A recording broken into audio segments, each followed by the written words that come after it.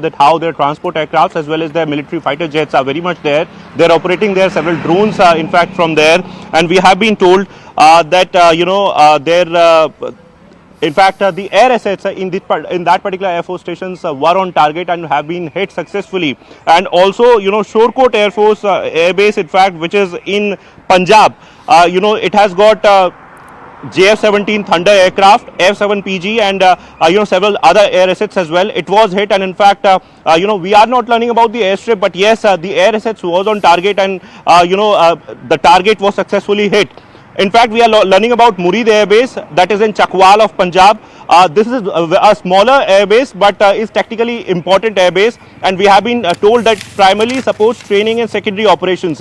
And the drone attack that was launched towards India was very much supported from this particular Air Force station, and we have been told that it has got fighter jets and possibly some drones as well, and it was successfully targeted by Indian Armed Forces. So these three Air Force stations, we have got confirmation for several air assets, and in fact the infrastructure was on target and it was successfully hit by the Indian Armed Forces. Also in retaliation, now Pakistan is trying to make a dent, and in fact is trying to hit our Air Force stations, but they are not successful till now. And our air defense is very much working, 80 guns, and in fact the the systems that we have is very much working. It's the daytime now. We have been seeing the escalation particularly in the night time from last 24 to 48 hours, but will it continue in the daytime as well? What will be the next future course of action as far as India is Akash, concerned? I'm sorry to interrupt. The image that I'm showing on the left is also from Jammu. It's a civilian area. There is a temple called the Shambhu temple in Jammu. We're given to understand there's been a projectile that's hit. We don't know if it's a drone or a missile, but a projectile has hit just outside the temple. No casualties. That is the important thing. You can see the remnants of the wreckage there. This is mobile phone footage that's been shot by one of the individuals there. You can see the wreckage that's strewn all over the place. This is called the Shambhu temple in Jammu. Again, the good news is that there is no casualties there. There you can see the main gate, the pillars leading into the temple. So on the outside perimeter of the temple complex, there's been a projectile hit. Again, the good news being that there is no reports of any civilian casualties in the Shambhu temple attack. Aman is also joining us. Again, I want to go big picture for our viewers who are tuning in a little past 6:30 this morning, this Saturday morning. There has been a visible amping up by Pakistan. India has retaliated. Pakistan's attempts have been foiled. The attempt was to try and target some of our forward air bases in Pathankot, in Jammu, the military station in Udhampur, etc. But all of that has been foiled, Aman. In response, India is hit back with a combination of drones as well as missiles, and some of the Air Force station attacks in Pakistan have been very, very successful. What are you hearing from top government sources?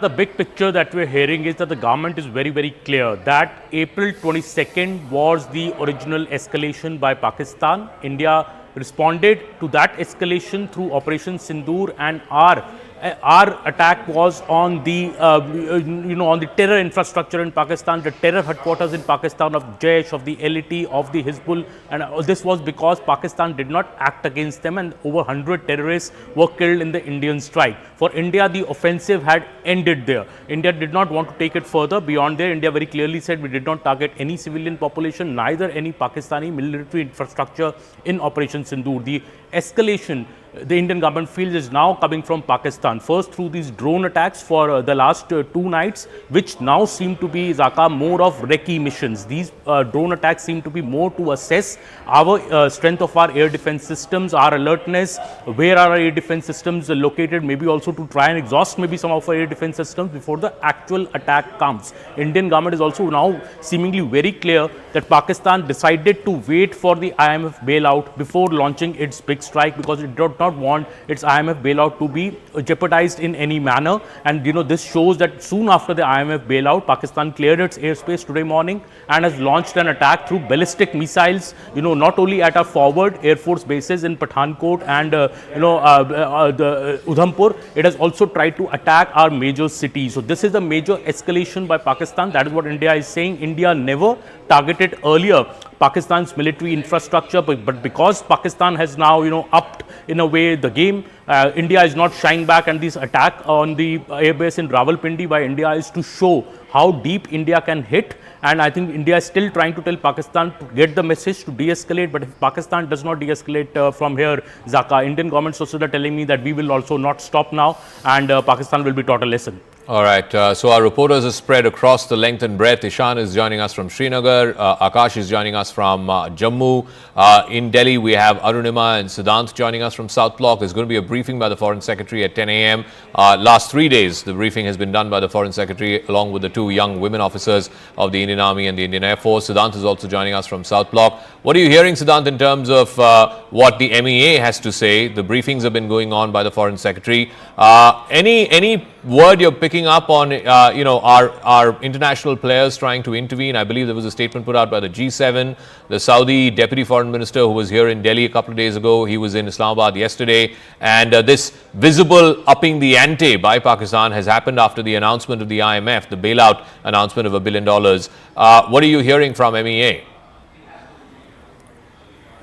Well, that's right, Zaka. In fact, just a short while back, Zaka, we have been told that press briefing by Foreign Secretary, which was expected to take place at 10 a.m., has again got delayed. In fact, they have told us that they're going to inform us again when and where this press briefing will take place today. Perhaps, as Arunima was also pointing out, that the ops are still going on. The focus is on Sky at this point in time, Zaka. And in fact, yesterday, India also decided to close Kartarpur corridor, Zaka. Perhaps that was an announcement which Foreign Secretary made, because India knew that this is coming. This is coming. The time Pakistan will secure the bailout package from IMF, they are gonna hit us. Day before yesterday, Zaka, what happened post midnight? Perhaps they sent more than 300 UAVs. Perhaps we have also been told that those UAVs were not even loaded, were not even armed. Those UAVs were only sent to locate our air defense systems. Perhaps we knew about it, and we did not use our best of the systems in place. In fact, we shot them down using aircraft gun. This is what I'm being told. In fact, since then, India was preparing that what they did day before yesterday was a recce visit. Perhaps they are going to hit India, and they could target forward bases, Pathankot, Jammu, etc., those locations. So India was fully prepared for it. As you rightly pointed out, at a diplomatic level, perhaps India is not escalating. Foreign Secretary again reiterated yesterday that the first and the only escalation was the 22nd April attack in Pahalgam. India is only responding to the escalation by Pakistan. In fact, yesterday in the press briefing also, Foreign Secretary highlighted, Zaka, that how religious sites have been targeted in Poonch. There's a convent school which has been targeted. Yes, Siddhant, I'm going to come back to you. We're getting more information, courtesy Manoj Gupta, our investigations editor, that a bunch of missiles have been fired. I can't reveal the exact number, but a bunch of missiles have been fired from the Srinagar airbase. That too, Pakistan has tried to attack, but there is very minimal damage that has happened there. So from the Srinagar airbase, missiles have been sent, and a Pak Air Force jet, at least one we can confirm, possibly more than one, but definitely one Pakistan Air Force jet has been shot down by missiles that have been sent from the Srinagar airbase. So that is a big development. One Pakistan Air Force jet being downed by India. Remember, Pakistan has a combination of the F-16s, which are the American fighter jets, the fourth generation fighter jet, and also a combination of the JF-17 and the J-10. The JF-17 is the 4.5 generation Chinese fighter jet, and the J-10 the 4th generation fighter jet. So it's a combination of Chinese as well as American military jets, fighter jets that the Pakistan Air Force has. We don't know which of this has been brought down, but at least two Pakistani Air Force jets have been downed by India in missile strikes that have been launched from the Srinagar Air Force Station. Arunima, what more details are you hearing? There was supposed to be an army briefing earlier this morning. I believe there wasn't much information that came from there, but at 10 o'clock, the Foreign Secretary is expected to brief the press. But this big development that we are breaking right now on our screen, at least two Pakistani Air Force fighter jets have been brought down by missiles that have been fired from the Srinagar Air Force Station.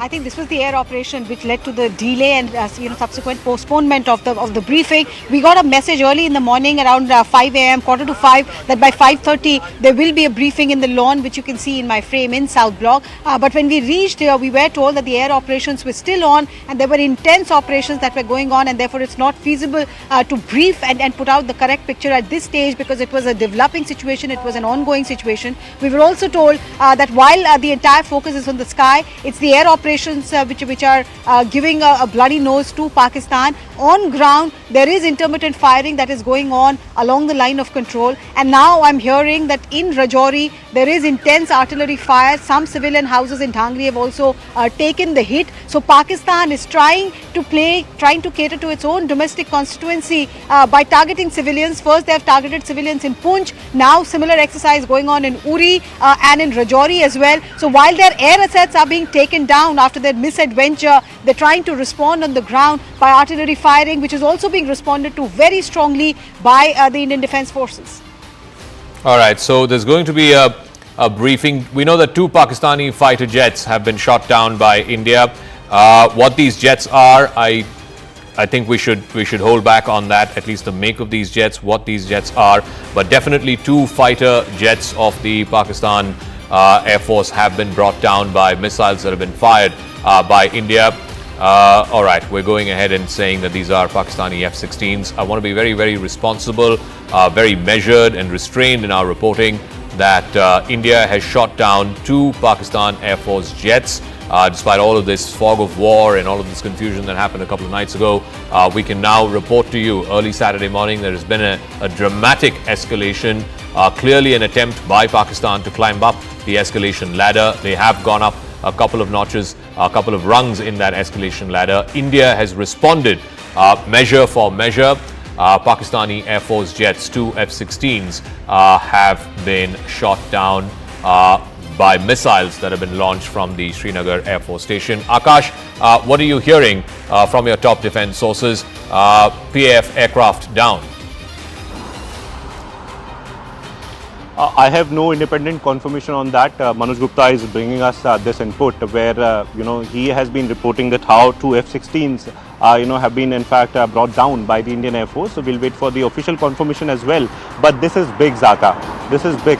We have seen that how, F-16 was very much there, a part of the sort of, activities that happened in 2019 when the dogfight actually happened between MiG-21 and F-16. And even at that time, we know the whole episode of Wing Commander Abhinandan, but this time around, we are learning that, we have shot down these F-16s. I'll check for with the Air Force as well for the independent confirmation. But Manoj Gupta has been reporting that how 2 F-16s, in fact, have been downed by, the Indian Air Force. In fact, we have got several sort of videos, that are, in fact, somewhere confirming, the debris and, in fact, some sort of smoke, coming from a distant place. Ishan has been reporting this. But it is big, Zaka, given the fact that Pakistan Air Force, consider, itself as a superior force. They have always challenged, Indian armed forces and, in fact, Indian Air Force specifically for the dogfight, because they think that their machines are superior, their training is superior. And this is one development where, it is a slap on their face where, they have been trying the military establishment, military infrastructure in different places. Here in India, none of, them is successful. But this time around, we are learning that in Srinagar, at least 2 F-16 aircraft have been downed by the Indian Air Force, Zaka. So 2 Pakistan Air Force jets have been downed by the missiles that have been hit by the missiles from the Srinagar Air Force Station.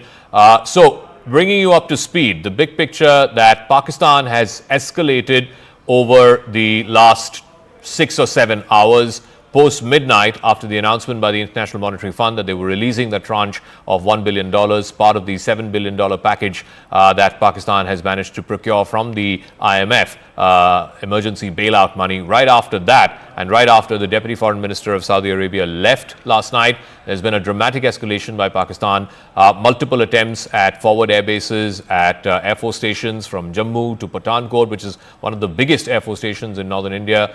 In fact, it is bang on the border with Pakistan. It was also the scene of the terrorist attack that happened in 2016. We're also learning that the Sirsa Air Force Station was also one of the targets of attack. But all of that, the Udhampur military station, all of that has been thwarted by India's air defense systems. And now in retaliation, India is hit and brought down 2 Pakistan Air Force jets. They've been brought down over Srinagar, is what we're given to understand. These are deferred visuals we're getting from Udhampur, and the visuals that you're seeing on the left side is India attacking the Noor Khan Air Base, which used to be called the Chaklala Air Base earlier, hosts a big military college as well. It's very close to the general headquarters, the heart of the Pakistani military. There's been a massive attack there on the Noor Khan Air Base by India in retaliation to what Pakistan tried to do overnight. Let me go back to Aman, Arunima, reporters. Aman, again, as we await the Foreign Secretary's briefing in about 3 hours' time, what's the word that you're getting in from our top defense sources? India, of course, wanting to be absolutely certain that we are the responsive authority here. We're responding to the escalation by Pakistan. It is Pakistan that is choosing to climb the escalation ladder. Zaka, and what government sources are also saying that we were prepared for this. We knew that a major attack by Pakistan will happen. We were very, very clear that the drone attacks which were happening, on Friday night, we also saw these big drone attacks. This was mainly, Friday morning, I'm sorry, was mainly to assess our air defense preparedness. Pakistan was waiting for the IMF bailout. This information and this intel was there with the government that the Pakistan will only launch its big strike after the IMF bailout process is over, and that is what has happened absolutely in the way India anticipated. India's defense system was at an all-time high early this morning also, and we were anticipating this to happen. That is very, very clear. India is also saying that this upping of this escalation by firing these Fatah series missiles, not just on our forward air bases like Pathankot and Jammu and Udhampur, but also at our major cities, especially Delhi, is a major escalation by Pakistan. This shows that Pakistan's intentions are not good. We have to safeguard our territory, we have to safeguard our assets, and that is why we've hit at the heart of the Pakistani army in Rawalpindi, the Chakala air base. A very, very secure facility inside Pakistan which India has managed to hit. This shows that India is giving this warning to Pakistan that you need to stop here, because if you escalate further, India then will not stop, because India considered Operation Sindoor as it's a major operation, in retaliation to what happened on April 22nd in Pahalgam. But this is now showing that Pakistan, Zaka, is in no mood to stop, and India is responding in equal measure. So there's also visuals we're showing on the top right of your screen, which is from Jammu. It's a Shambhu temple. There's debris of a projectile that you can see strewn all over the place. This is just on the outer perimeter of the temple. Let me also go to Arunima. Arunima, who's in South Block for us. Arunima, what are you hearing? What are you hearing from your top government sources? This Pakistani jets being downed, is a huge statement by India. Pakistan Air Force jets that have been shot down over Srinagar airspace. But the attempt by Pakistan to try and target some of our forward military stations, forward air bases, that has been thwarted. And in response, India has targeted, among others, the Noor Khan Air Base or the Chaklala Air Base, which is one of the biggest that Pakistan has. Also the Chakwal, the Murid Air Base, again in Punjab. And you also have one more, the Rafiki Air Base. 3 air bases of Pakistan have been targeted in missile strikes by India. What more do you have? Yes, so Zaka, they had put out a statement late last night saying that 26 places were targeted, and they're just sticking to that for now as far as official word goes. Yes, they have told us that the intense air operations are going on, but on that specific input that Manoj Gupta has about India taking down a Pakistani jet, the South Block is not confirming that as yet, and understandably so perhaps, because even day before yesterday night there was intense speculation that similarly a Pakistani jet had been down and a Pakistani pilot pilot had been taken into custody, but India has remained non-committal. They've not confirmed, not on come on record on that. So in this case also, I think they will take their time, and once they are ready to share the details, only then will they come out with an official confirmation.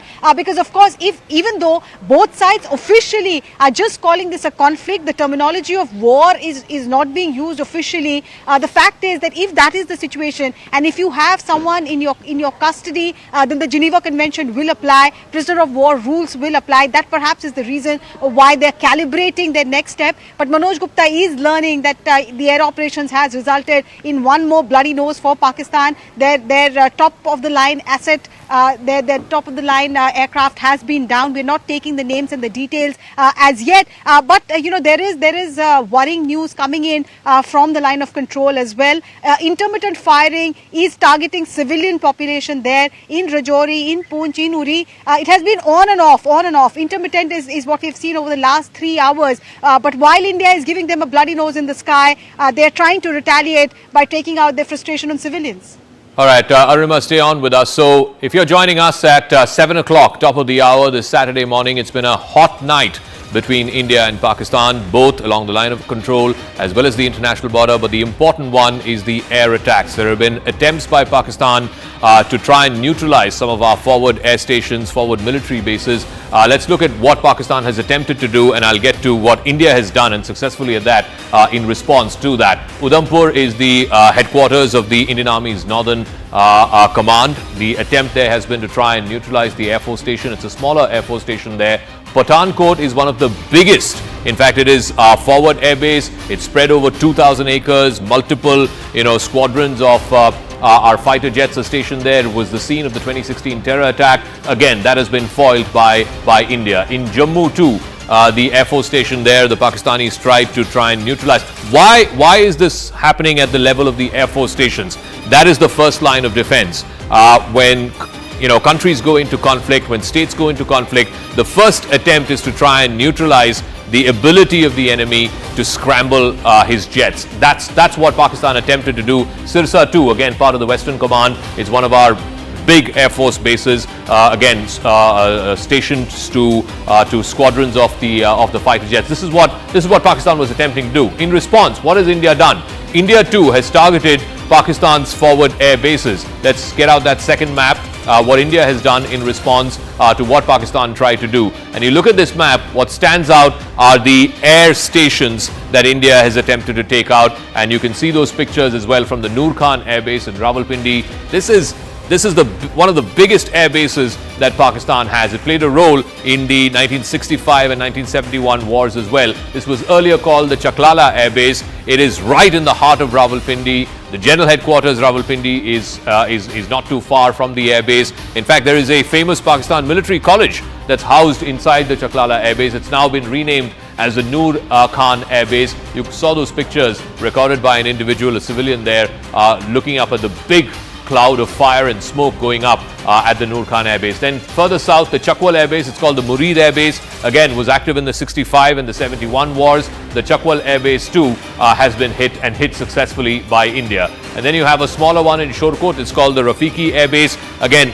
a lot of transport aircraft, the C-130s, the Il-76s, they've been housed in some of these air bases. The Sialkot Air Base in southern Punjab has been hit as well. And Sukur, which is a civilian defense technical airport, Sukur has also been hit in Sindh. So basically in the heart of Punjab as well as in Sindh, these are the two biggest provinces in Pakistan. They have been successfully hit by Indian Army and by Indian Air Force. So what happens when a conflict begins? The first attempt by both parties is to try and take out the other side's air bases, because the ability not to be able to scramble jets, that is a significant tactical advantage in any conflict. So the attempt by both sides has been to try and take out each other's air bases, particularly forward air bases, render the runway unusable. That is the attempt. Once the runway becomes unusable, then it's difficult to scramble your jets, and thereby you are taking off a tactical advantage that the enemy has. That's what India has done last night. to some of these forward air bases in Pakistan. Noor Khan, of course, this will have huge ramifications that are running through general headquarters, the military headquarters of Pakistan. Pakistan's attempts, whether it's in Udhampur, in Pathankot, in Jammu, in Sirsa, have been thwarted, and India in response has carried out significant damage to some of the air assets that Pakistan is hosting. Akash is there with us from Jammu, Ishan is there with us from Srinagar, Arunima in South Block, Siddhant is also joining us from South Block. Akash, first things first, the Jammu Air Force Station, Pakistan did try to take down the Jammu Air Force Station and render the runway unusable, but that has been thwarted by India. What are you hearing from what attempts have been made by Pakistan overnight and what India's response to that has been? Zaka, possibly they have been trying the batteries, the air defense batteries, because the locations, I will not specify, but the locations that they have been trying, are, somewhere carrying the air defense batteries and the systems, and they want to, destroy the air defense system, given the fact that, yesterday it was done by India. Last night also they tried several Air Force stations, but they failed in that, and in fact, after India retaliating back, they are trying it once again in the morning. We have been learning about Pathankot, that how they tried Pathankot Air Force Station. We have been learning about Udhampur and also in Jammu. In Jammu, I was hearing sounds till 30 minutes back, but now it seems that it has stopped. And in fact, civilian population was on target as well, because they want to, spread panic here in India, because, their narrative on social media seems not working. Indian Air Force and in fact Indian Army or the armed forces for that matter are coming up with official statements. We have been seeing the briefings on a daily basis, and in fact Indian media is acting responsibly, and this is the reason why Pakistan is frustrated and they want to spread panic. They are targeting civilian population as well. We have seen Firozpur, we have seen today Jammu as well, that how there was some sort of destruction in the civilian area. As far as the air defense system is concerned, so we have been reporting that how they are targeting the airstrips, not just airstrips, so that jets cannot be scrambled, but also the Air Force air defense systems. S-400 we have been reporting about S-400.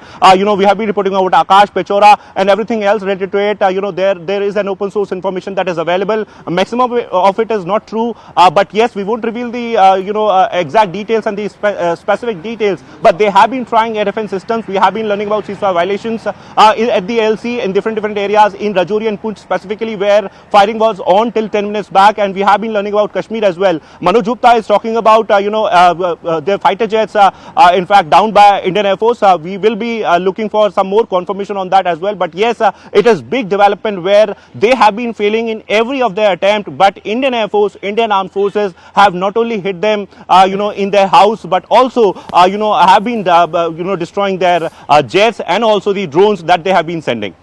Okay, Akash, stay on with us. Ishan is also joining us, but before I go to him, we can report to you that the Air Force Station in Udhampur is safe. The Jammu Civil and Technical Airport, both are safe. Pakistan has been targeting civilians. We're given to understand, and we saw those pictures of the Shambhu temple in Jammu, where there has been wreckage of some missile that we can see. In Janipur, Rehari, and in the Udhampur parts of Jammu have been targeted. The bordering areas of Rajouri have been targeted. Araspura has been targeted, and there have been ceasefire violations in Arnia, Uri, and Akhnur, all of which are, of course, on the line of control. So there have been ceasefire violations on the line of control. There has been violations across the international border in Rajouri, in Araspura, in Udhampur, Janipur, and Rehari. These are all in Jammu. So both on the IB as well as the LC, there have been heavy artillery shelling that Pakistan has tried to carry out. Also, that important word that we got overnight, Pakistan launched the Fatah-2 missile. It was headed in the direction of the national capital is what we are given to understand, but India's air defense systems thwarting that in the skies over Sirsa in Haryana, and that is a major escalation by Pakistan in response. India has hit back, and you can see the picture in the middle, which is the Noor Khan Air Base, one of the forward air bases of the Pakistan Air Force, one of the biggest, in fact, that they have, played an important role in both 65 and in 71. It used to be called the Chaklala Air Base before, houses the Pakistan Military College there as well. That has been now attacked in a significant way by the Indian Army and the Indian Air Force. Let's also go across, if we can, do we have Ishan? If we have Ishan, we can go to him. All right, Arunima, coming back to you again. So we have two sets of action that are happening. One, of course, the ceasefire violations and the heavy artillery shelling that are happening both at the LC and in the international border. And then you have this missile and drone activity that's happening courtesy the Indian Air Force, which is trying to take out some of Pakistan's forward air bases. Tell us what a night it's been between India and Pakistan in these last 6 or 7 hours.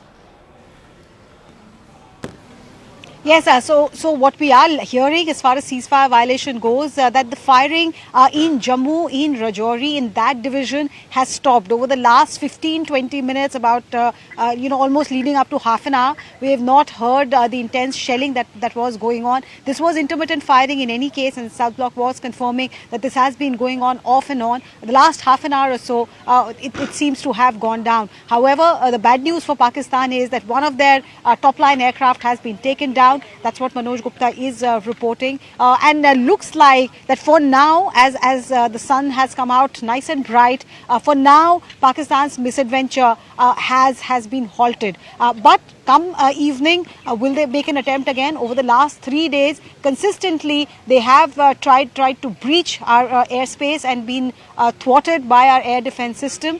Even this morning, we got a confirmation from South Bloc, from the defense sources, that yes, the attempt was made at Udhampur, the attempt was made at Pathankot and at Jammu. In Jammu, they managed to strike civilian areas. A temple was a missile landed near a temple, and some houses were damaged. All right, Arunama, give me a moment. We're just showing pictures of wreckage from a drone. This is in Amritsar, in the outskirts of Amritsar, in the rural parts of Amritsar, I believe.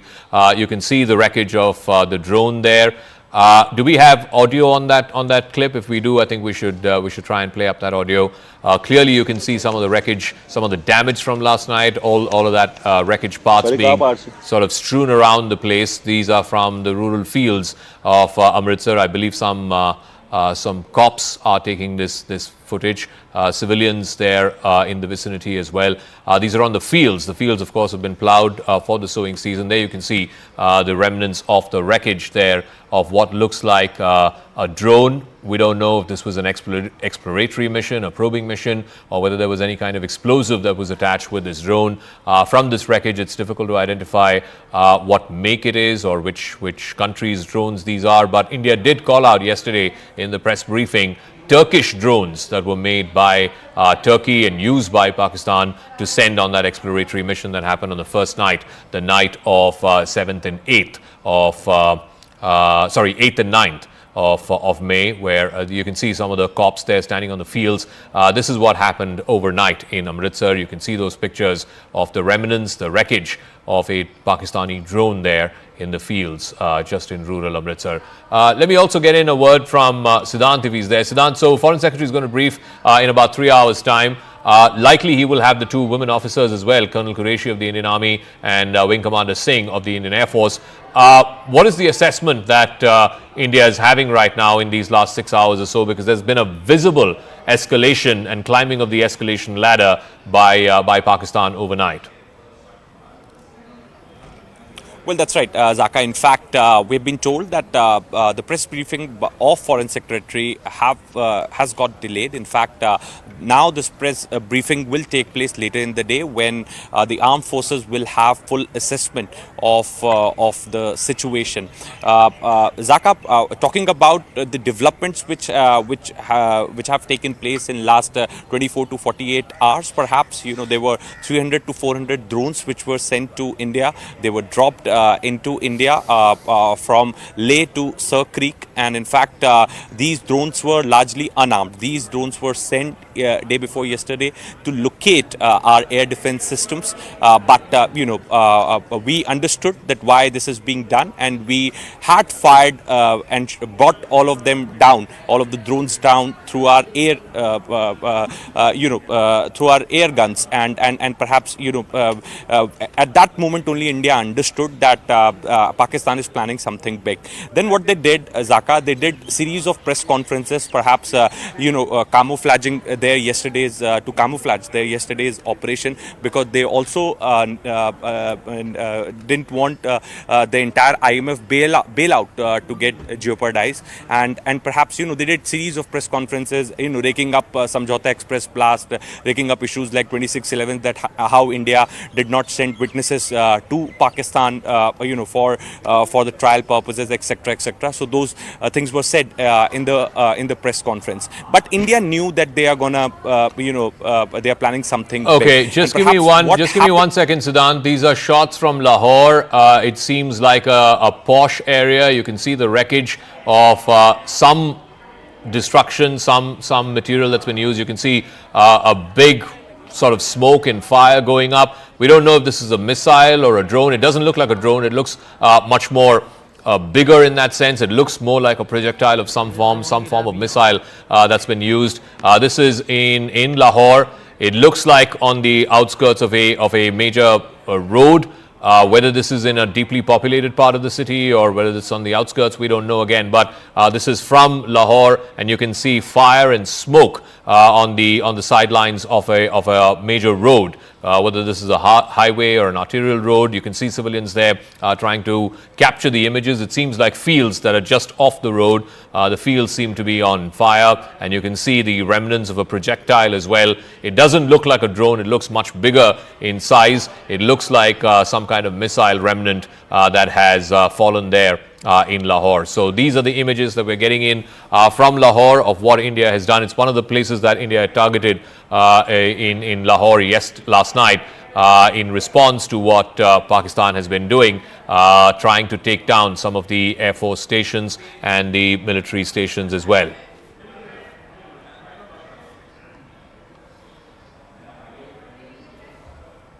So bringing you back to what happened overnight, we also know that 5 missiles have been fired from the Srinagar Air Force Station. 2 PAF jets, Pakistan Air Force jets, have been brought down. The image that you're seeing on the left-hand side of your screen is from a place called Lajjan. You can see the wreckage of what seems like a projectile. It seems like an explosive added ammunition added a drone that's been taken down. Parts of some of the remnants of this wreckage you can see on the left side of your screen. I want to go across to Ishan. Ishan, what more details do you have? Well, what we know that some part of it has fallen into the residential compound of a house, and the mobilizing of troops has started around the location. There was definitely a dogfight that we're given to understand, and air-to-surface missiles were activated immediately after the activity was ejected. What we have given to understand is that the Srinagar airport and every particular base is running on a high alert to ensure that none of the Pakistani aircraft enters the Indian airspace. And if there is any possibility, they are shot down immediately. And also what we know so far that, the forces are trying to ensure that if at all there's a possibility of further escalation in Srinagar or areas surrounding it, particularly the defense establishment, that aggression is, dealt with severely and ensured that they are able to hit back at those targets from where these missiles are coming. We don't want to give out any operation details, but for now, what we have been given to understand is that the debris has been found, and there's a possibility either a jet or some projectile which was fired has landed in a residential area near Srinagar. It's close by to the highway connecting Srinagar to rest of India, but a debris has definitely been found. More troops have been mobilized to that location, as we are also heading towards that location to give you an exact clarity on what it is and whether really an aircraft has been shot down on the outskirts of Srinagar. All right, stay on with us. Lajjan, I believe, is a place on the outskirts of Srinagar. You can see wreckage. We are given to understand that this is wreckage from some kind of an aircraft. That's the word, the preliminary word that seems to be coming. You can see one of the motors that's strewn around. I believe parts of this wreckage have fallen into a residential compound of an individual who's living there in a place called Lajjan. What more can you tell us? Is there any word, Ishan, about what is this wreckage, what it likely brought down? I mean, is there any word? Some preliminary information seemingly suggesting that this is one of the Pakistan Air Force jets that was brought down, but it seems quite small. Some smaller parts seem to have fallen in this individual's residential compound. Well, yes, but it can be anything. As of now, there are no confirmations about what it is, but there are reports that there was a dogfight which took place over Srinagar. There are further details that we don't want to speak about at the moment, but definitely sources indicating that there was a dogfight over Srinagar and possibility of aircrafts being shot down has not been eliminated.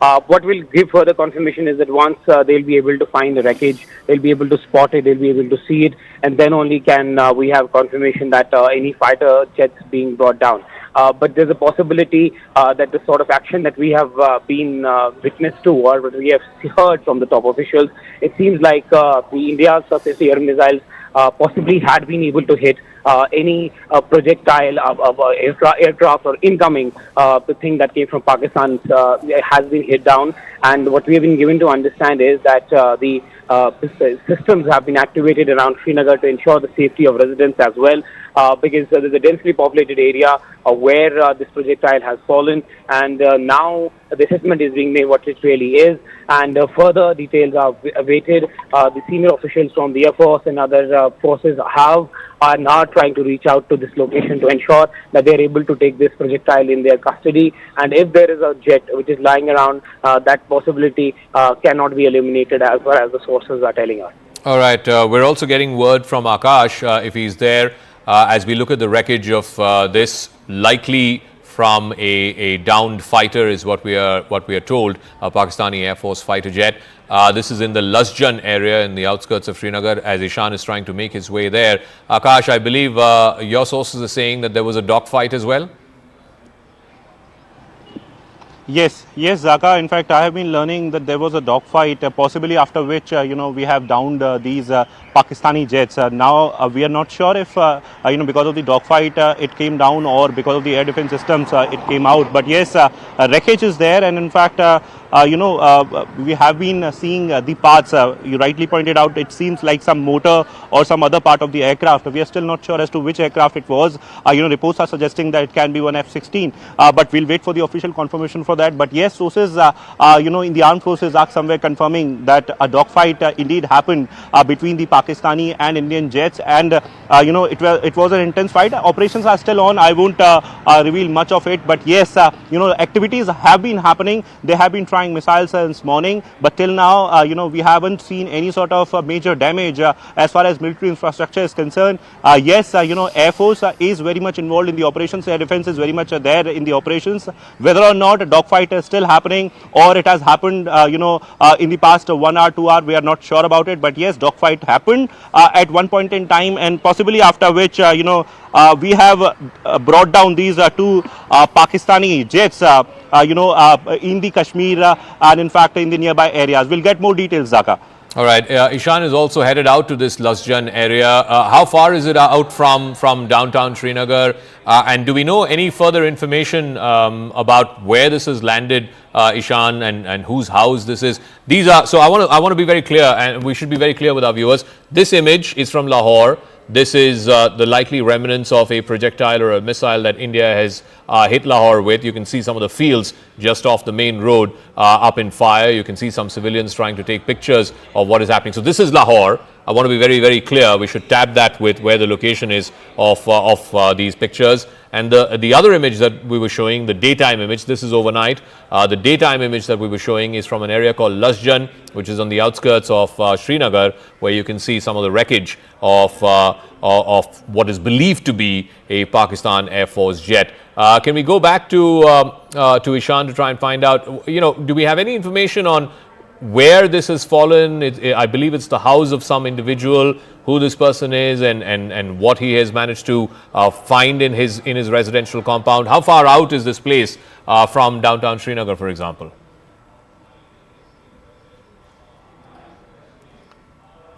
All right, we've lost Ishan. We'll try and go back to him. So, two separate images. The one on your left is the one from Lahore overnight, shot by some Pakistani civilians. You can see a bunch of them that are gathered just off a main road. It looks like a highway of some sort, but just off a main road. And you can see fire in the background. Some of the fields are up in fire. There's a lot of smoke, black smoke coming up. And you can see the remnants of a projectile, a wreckage of a projectile. We don't know if it's a missile, whether that's a drone. It's unlikely it's a drone because it looks much bigger than a drone. It looks more like some kind of a missile. A short-range one, if you will. And these are images on the left again of the Shambhu Mandir in Jammu. You can see that on the top right part of your screen. There is wreckage of a Pakistani projectile that's been found there on the outer perimeter of that temple. So they've been trying to hit civilians. Massive damages across the LC, where ceasefire violations have been happening for 3 nights now. I believe in Rajouri, for example, a senior government official has also unfortunately lost his life. That's been tweeted by the Chief Minister of Jammu and Kashmir, Mr. Omar Abdullah, that a senior government official has lost his life there. I think Arunima has more details on that, so maybe we can go to her to try and get that sense. But pictures that we're showing from Lahore on the left, fields up on fire and the wreckage of what looks like a missile, and then you have on the top right of your screen images of the wreckage from a temple in Jammu, the Shambhu Mandir in Jammu. But Arunima, the details that you have of a government official unfortunately losing his life in the shelling that has happened in Jammu overnight. Yes, so Rajkumar Thapa, he was an assistant, district collector level officer in Rajouri. A shell landed at his residence during, intense firing in Rajouri, the ceasefire violation that was happening, and a shell landed at his residence, and he was subsequently rushed to the hospital, but he is no more. And Chief Minister Omar Abdullah, in fact, has tweeted his condolence message. What Chief Minister has said, he's confirmed that this is a devastating news that is coming in from Rajouri. He says we have lost a dedicated officer of the Jammu and Kashmir. All right, Arunima, I'm sorry to interrupt you, but these are shots that we're getting of India intercepting some of these Pakistani missiles. This is from last night. We don't know the location of where this has been intercepted, but you can see the wreckage, huge smoke going up in what seems like a field. But this is the image of India intercepting Pakistani drones. Can we have the location of where this has come from? Checking with our producers at the back end. But these are live pictures, not live, these are pictures that happened from last night. And then you can see the aftermath of the wreckage of the drones that have fallen in what looks like fields. We're given to understand that this is from Jammu. If we can get Akash to walk us through these pictures. Akash, this seems like some kind of CCTV footage that's been recorded overnight.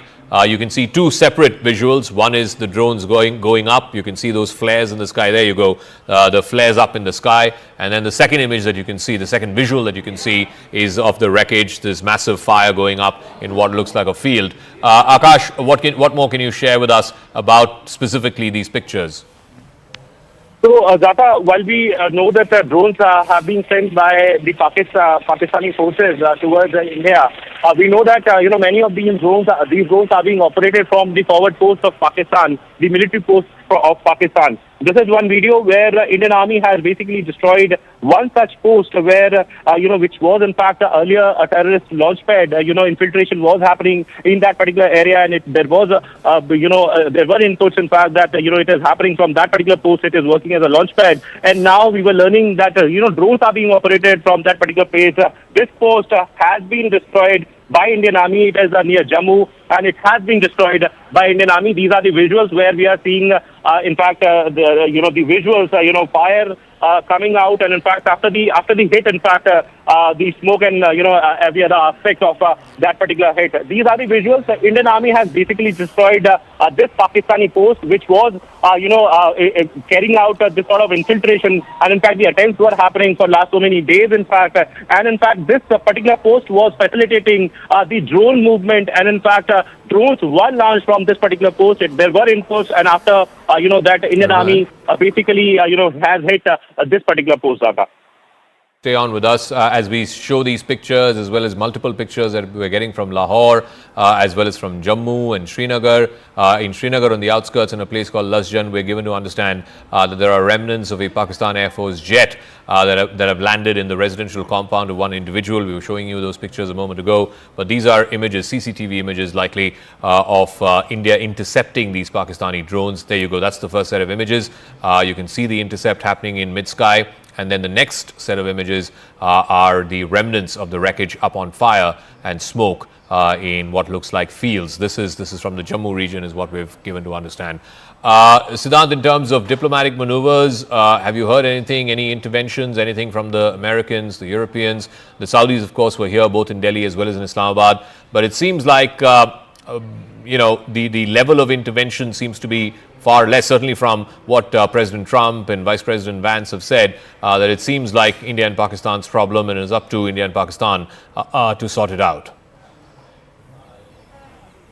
Well, that's right, Zaka. In fact, we are also getting statement from G7 foreign ministers, Zaka, and in fact, they have unequivocally condemned Pahalgam terror attack.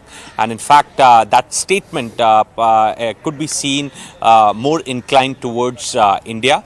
And in fact, the G7 foreign ministers have also urged for a de-escalation. As you rightly said, that a junior foreign minister of Saudi Arabia day before yesterday came to India. In fact, he met Minister Jaisalmer. His convoy was in fact spotted outside Prime Minister Modi's residence, though there were no photographs released by either side.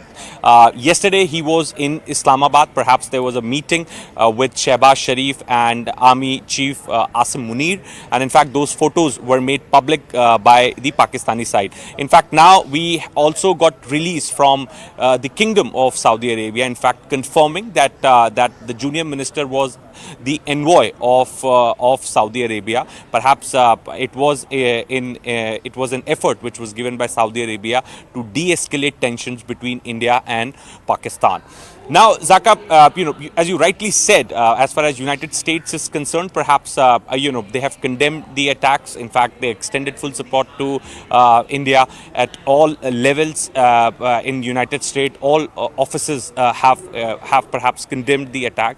But yes, the last interview of J.D. Vance, perhaps the remarks that he made, that, it gave a sense that, America is not much interested in de-escalating tensions between India and Pakistan, or rather America does not want to be the part of another war going on, or perhaps a part of a peace process of another conflict, rather, Zaka, which has started. So that could be America's strategy, Zaka. But having said that, it is very important to highlight, Zaka, that this action by Pakistan is coming after the IMF bailout was announced. Perhaps world should take note of it, and this is exactly what India said yesterday at the board meetings, that how Pakistan misuses the funds for the terror activities. And in fact, there is also a chapter on Pakistan misusing funds for terror activities in IMF itself. India cited that chapter only to get the funds. All right, Siddhant, just give me a moment. These are visuals. I want to once again go back to these pictures. This is India intercepting drones, a Pakistani post from where these drones were sent. We're given to understand that this is in the Jammu region, so you can see two separate sets of pictures. One, the interception that's happening, likely by the indigenous air defense systems, the Akash missiles. And then the second set, this is the second set of visuals that you're seeing, which is the wreckage, the fire and the smoke after the interception, the wreckage falling onto what looks like fields there in the Jammu region. So you can see both these sets of images. These are CCTV images from last night. It's been captured on closed circuit television. You can see those flares going up in the sky, the interception happening up in the sky, and then the wreckage falling out in the fields. So if we can go back to Akash. Akash, just walk us through these pictures, as my colleague Anand is also gearing up to show us some of these images.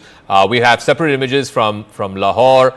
From this is the image from Jammu region that we're seeing, the flares up in the sky and the interception happening. Arunima, I don't know if you can see these pictures, but what are you also hearing from top defense sources about what seems like not just a drone set of attacks now? You're seeing missiles and also reportedly word about 2 Pakistani Air Force jets being brought down in the skies over Srinagar.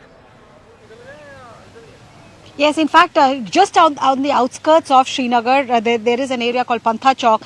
When you move from Srinagar towards Jammu, on that highway, the first place that you come to outside of Srinagar is Pantha Chowk. And that is where an intense search operation is currently on, with multiple cordons being laid out by the military, by the paramilitary and by the local police to look for those Pakistan Air Force pilots. It is being suspected that they could have ejected around Pantha Chowk, and there's an intense search that is on there. Help from the locals have also been enlisted. Manoj Gupta, in fact, confirmed to us a while back that a Pakistani jet has been taken down near Srinagar, and post that we got this confirmation that there is this intense search operation that is on. So if it is confirmed indeed that these two pilots are near Pantha Chowk, then that will just change the dynamics of the conflict perhaps that we are seeing. You must have noticed, Zaka, all through social media, every time you speak about the India-Pakistan conflict, Abhinandan's name comes out after our fighter pilot who was after Balakot, taken into custody by Pakistan. They crack jokes about that incident, but it seems now the tables are turning on Pakistan. On the other side, I was also telling you how intermittent firing has been going on along the line of control.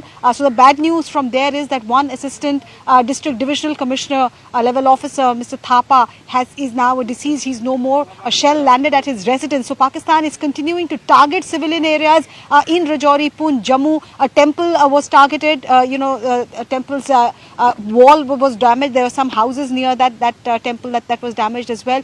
So for now, it's all clear. It's a bright sunny day right now, and the input that we're getting is that things have calmed down, but the ramifications, what has happened overnight is still on, and we're expecting that briefing also in a short while from now, where India will officially confirm what has happened last night. All right, so we have pictures from Lahore, pictures from Jammu. These are all images that we are broadcasting here on CNN News 18. So just to bring you up to speed, there has been an escalation in the drone and missile strikes from Pakistan's side overnight over the last 6 hours, specifically after the IMF announcement happened. And then India, in retaliation, has targeted at least 3 major air bases, including the Noor Khan air base, the old Chaklala air base of Pakistan. That you can see the smoke and fire going up there. This is in Lahore, likely again a missile, Indian missile that landed up there. You can see the fields up in flames. And then, of course, the interception of the Pakistani drone launch pad somewhere on the other side of the Jammu region. You can see the intercept happening mid-air, and then that's the Noor Khan air base, one of the biggest, the Chaklala air base. It's bang in the middle of the military complex in Rawalpindi. The general headquarters is not too far away from there. It has a Pakistan military training college as well, and then in Rawalpindi, in the heart of the city itself. So Anand is also joining us here in our studio. So Anand, it's been a very hot night between India and Pakistan. Hope the international community is watching. There is a reason why Bharat was very clearly, vociferously against the IMF bailout. Soon after the bailout happens, look at this. Let's look at these visuals. This is where the tube drones were being fired. This was the tube from where drones were being fired across towards India, and that's where it's now been demolished altogether. So you have the flares, and thereafter, then you see the flames. This is where this has been destroyed. This is where those Turkish drones and a lot of the Chinese drones were being pushed into India. The more important part is that these drones were actually probing. They were coming there to try to see where the air defense systems are placed, and thereafter the Pakistan was trying to send across ballistic missiles. Fatah ballistic missiles have been fired towards Bharat. That's the level of escalation that has happened soon after midnight at about 12:05 a.m. That's when the first news came in that there were ballistic missiles that were fired in the direction of Bharat, and that have been intercepted over Sirsa.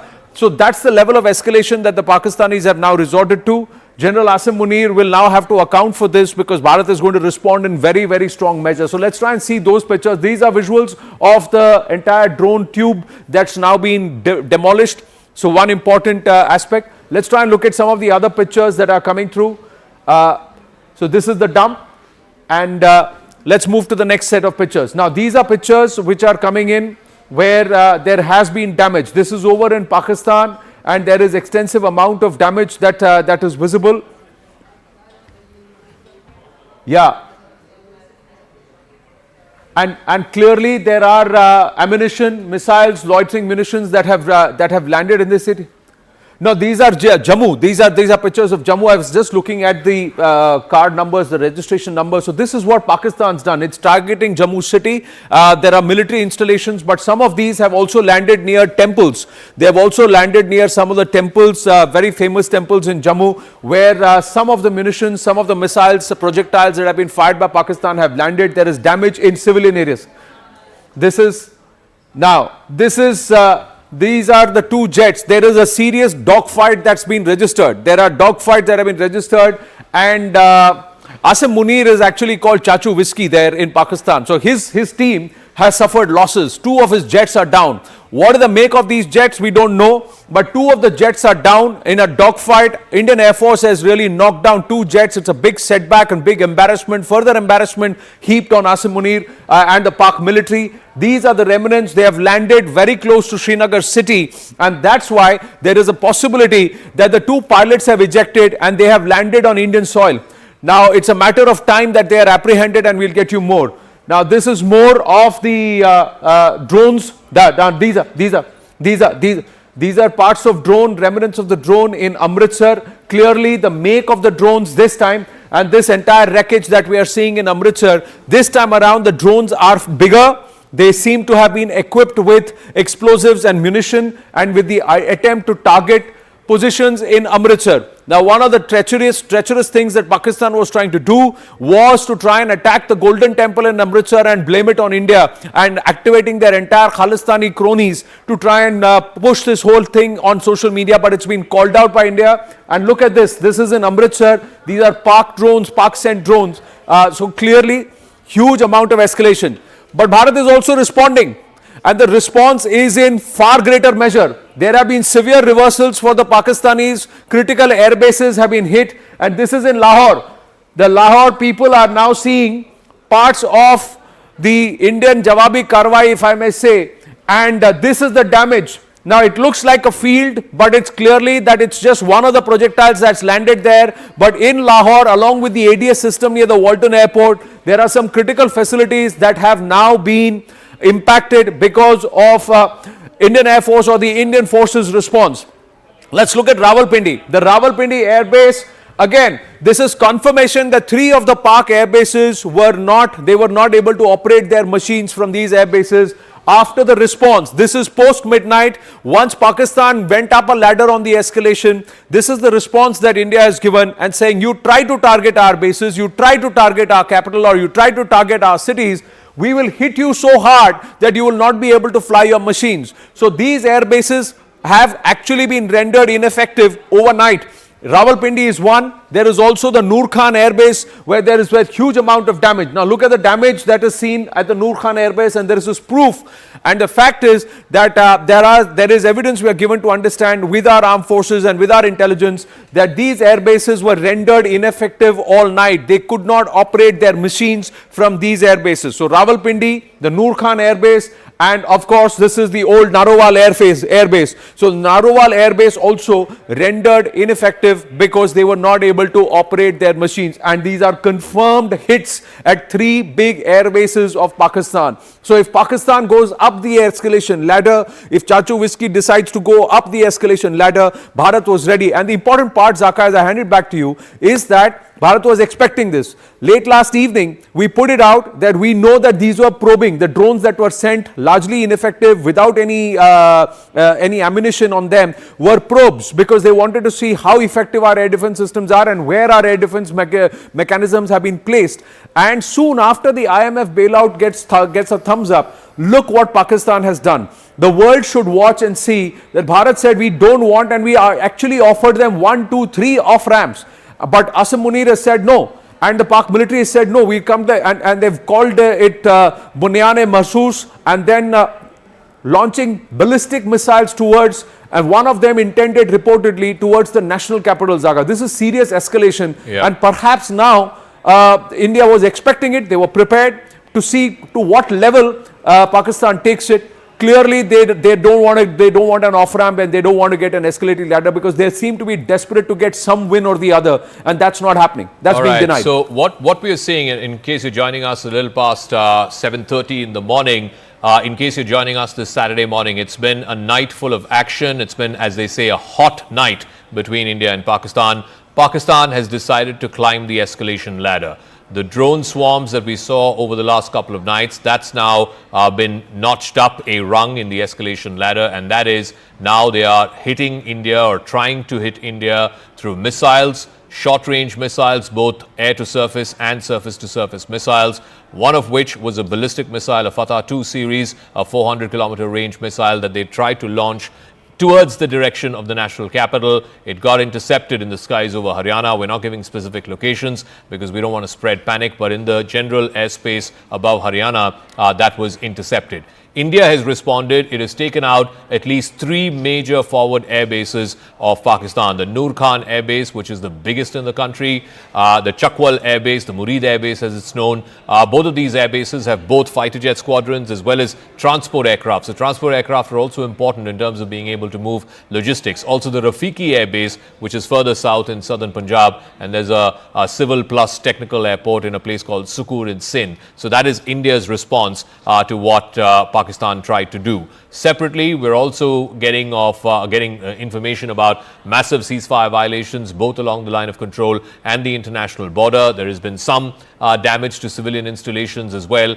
Pakistan tried to attack some of India's forward air bases. Pathankot certainly saw a bunch of attacks last night, but there has been very minimal to zero damage there. The Jammu Air Force Station they tried to attack yesterday, again zero damage there. Both the technical and the civil airports are fine, are safe. Also in Udhampur, which is the headquarters of the Northern Command of the Indian Army, there too there is, I can report to you, minimal damage. So we're being very, very responsible, very, very measured in our reporting. So the big picture being that it's been a hot night between India and Pakistan. Certainly both sides now climbing up a rung in the escalation ladder. Arunima is there with us, Siddhant is there with us. We'll try and go across to Akash as well, who's joining us from Jammu, Ishan in Srinagar, where I believe a dogfight has happened and 2 Pakistan Air Force jets have been brought down. Let me go across to Arunima. Arunima, big picture, what are you hearing? You're outside South Block for us. Any defense sources, government sources saying what the situation is, what the assessment is as they see it? See, the situation right now, we are told at about 7:30 hours this morning on Saturday is under control. Whatever misadventure Pakistan indulged in last night, post midnight, it has been met. And they have lost more than they attempted to harm India with. So what we are told is that there are at least 2 Pakistani fighter jets which have been down. Officially, they're not saying whether they know exactly where the debris are, but they are confirming that they feel that at least 2 Pakistani fighter jets are down, and an intense search operation is currently on around Srinagar to look for the Pakistani Air Force pilots who likely ejected. So that's one. Second, we do know that their ceasefire violation along the line of control in Rajouri, Poonch, all of that has resulted in deaths. They were targeting civilians. One district level official has also lost his life because his house was shelled. Chief Minister Omar Abdullah has also tweeted his condolence. But for now, the firing that was on at Rajouri Poonch sector over the last 1 hour or so, even that has gone down. Jammu also was targeted. Attempts were made at the Jammu, Pathankot and Udhampur air base. And even though Pakistan's propaganda machinery through their own local media channels were trying to say that the Udhampur air base has been damaged, our sources in the defense establishment have confirmed that there's no damage to any air asset or to the premises or any personnel in any of these air bases. Pathankot, Jammu, Udhampur, it's all clear there. And right now the focus, like I said, A is to look for the Pakistani Air Force pilots, B is to assess the kind of damage that has been inflicted on Pakistan. Once this assessment has been done, we are expecting a formal press conference led by the Foreign Secretary. All right. I also want to go across to Ishan, but what we're seeing in the middle part of your screen is wreckage believed to be from 2 Pakistan Air Force jets that have been downed. It's landed in a place called Lajjan, which I believe is in the outskirts of Srinagar. Ishan is on his way to Lajjan. What more do we know about these parts, this wreckage? Where was it found? The individual who has shot this, what more can you tell us? The assessment is being done. What we know is that the team has arrived there. They have taken the wreckage and these parts with them. Initially, what the sources in the Air Force and the defense told us that they were able to shoot down at least 2 aircrafts of Pakistan in and around Kashmir, and particularly one in Srinagar. But the assessment is being done what it really was, whether it was a missile, whether it was a drone, or whether it was a jet that has been basically shot at by Indian Air Defense. But right now, what we have been given to understand is that the Indian defense is running on maximum in Kashmir to ensure the safety.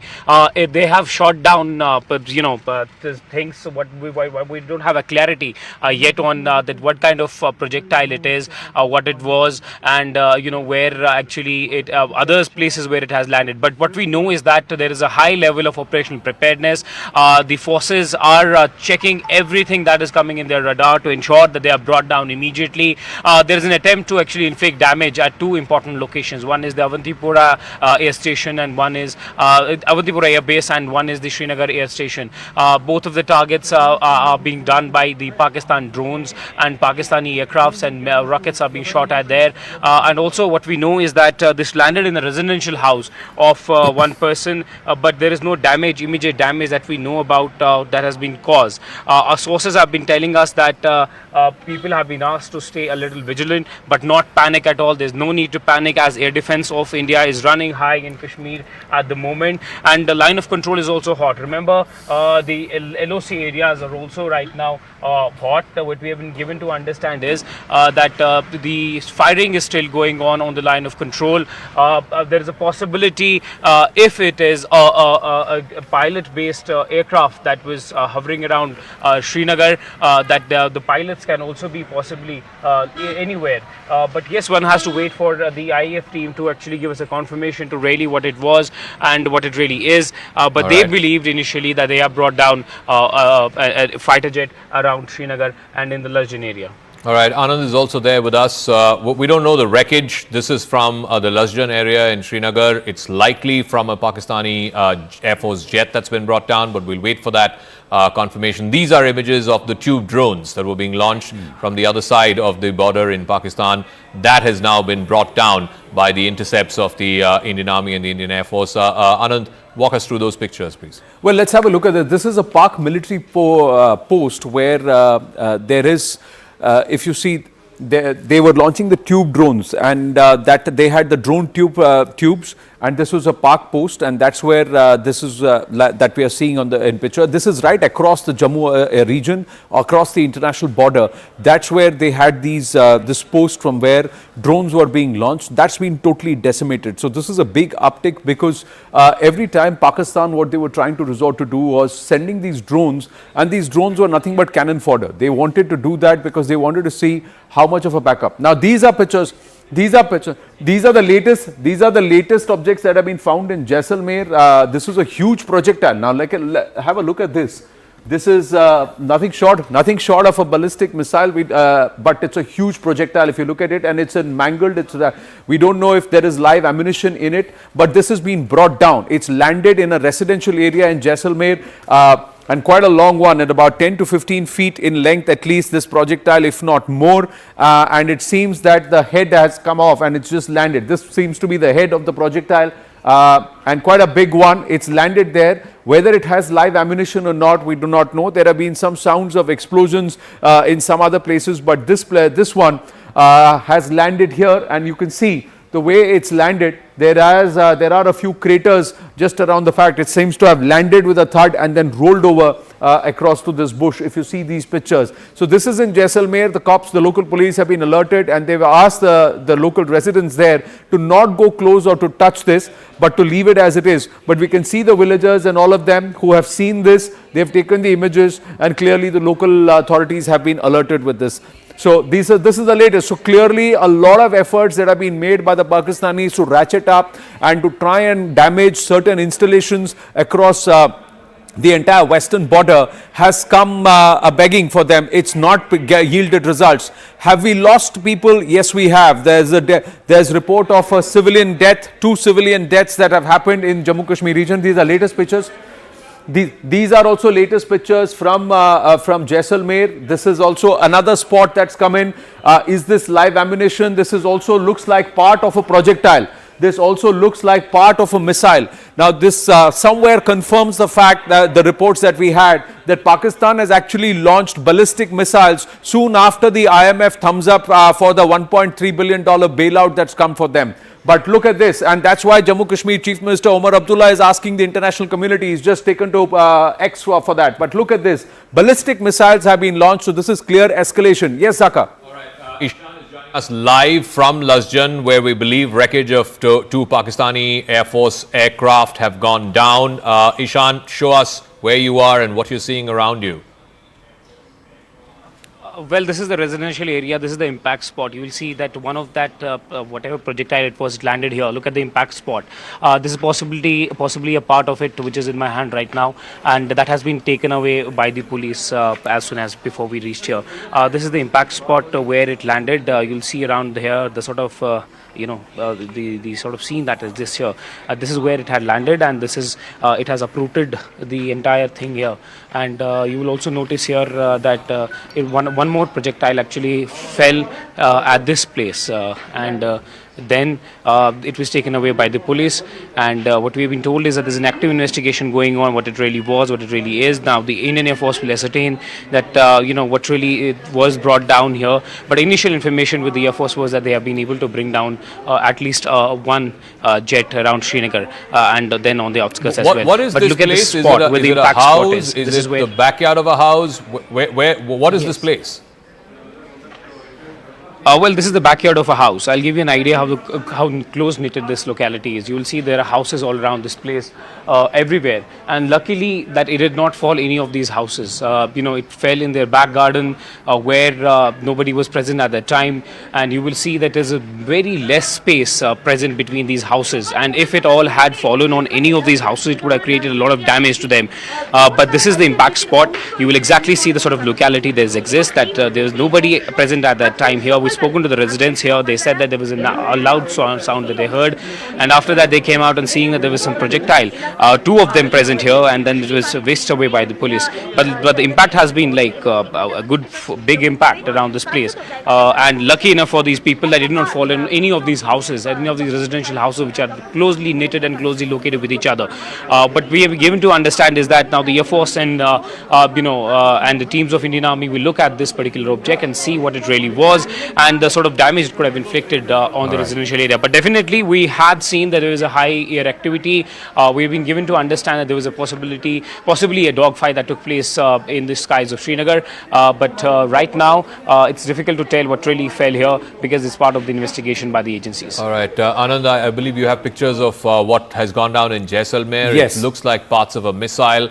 Just take us through what you're now seeing. This is close to the Pokhran region, we are given to understand, and the locals are saying when this landed there, they heard a loud explosion. So they're not sure whether this is a bomb, but the shape of it and the way it is, it looks like a missile.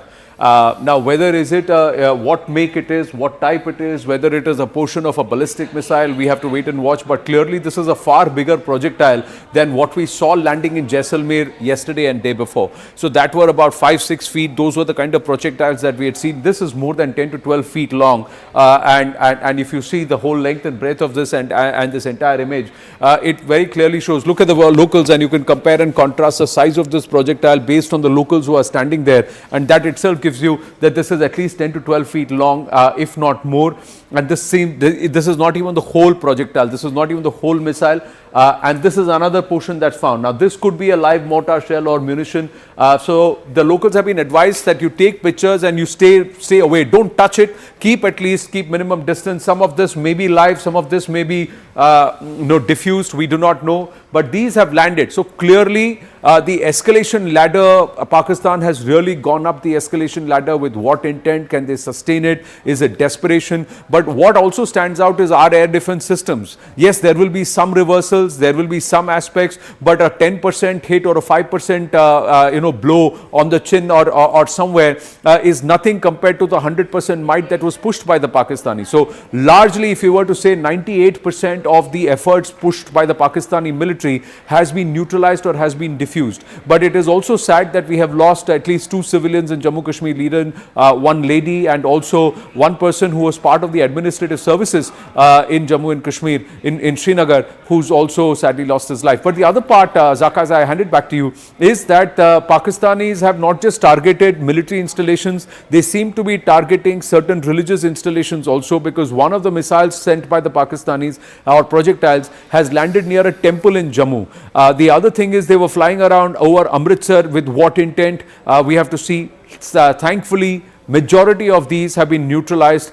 We are also awaiting details, and I'm very curious to see if there are locals who have cited someone trying to come down on a parachute, because if there is a dogfight and 2 Pakistani jets have been downed, there is a high possibility that there could be 2 Pakistani pilots or enemy pilots on Indian soil. Now, whether they are apprehended, whether they've been cited, we are waiting for those confirmations, but there is a confirmed report that there was a dogfight over the Srinagar skies this morning. All right, we'll leave it at that. Thanks for that, Anand. As we go across to Tejinder in Jammu, but those images from Jaisalmer, that looks like a significant piece of military hardware. That looks like a missile, possibly a short range or a medium range missile, the remnants of which landed up in Jaisalmer. We'll try and find out from our reporter there. We've got Anvit, I think, there in Jaisalmer. This is what the locals have spotted, and they have filmed it and they've sent it across. There's been some civilian casualties as well in Jammu, in Rajouri, Poonch.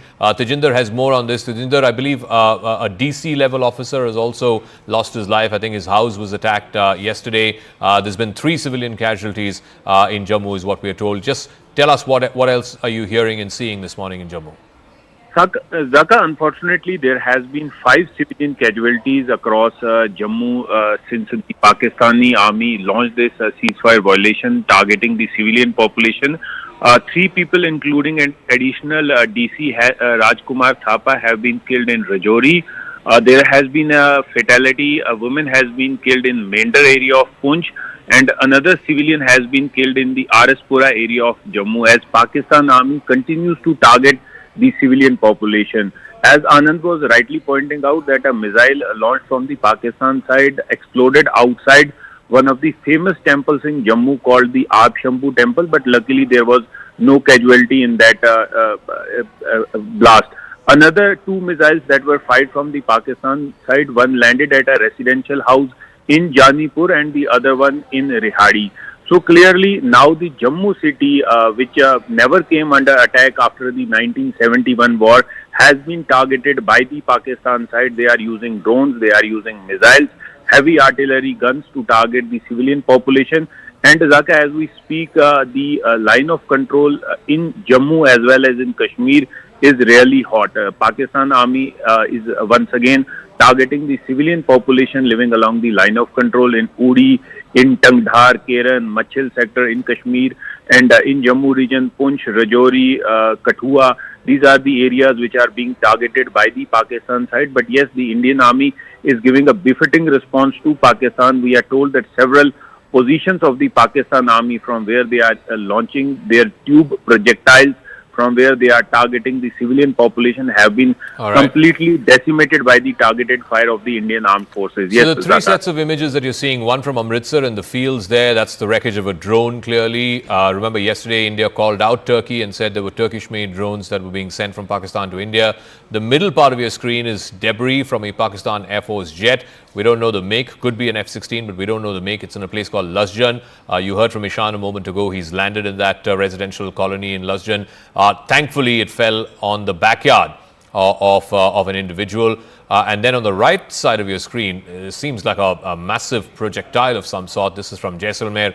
We'll try and get to Anvit as well to try and get a sense of what this is and how the villagers managed to find this. Arunima is joining us. So the big picture at 8 o'clock this morning, this Saturday morning, it's been a hot night between India and Pakistan. Multiple drone and missile strikes both ways. Pakistan upping the ante, escalating going up the escalation ladder after the IMF bailout announcement, trying to attack India's forward air bases and military stations from Jammu to Udhampur to Pathankot to Sirsa, Adhampur were all under target, but all of those attempts have been thwarted. India in response taking out some of the forward air bases of Pakistan, the Noor Khan base being the topmost one. It's one of the biggest air bases, one of the oldest air bases of Pakistan. It used to be called the Chaklala Air Base, right in the heart of Rawalpindi. There's one in Chakwal, the Murid Air Base, a smaller one which has transport aircraft, and then one further south in Sialkot, the Rafiki Air Base. Arunima, from South Block, what is the big picture that you're hearing from top government and defense officials?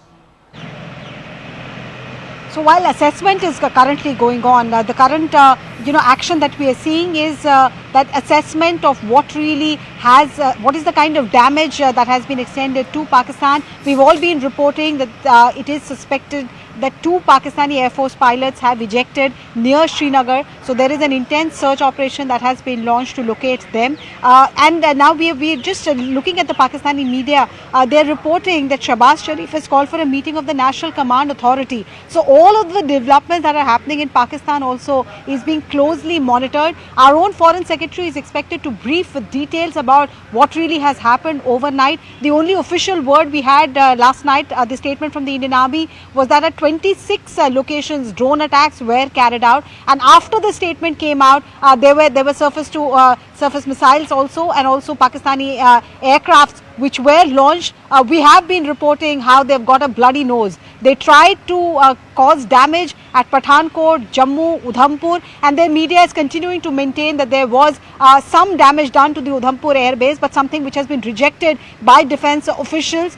There was a briefing that was supposed to happen this morning, but it was put on hold because there was live air operation happening, and soon after that we heard that Pakistani jets have been downed near Srinagar. So currently the big picture is that Pakistan is trying to once again get the international community involved, trying to raise the bogey of nuclear weapon once again. India, however, maintains that we are only retaliating. Provocation is coming in from Pakistan and we are only retaliating, and that press conference by the Foreign Secretary is expected to toe the same line.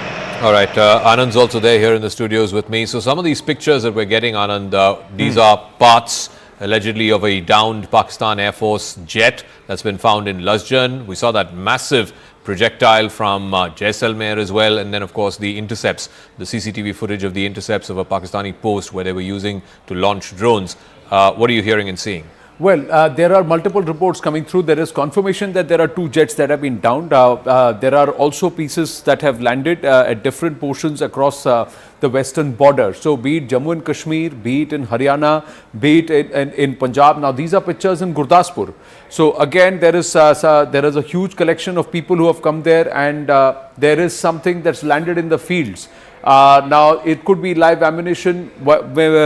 Viewers who are watching this, if you see something that has landed somewhere close to your vicinity, or if you know people who are telling you that they are seeing something, they should maintain a fair distance. But what's also evident is that the impact here has made a bit of a crater or a hole on the other side. Now these are farmers who are tilling their lands, and this is an open field in Gurdaspur. Look at the crater there. That's the ditch. Now something's landed big here.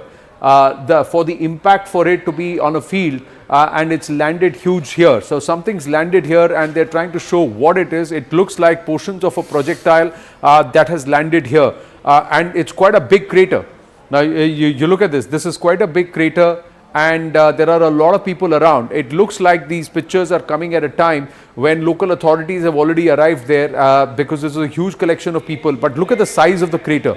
This is a huge crater that's landed here. So something big has landed here in Gurdaspur with a huge amount of impact. So clearly, with each passing night, from small drones which had nothing, small projectiles which were not very potent, the size of the projectiles, the missiles, has gone very big. Anshul joins us with more details. Anshul, Gurdaspur, there's a huge collection of people. What seems to have landed there? Is it portions of a big missile? Does this further confirm the theory that Pakistan has actually launched ballistic missiles towards India?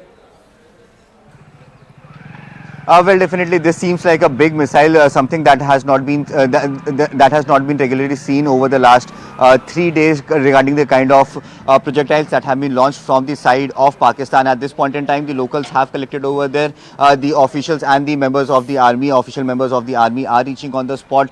They will try to ascertain as to what kind of missile was actually used that has landed in Gurdaspur at this point. However, the initial information that we are picking up, there has been no reports of any injuries that has been reported, but yes, there has been lost. They seem to have landed in empty fields. You are in Pathankot at this point, Anshul. What's happening in Pathankot? Is it quiet? We spoke around the same time on Friday morning. This is now we are into Saturday morning. What is happening in Pathankot at this point? Was it active? Did people cite explosions last night too? Have there been certain portions or debris of attempts by Pakistan that have been neutralized, that have also landed in Pathankot? Well, yes, at least 25 to 30 explosions were heard by me, myself, and all these 30 explosions were actually of projectiles that were sent from the side of Pakistan, but all of them were actually neutralized by our air defense systems. Especially from 5 a.m. this morning, there were one after the other that were attacks that were launched from the side of Pakistan and that had landed over here. In fact, that were thwarted by our air defense system. Now, at the exact location at which I'm standing, this is the last village of international border over here in Pathankot. Right in front of you, what you are seeing is Pakistan. I'll try and show you a few posts of Pakistan over here. This village is a very, very important village because the manner in which there has been amplification that has been done from the side of Pakistan. There are reports of certain firings that might have happened, but this is the international border. Over the last few hours, this has remained absolutely calm. But yes, a few locals actually claim that late last night they saw a few projectiles being launched from here. These projectiles were actually neutralized by our air defense systems. Right. I'll just try and get in a word from a few people. भैया आप यहाँ पर रह रहे हैं, किस तरह का माहौल है यहाँ पर? बिल्कुल पाकिस्तान सामने है आपके और काफ़ी अभी टेंशन बढ़ी हुई है. माहौल तो सर अभी ख़राब ही चल रहा है, आपको भी पता है माहौल तो ख़राब ही चल रहा है. माहौल ऐसे अभी रात को तो कोई रहता नहीं इधर, जो लेडीज़ है जेंट्स है सब चले जाते हैं. कुछ लोग तो रहते हैं गाँव, कोई 10-15 जी रहते हैं. कितनी आबादी है इस गाँव की? इधर 450 आबादी है. हाँ जी. तो कैसा है, कभी वहाँ से कोई अटैक होने का? अभी तक तो कोई नहीं हुआ सर, अभी तक इधर तो नहीं हुआ, बाहर होगा लेकिन इधर नहीं, सिंबल गांव में नहीं हुआ. हाँ जी. So, thank you for that. Let's also bring you up to speed a little past 8 o'clock in the morning. The big picture is that there has been a hot night between India and Pakistan.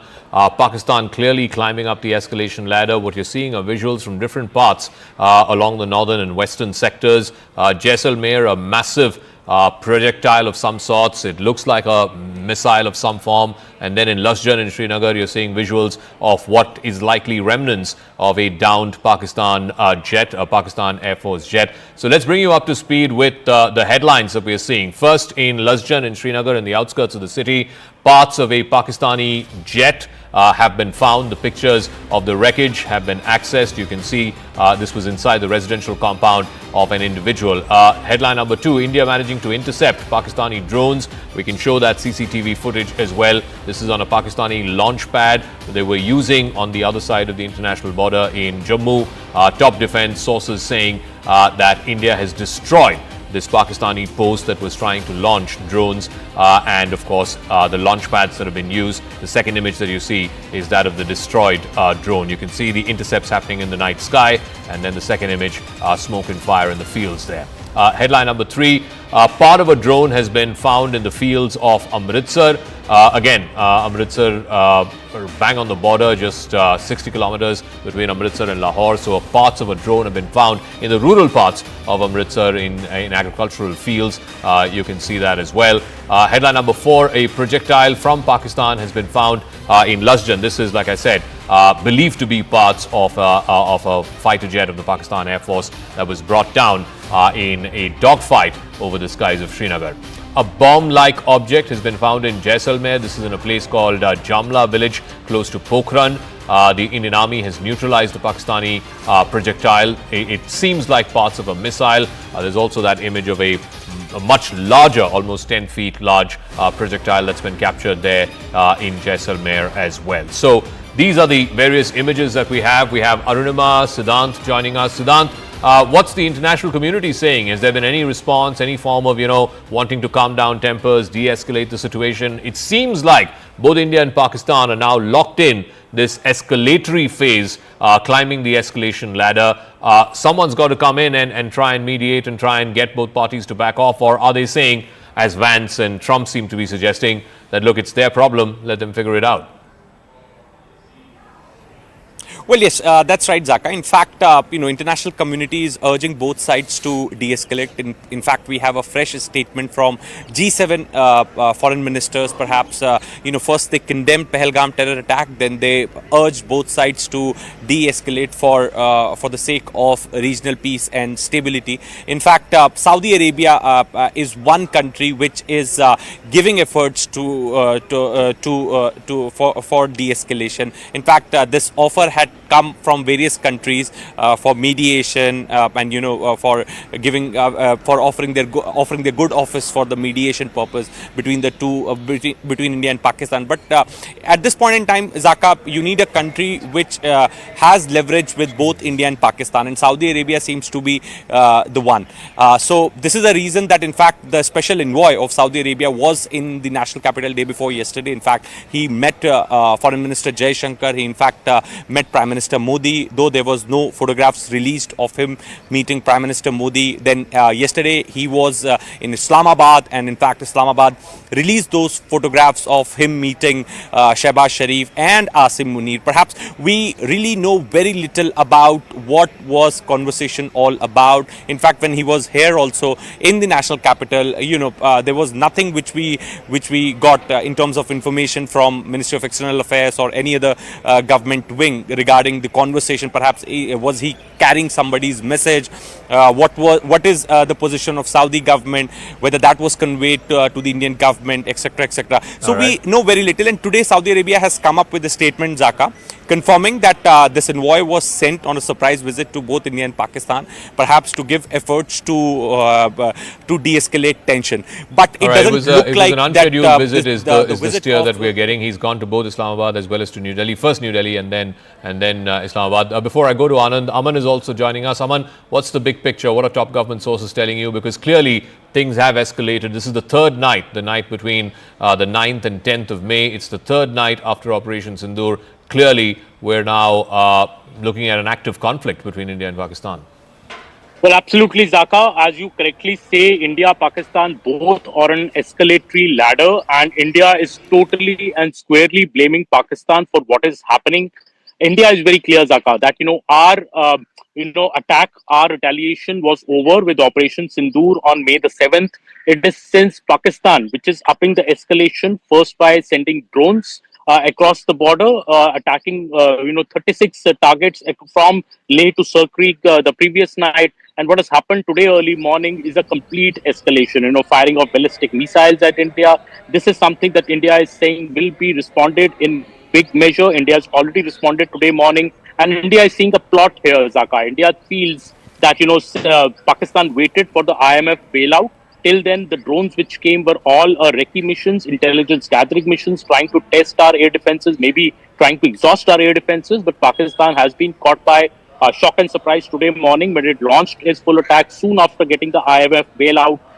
India also trying to now tell the world that, look, you have bailed out a country. IMF has given a bailout to a country which has launched ballistic missiles at India, which is exporting terror. So the world community also needs to, sit up and take note what Pakistan has done today morning soon after getting the IMF bailout. And this is what India told the IMF very, very strongly yesterday also by abstaining from the vote and lodging its strong protest that a country which is fomenting terror against India, why is it being given bailout of one bailout after the other, nearly over 2 dozen bailouts given to Pakistan over the last many years. India made that point of the world stage. India was not able to stop the bailout because of the way the IMF is structured. But today's strikes are completely escalating the matter.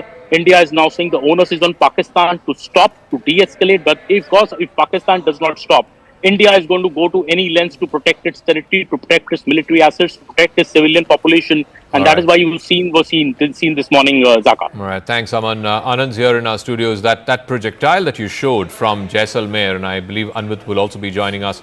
We can go across to him. It's from a village part of the Pokhran, Jaisalmer, that belt. Can you show us that projectile, Anand? And there's a massive crater that's been left on the ground. Well, these are updated images, Zaka. These are updated. Now, this is what, see, the serial numbers are also there. The UCP 213-15956. and the serial number is also put out. So there are more images coming through of the projectiles that were launched. This is confirmed proof that it is Pakistan that has launched ballistic missiles and also sending huge projectiles. Look at the impact which is there on the field. It's landed on a field and people are now, we'll go across to that side where the size of the projectile itself shows that this was a missile. This was not a smaller one, and it was not mounted on a drone or anything. This was a ballistic missile. This is the person who's walking us, and he's taking us to the place where the actual portion of it has landed. It has come through that area. That's what they are trying to show. See, there are other pieces also. There are more fractions and fragments that have fallen here. Look at this on the ground, and then he's pointing with now there are more. See, you see more smaller fragments that have gone in before we come and see the final big piece, that is that blue, dark blue, indigo blue kind of a missile. Now this is the actual color, or midnight blue or black. That's the color that that the missile actually has. Now he's showing the distance that this entire projectile, once it's crashed, it's gone and it's traveled. The fragments have traveled. See, there are more fragments here. There are more portions and more fragments here that we are seeing. There you go. This one again. Big pieces, big chunks which have landed. That's more than a foot and a half of the material or the external covering itself. And then this person is walking across to that particular projectile where he finds it. Now they say it is behind the bike. If you remember the first set of pictures, the bike was right there. Now there you go. We're going to freeze these pictures. They're going to walk, and that's where it is. So it's created a bit of a hole. It's created a bit of a trail as it comes there, and more people are now coming to see these pictures of this projectile. Now these are pictures from Udhampur. More pictures will be coming through. These are pictures from Udhampur that we've got. There are pictures from Jaisalmer that have come. The Jaisalmer first picture. Now this is confirmation. This is an open field where this piece has landed. There is also a piece that's landed in a huge projectile that's landed in Sirsa. So clearly Pakistan upping the ante and sending these projectiles. The world needs to watch these. The world has to see the ballistic missiles that were launched by Pakistan soon after they got the... Look at the crater. Look at this gap. It's opened it wide out here, and something's landed here too. So that's what people are saying, that it's come from the skies. The people are pointing it out. It came from the skies. It came from there, and it's landed here. So there are drones that have landed. There are missiles that have landed near Pokhran. In Jaisalmer, there are big drone chunks that landed, which show that they had huge markings and also that they had munitions loaded on it. So let's try and understand where all Pakistan, soon after the IMF bailout got a thumbs up for them, attacked Indian side on the western borders. Let's look at it. So they very actively targeted Udhampur. There is something that landed in Udhampur, but the Air Force station and the base there in Udhampur is safe. There is no damage done. They have attacked Jammu city vigorously, but right across here on Jammu, here on a park post which was launching the tubes for drones, we have actually neutralized. There is Pathankot. Now seriously, there has been some at least 25, Anshul was there from the CNN News 18 overnight at Pathankot, and he said at least 25 explosions over the skies I've heard overnight, and Pathankot they've actively tried to target. There is also Sirsa. Now the question is, Sirsa, where was this projectile aimed at? Was the Sirsa projectile intercepted, or this missile over the Sirsa skies intercepted while it was on its route to the national capital? Was it somewhere around Delhi? That's the big question. Did Pakistan, did Rawalpindi, did General Asim Munir and co target the national capital soon after the IMF bailout? That's the big question because of this missile that was intercepted over Sirsa. Now, what have we done? Soon after this happens, around midnight, between 12 to 12:30 p.m., 12:30 a.m., there is a counter that India launches. Now, India's counter is so fast, so swift that they have had huge reversals. What did we target? India targeted, the Indian Armed Forces targeted Islamabad, Noor Khan base, the PAF Murid base, Narowal, Shekhupura, Lahore, the Rafiki Air Base and the Sukkur Airport in Sindh. All of them were targeted, and this is confirmed now that the base in Noor Khan Air Base in Rawalpindi has suffered serious reversals. There are actually reports that the Pakistanis, let's see if they confirm it, that their entire fleet of C-130s has been rendered ineffective here. They have suffered serious reversals. They couldn't operate their machines in Pindi. Then also the Narowal Air Base, again they couldn't operate their machines from here because the air base has been hit. It's been hit hard. And there is one more, which was one more airbase that's been hit in Chakwal, or let me just see that. Yeah, in Sialkot. So this airbase also has been hit, and of course projectiles have landed, and there is confirmation of landings that have happened in Lahore where certain installations have been hit, Zaka. So clearly India's reaction has been far more punitive, and it's hurt the Pakistanis than what they attempted. But this treachery, the international community must note that the moment they get the bailout, Zaka, look what they unleashed. Absolutely, and I think Omar Abdullah has underlined that point as well, that it can't be that Pakistan is given this bailout after bailout after bailout, and then some of those monies are diverted into directing terror and active aggression against India. I also want to get a quick word in from Anvit, who's in Jaisalmer, where we saw that massive image. It was a 10 feet long projectile, a rocket of some form. Anvit, if you're there, which part of Jaisalmer is it? It seemed like rural desert. What are the locals telling you? I mean, when did this land? How did they end up finding it? And I presume that either the army or the police would have taken away these wreckage, this remnants.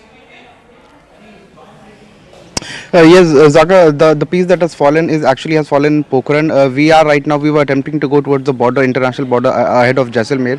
We were stopped in, ahead of Tanot. We were stopped in Ramgarh. Ramgarh stands to be the last village beyond which civilian movement is not allowed. Media is also not allowed. Army has taken over, and BSF posts. From there, all the vehicles are being ridden. You can see this road is completely blocked. We are ahead of Jaisalmer in Ramgarh right now. In this area, last night, a huge shelling was witnessed, and many drones were also witnessed. Witnesses have said that many bombs were dropped, and some portions of drones that were intercepted by India have also fallen in this area. Yesterday we had shown how in Kishangarh one such piece was in a controlled detonation by the military, it was taken away. We have one witness who had witnessed huge amount of drone crashing in this area. Sir, आप यहीं रहते हैं? जी, हम रामगढ़ रहते हैं। यहाँ पे परसों काफी ड्रोन शेलिंग्स वगैरह हुई थी। देखिए, यहाँ परसों रात को पाकिस्तान की तरफ से कुछ ड्रोन आए, तो हमारी सेना ने उसको तुरंत ही उसको यहाँ पे भी कुछ ड्रोन थोड़ा सा यहाँ पास कुछ गिरा था, वो फिर उसको पुलिस और सेना ने उसको ले लिया। तो देखिए, यहाँ सेना हमारी पूरी मुस्तैद से तैयार है, और उसके साथ साथ माते श्री तनोटा घंटियालिया वो भी तैयार है।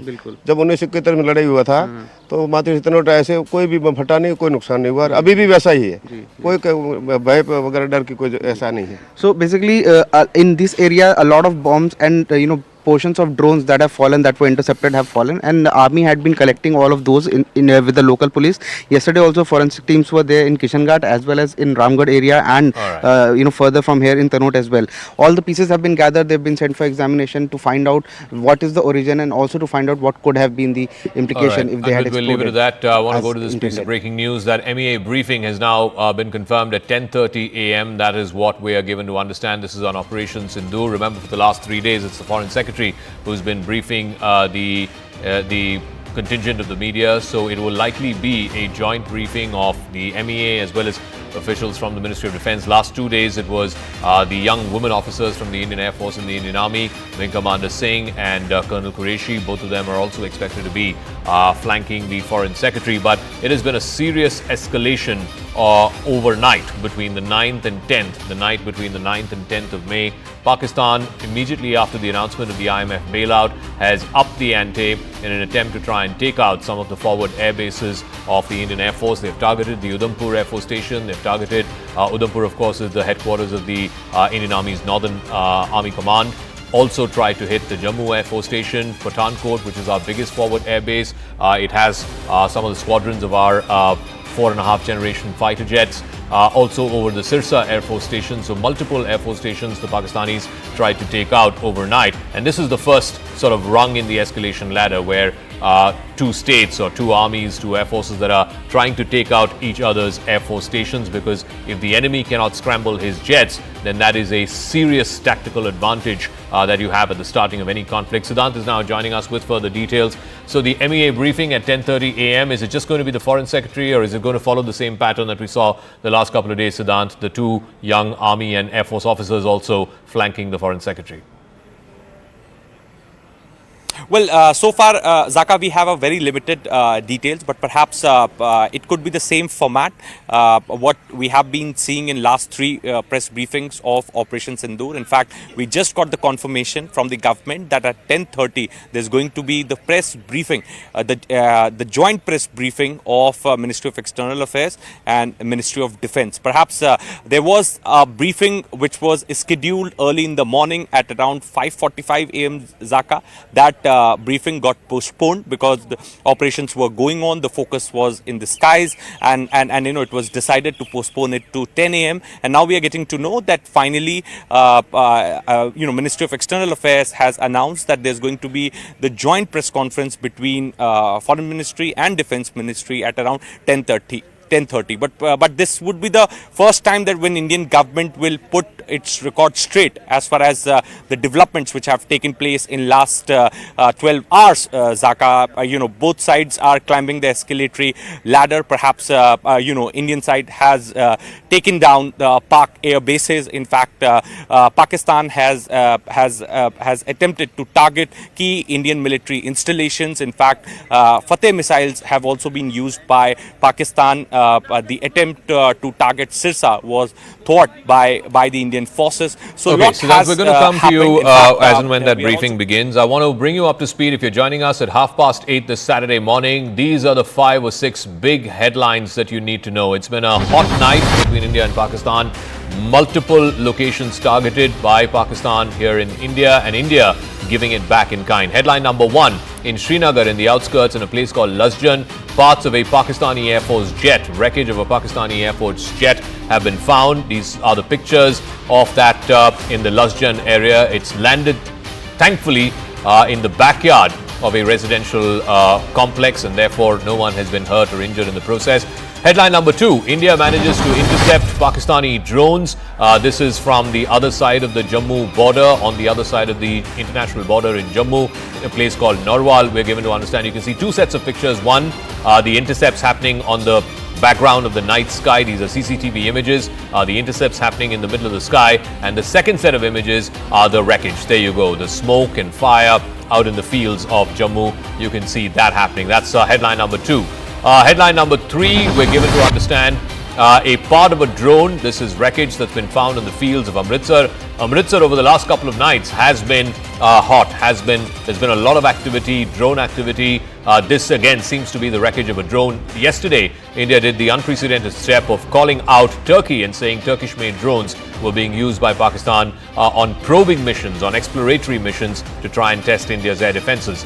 Headline number 4, a Pakistani projectile has been found in Lajjan. Like I said, this is believed to be parts or remnants of a downed F-16. There's also confirmation of a dogfight that happened over the skies of Srinagar. 5 missiles, we're given to understand, were fired from the Srinagar military base and then believed to have brought down what is believed to be a Pakistan Air Force jet, the make of which we don't know. Hopefully we will get some confirmation of that from the Foreign Secretary's briefing in about a couple of hours' time. Headline number 5, a massive bomb-like object. It's about 10 to 12 feet long. It's huge. It's been found in a place called Jamla. It's a village in Pokhran in the wider Jaisalmer region of Pakistan, of Rajasthan. That, of course, you can see the second image, which shows that massive, almost 10-12 feet long rocket-like projectile that's been landed there, that's been neutralized there. The Indian Army has neutralized this missile attack in the sky. So this is headline number 5. Headline number 6, Pakistan also targeting civilian areas. In Jammu, there have been, unfortunately, 5 deaths, 5 civilians who have died. In Rajouri, a district collector level officer has also passed away. Unfortunately, his house was the target of heavy shelling. There's been heavy artillery shelling, both on the line of control as well as on the international border. Pakistani projectiles also hitting a temple, a famous temple in Jammu called the Shambhu Temple. Headline number 7, parts of a drone or something like a drone has been found in Udhampur. This is in the Narsu part of Udhampur district. We don't know further details, but it seems like wreckage from a drone yesterday. Udhampur, of course, is the headquarters of the Indian Army's Northern Command, and the attempt there was to try and target the Northern Command headquarters as well. security forces have reached the spot. I also want to show that Shambhu temple picture. Again, this is wreckage from a projectile of some sort at the Shambhu temple, a very famous temple in Jammu. Thankfully, again, it landed in the outer perimeter of the temple complex, and therefore there's been no injuries or no one has been hurt. That, of course, again, a famous temple in Jammu. So clearly, the activities have increased between both India and Pakistan in the intervening night between the 9th and 10th of May. Akash is joining us from Jammu, where multiple attempts have happened in civilian pockets as well as the Air Force station, but all of it has been thwarted. Akash, what is the latest that you're hearing from top defense sources? Right, Zaka, I'm standing in this Rehari colony. First of all, I'll try to give you a sense of what has happened here. There you have forensic teams and, in fact, the police here. This is one civilian property that has got damaged because of the sort of attacks that we have seen in the morning today. And there I am being given this sort of, this is something, a part of possibly a drone or the missile or the projectile that came here. And there you have. There you see, these are the individuals who have handed over this thing to me, and they are saying that this was a part of the sort of damage and, in fact, the projectile that came here. I have been told that many people who were, here in the house got injured. I'll try to talk to them as well as to what actually happened. But before that, I'll try to give you a sense as to what actually happened. There you have the top floor of the house that has got damaged. Multiple cars that have been standing here, in fact, have got the damage. There you have in the close vicinity around 50-meter area, is damaged. We still not, don't know as to if it was a drone or missile. But I'll try to, in fact, talk to the individuals as well. I'll try to talk to them. Sir क्या हुआ था यहाँ पे और कितने बजे हुआ बता पाएंगे आप अभी आए हैं यहाँ का कोई है क्या हुआ है यहाँ पर मिसाइल उड़ा वो रेड नीचे छत पे कितने लोग रहते हैं इस घर में यहाँ पे ऊपर 4 रहते हैं सेकंड फ्लोर में भी 4 रहते हैं नीचे 6 रहते हैं तो वो ठीक है अभी हाँ जी उनको कोई चोट वगैरह लगी उनको चोट वगैरह नहीं लगी अभी ये फॉरेंसिक्स वगैरह टीम कितने बजे हुआ लगभग कितने बजे कहा ये 5:50 पे सुबह 5:50 पे तो किसने देखा कोई मिसाइल वगैरह थी या ड्रोन वगैरह था क्योंकि लोग सोए हुए थे अचानक से आवाज आई सभी उठे हाँ जम्मू मेडिकल कॉलेज पास में है हमें बोला जा रहा है कि शायद वहां पे टारगेट था कुछ ऐसा कुछ बताया यहाँ पे जो एजेंसीज काम कर रही हैं All right, Zaka forensics teams are here. Once again, I'll try to give you the visuals of this particular house. This is the house, that has in fact got the damage. I'll show you the in fact visuals of the workers who have been in fact there, the police, Jammu Kashmir police, and also the civil defense staff. Forensics teams are basically checking the sort of damage and in fact the sort of thing, the projectile that was used. But it is unfortunate that civilian properties are being targeted. Either it is a failure or it is intentionally being done. In both the cases, Pakistan is exposed because they have been saying that they don't want to escalate. But in this particular case, we have been seeing that how they have been launching attacks. And since last night, late in the evening, we have seen that starting from Jammu, they have been targeting many properties. We have seen the Firostpur area as well, where civilian property was targeted. And here in Jammu as well, we have this civilian property that was on target and in fact that has received sort of damage. Zaka. All right, Akash, we'll come back to you in just a bit, but we're getting this piece of breaking news. Reuters is reporting, and we want to be very, very responsible and restrained in our reporting. Pakistani Prime Minister, and we can, it's flashing on your screen at the bottom half as well. The Pakistani Prime Minister Shahbaz Sharif has called a meeting of the National Command Authority. It is the authority that has overseen the nuclear powers or the nuclear command authority of the Pakistani military. He has called for a meeting of the National Command Authority today on Saturday. The Pakistani military has confirmed this to Reuters after Islamabad launched a major military operation against India in the night between 9th and 10th. The National Command Authority is the top body for civilian as well as military officials that take serious security decisions, including those related to the nuclear arsenal of Pakistan. This could be saber rattling. I don't think we should fall for this propaganda, but clearly the Pakistanis seem to be ratcheting up. Last night, they're escalating it, going a couple of notches up the escalation ladder. India forced to respond, to retaliate to that. Now, some nuclear saber rattling as well by the Pakistani Prime Minister. He's called for a meeting of the National Command Authority, which will have the Prime Minister, the Foreign Minister, the Defence Minister, and of course the heads of the armed forces as well, the Chief of Army Staff, Navy and Air Force Staff. Let me go across to Aman Sharma, our political editor. He's joining us live from outside South Block. As we expect that press conference by the Foreign Secretary as well as the individuals, the officers of the Army and the Navy. What's the reading in South Block, Aman? What is the big picture? Because this is a serious escalation that Pakistan has tried in the last 6-7 hours or so. Well, Zaka, what I'm hearing right now is that top government sources are slamming the IMF bailout to Pakistan last evening. They are clearly saying what has happened since today morning underlines India's objections yesterday to IMF of the possibility of the misuse of the debt financing funds for state-sponsored cross-border strikes, terrorism by Pakistan. India is underlining this again, saying that the IMF bailout was completely mistimed and Pakistan actually was waiting for this money to start its big operation against India. India sources are saying that with billions in the bank, Pakistan is now putting missiles in the air against India. The world community needs to realize this, wake up to it, and what it has done by arming Pakistan again and again with these IMF funds. So I think at this press conference, which we will see at 10:30 a.m., India could raise this point that this IMF bailout is ending up arming Pakistan against India and especially its terrorist activity and the escalatory ladder that Pakistan is on. See, Zaka, government sources are very, very clear that the original escalation is of April 22nd, with the Pahalgam attack which Pakistan did. India did its offensive on May 7th, 96 hours ago, by doing Operation Sindoor, but only targeting terrorist infrastructure of Pakistan, not targeting any military infrastructure, not targeting the civilian population.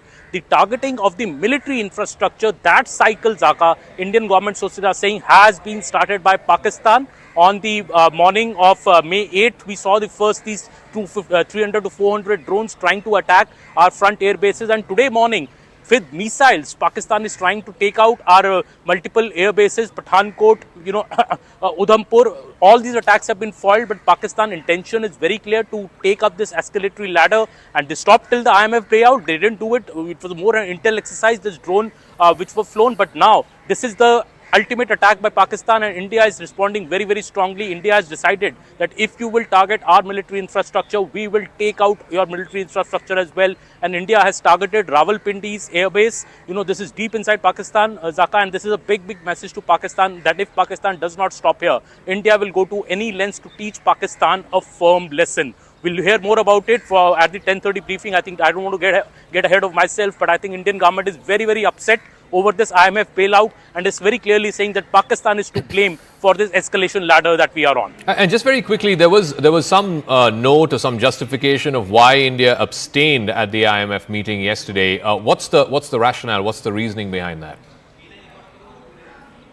Zaka, the government says that basically there is no option to say a no to a vote. You can either abstain or say yes. That has been the convention at the IMF, and IMF has many member countries, but every member country is not like one member, one vote. Your economic strength actually has a larger proportion in the vote there. So there are many questions being asked, Zaka, here also, that, why did the US not come out strongly to block this bailout for the IMF for Pakistan? So a lot of questions are being asked in the Indian security establishment, because India yesterday put up a very, very strong objection to this IMF bailout. India was also preparing for it for the last 2 to 3 days, knowing very well that if Pakistan gets this money, it could, the escalation in fact could climb, and India's fears are only coming true. The world community needs to sit up and realize that, what it has done yesterday, and I think India is going to strongly protest about this at the press conference as well, I believe. All right, Aman, thanks for that. We'll come back to you at the 10 o'clock press conference, 10:30 press conference. Now, Anand, you have the images of the intercept of the ballistic missile? This is over the Sirsa skies and what looks to be a portion of the Fateh missile.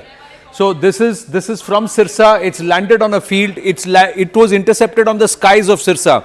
I'm going to check with our team if we can put out the map and also the visuals. We can split it on this wall so that our viewers can understand the map graphics and with this visuals, because it's landed on Sirsa. And why this Sirsa is important?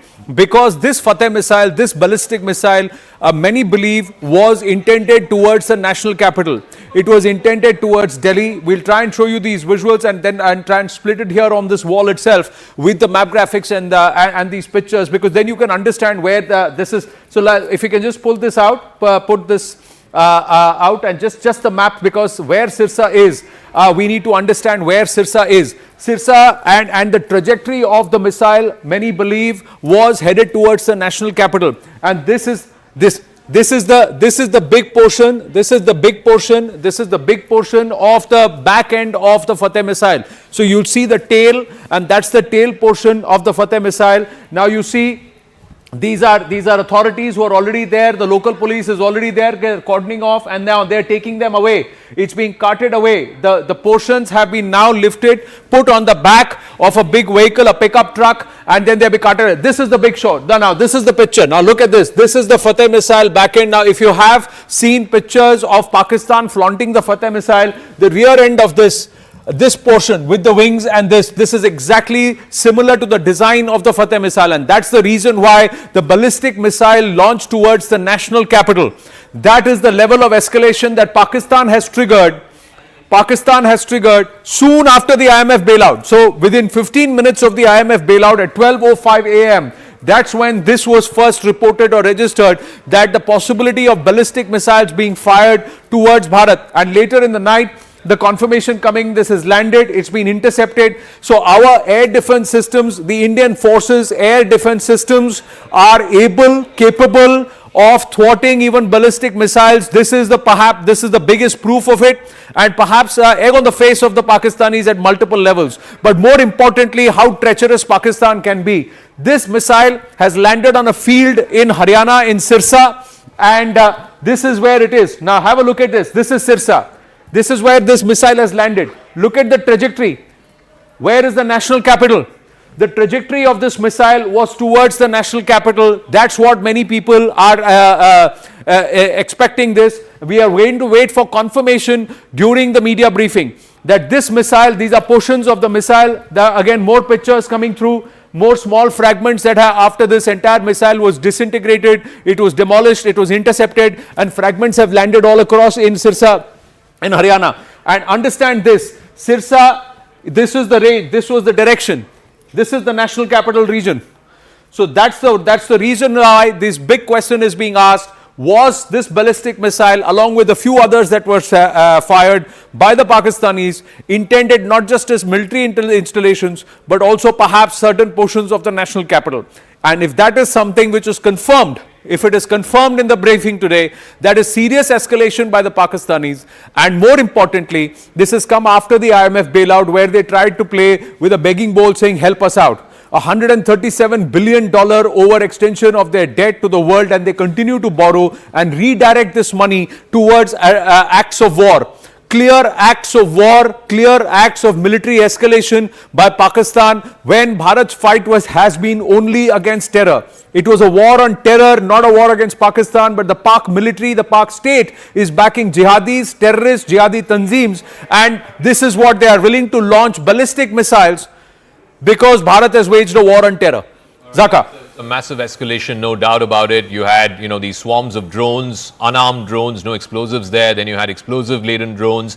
Then you had these short-range missiles, and now you have the ballistic missile. This is a medium-range Fatah 2 missile, a range of about 400 kilometers, directed en route to Delhi, and it was intercepted in the skies over Haryana. And those pictures that Anand was showing, quite dramatic, that the manner in which it's been intercepted as well. Of course, India's air defense systems working round the clock into the T. Let me go across to Arun Danta and Arunima, both of whom are joining us. So what's the word in Delhi this Saturday morning, Arun Danta? Clearly the government is closely following all of these developments. It's been a very hot night. Escalation by Pakistan, India responding for good measure. What is the reading in government this Saturday morning? That's right, Zaka. Yesterday that was the reason why you saw those long meetings taking place here. Prime Minister Modi chaired 3-4 important meetings. In fact, the last meeting concluded somewhere around 12 with the Foreign Secretary and the External Affairs Minister S. Jaisankar, and we were told that in fact the RAW Chief and NSAG Dowell, IB Chief, they all were present in that meeting. Before that, of course, we saw that the review meeting conducted by Prime Minister Modi, with Rajnath Singh, three tri-services chief, NSA, in fact RAW chief and IB chief were present in that. And also before that there was a meeting with the veterans and the former chiefs of different forces of the country, and in fact they were of course expecting some sort of misadventure by Pakistan yesterday night, and that's the reason why we saw that India was in fact ready for any sort of action. That's the reason why we saw that how Indian forces have retaliated to Pakistan's drones or the ballistic missiles which they fired. And of course we know that Prime Minister Modi is very closely monitoring the situation. It's been 4-5 days since when we are given to understand that Prime Minister Modi has been awake during the night, has been constantly in touch with the NSA Ajit Doval. At this point I'm outside the residence of Prime Minister Modi. It seems calm at this point, but perhaps the way action is taking place, you will see flurry of meetings. I think there will be meetings in the next few hours. Thanks for that, Arun. We'll be in touch with you. Arunima is also joining us, but we got this breaking news. The US Secretary of State Marco Rubio, let's go to that breaking news. Marco Rubio has now spoken directly to the Pakistan Chief of Army Staff, General Asim Munir. This happened just a few hours ago. This is the first conversation that any international official has had directly with the Pakistani Army Chief. Remember, the Deputy Foreign Minister of Saudi Arabia was in Islamabad just last night. He was part of that meeting that was hosted by the Pakistani Prime Minister Shehbaz Sharif. But this direct call between Marco Rubio and the Chief of Army Staff, General Munir, is an important one. It's the first conversation that an international official has had with General Munir. We'll try and get Siddhant. Siddhant is on the phone line. So Rubio has spoken with the Pakistani NSA, who's also the DGISI, General Malik. But now a direct conversation with General Munir, who of course the ball is really in his court. If he stops, then India will stop. Yes, that's the message. That's exactly the message, Zaka. And in fact, last time around, Marco Rubio spoke to Shehbaz Sharif. But perhaps Marco Rubio also must have realized that Shehbaz Sharif is ineffective and he's just a puppet prime minister. And this is the reason that he is speaking to the real boss of Pakistan, perhaps the mastermind of Pahalgam terror attack, Asim Munir. And in fact, Reuters is reporting, Zaka, that this conversation has taken place. And as we were speaking before also, that US wants both sides to de-escalate. In fact, White House Press Secretary Caroline Leavitt also said that President wants both sides to de-escalate. Perhaps US is also giving efforts in the same direction. This is the second telephonic conversation that Marco Rubio had with the Pakistani side. In fact, last time he spoke to Shehbaz Sharif, that call was really ineffective. Nothing happened after that. So today he decided to speak directly to Asim Munir, the Army General. Perhaps it also reflects upon and perhaps it's once again established that who runs the show in Pakistan. And if US wants Pakistan to de-escalate, then US has to speak directly to the Army General, not somebody from the political. We've got an update from the ADG PI of the Indian Army as well. We'll go to Arunima with this. Basically, the ADG PI putting out a tweet saying Pakistan's blatant escalation with drone strikes and other munitions continues along our western borders. In one such incident today, approximately around 5 a.m., multiple enemy drones were spotted flying over the Khasa Cant, the Khasa cantonment in Amritsar. The hostile drones were instantly engaged and destroyed by our air defense units. So now we're getting to hear of multiple such drone and missile attacks. Arunima, you're in North Block, South Block. Whereabouts are you, and what is the word in from government this morning?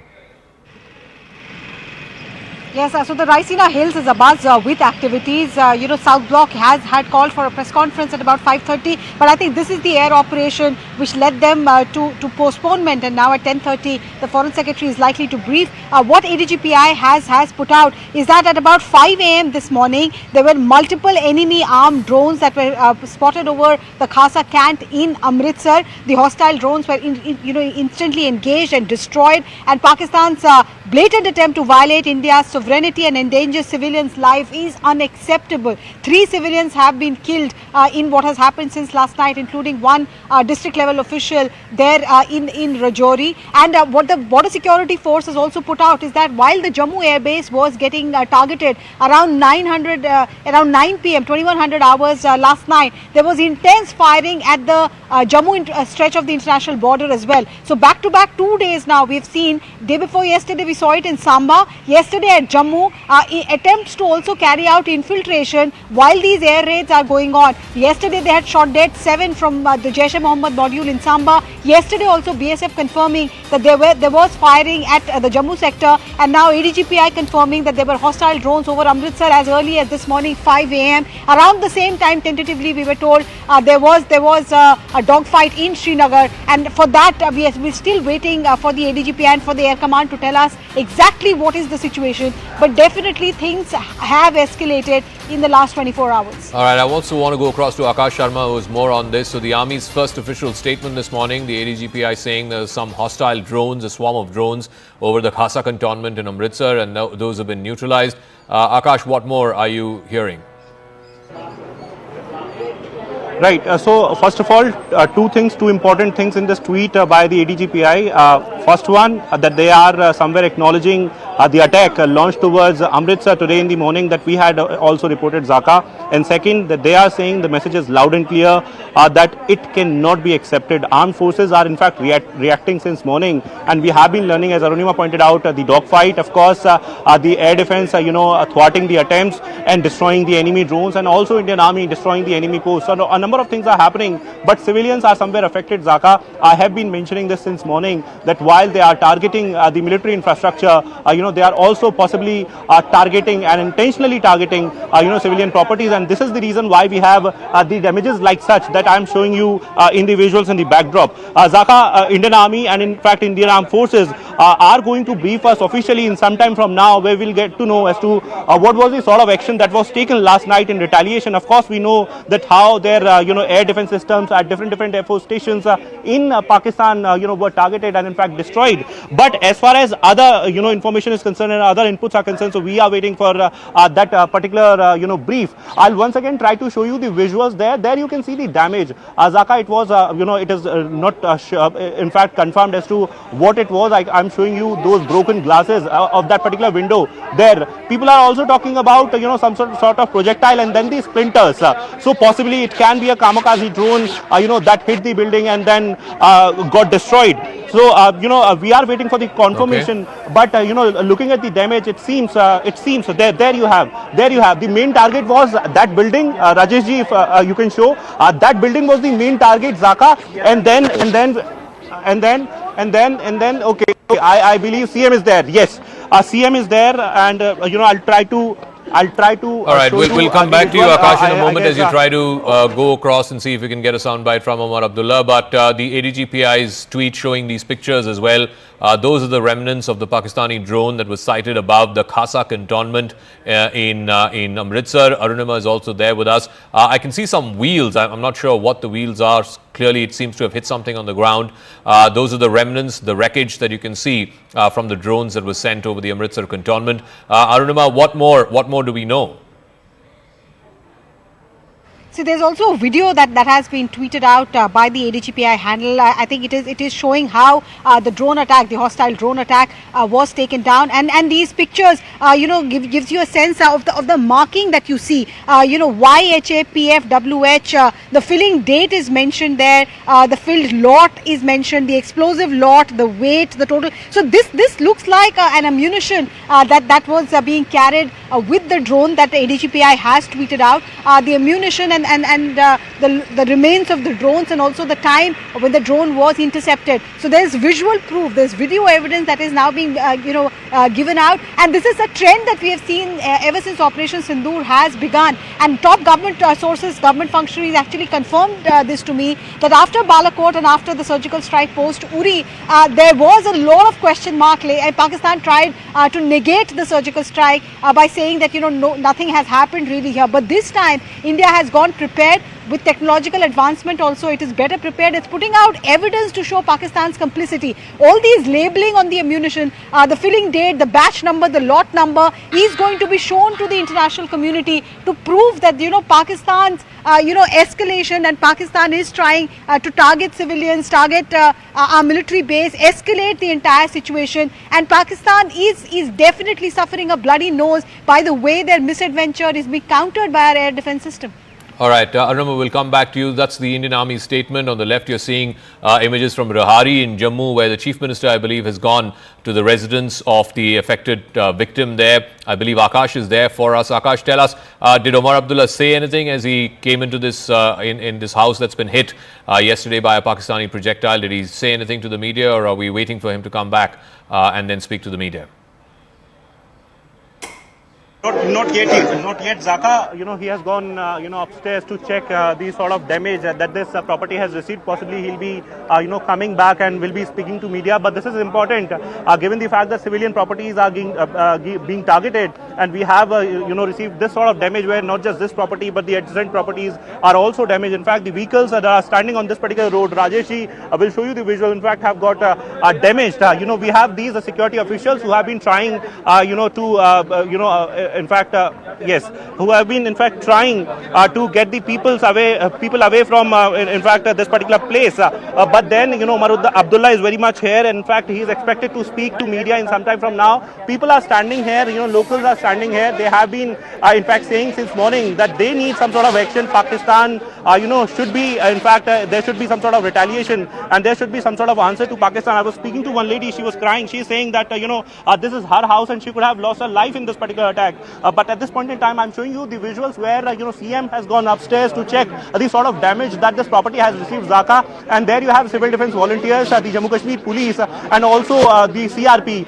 In some time from now, it is expected that Omar Abdullah will be speaking to media. But yes, at least 10 people we have been told have sustained injuries in this particular attack in this vicinity, Zaka. All right, Akash, thanks for that. Anand is also here as we try and bring you some pictures. There's been a whole bunch of pictures of remnants of drones, projectiles, missiles that have been spotted in different parts from Jammu to Jaisalmer.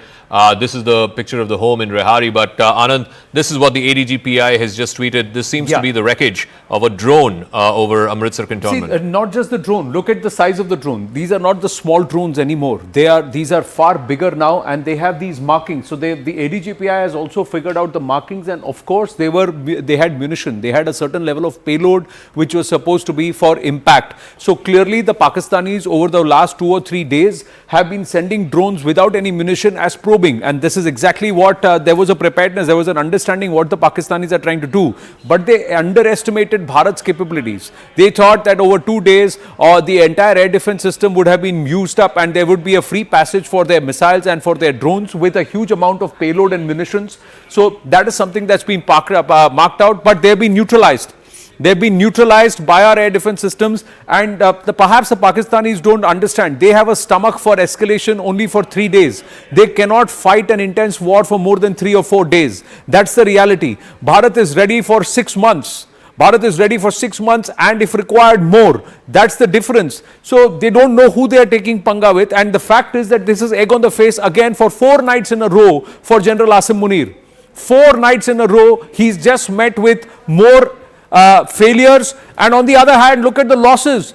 The Noor Khan airbase in Pindi has not just been destroyed, but there is a huge reversal for the Pakistanis there. Their machines can't take off because they have been rendered ineffective across 3 air bases. That's what's happened. But here, this time around, the locals need to be aware. Our hearts go and our prayers with those who are having material loss of, because of their houses and their fields being damaged, and also because of people who are getting injured or loss of lives of civilians. But please don't go close to any of these munitions. That's the important part. Stay away, stay clear, because some of these may be live munitions. So yes, we're getting live pictures of Omar Abdullah just coming out from that house in Rehari. I believe he's speaking to the media. If we can go to those pictures. Omar Abdullah has gone to an affected home in Rehari in Jammu. Can we show those pictures, please? Yeah, there you go. That's the affected home. He's just come out. He's, I think, met with the individuals there. In Rajouri also, one district collector officer district collector rank officer has lost his life. In all, 5 people have lost, 5 civilians have lost their life in Jammu. Akash is there. Akash, Omar still inside the house. Is he making his way out? Has he said anything to the media yet? आगे के उपचार के लिए पहुंचा Zaka, I cannot hear you. Umar Abdullah is still, assessing the situation. In fact, is taking a stock of the situation. In fact, he has gone inside the second house where the lady, who owns this house has gone, in fact, inside and is somewhere briefing the chief minister as to what actually happened, at what time, and what was the intensity. And then he is coming out. Possibly, we'll try to speak to him as well as to now when civilians are targeted and their properties are targeted. What is wait यार wait कहाँ आ रहे हो All right. So, has in fact gone to some third property now, and in some now he is expected to speak to media. But then at this point in time, this is very important. There is a series, in fact, of houses, in fact, which have in fact received this sort of damage, where we have been told that there was possibly a drone that hit the building and then got exploded, and because of those splinters, we have the nearby properties, also got damaged. And in fact, the vehicles that are standing here, you can see the debris there on this particular car, and a lot of people, are standing here at this point in time, and they are very furious because of the fact that they have been saying that we are seeing these actions on a daily basis now, and now, some sort of strong retaliation, should be there from the Indian Armed Forces. I'll come back to you, Akash, as and when the Chief Minister comes out. He's visiting multiple houses which have been affected in Rehari. Yes, Anand, you were showing us the ADGPI the tweet and the video. Let's go back to the pictures. The fact is that we'll go back to now. This has payload. Now, the only thing for our viewers and whoever are there in these local areas have to be that if there are fragments, portions that fall of debris or destroyed missiles, etc., or drones, just stay clear of them. Don't go and touch any of these parts, because a lot of them seem to have live munitions. The ADGPI has actually circled out, and this is live payload. So, with the aim, with the intent to destroy, destruct and hurt, and it's ballistic missiles, there are other projectiles, there's loitering munition, and also drones with a certain level of capability. If you see the wheels on these drones, it surely shows that it was carrying a significant level of payload with the intent of trying to drop and then perhaps head back. Though you can see these. So we have to see the nature, and a lot of these are either Turkey made or China made, these drones. Now these are the houses. Omar Abdullah is there at this residence. Is he coming out? I don't think he's speaking to the media. He's stepping out. These are live visuals coming through. The media is trying to speak with him, but he's not speaking. He's just going to meet the families, and perhaps he'll move away from this location and then speak to the media later on. He's actually tweeted, and he said that he's alarmed at the fact that the international community has allowed this entire bailout. And I think there is going to be, Zaka, Pallavi is getting us more information that Bharat is going to push for a serious reconsideration of this bailout that's been given to the Pakistanis. This is treachery, and this is deliberate escalation. You said Marco Rubio has dialed General Munir, but the dialing has to go to the IMF. How did they approve this bailout without understanding Pak's intent? Look at what they've done. They're attacking civilian installations, a temple near Jammu. That lady is actually turned around and said, "Bahut ho gaya, Modi ji, ab maro inko." बहुत हो गया. We've shown enough and more of restraint because they don't seem to learn. Omar Abdullah himself is very, very peeved. If you look at it, he's also showing great amount of restraint in his emotions when he's tweeting as a chief minister. He's putting out and saying, look what the Pakistanis are doing and look what the international community has allowed.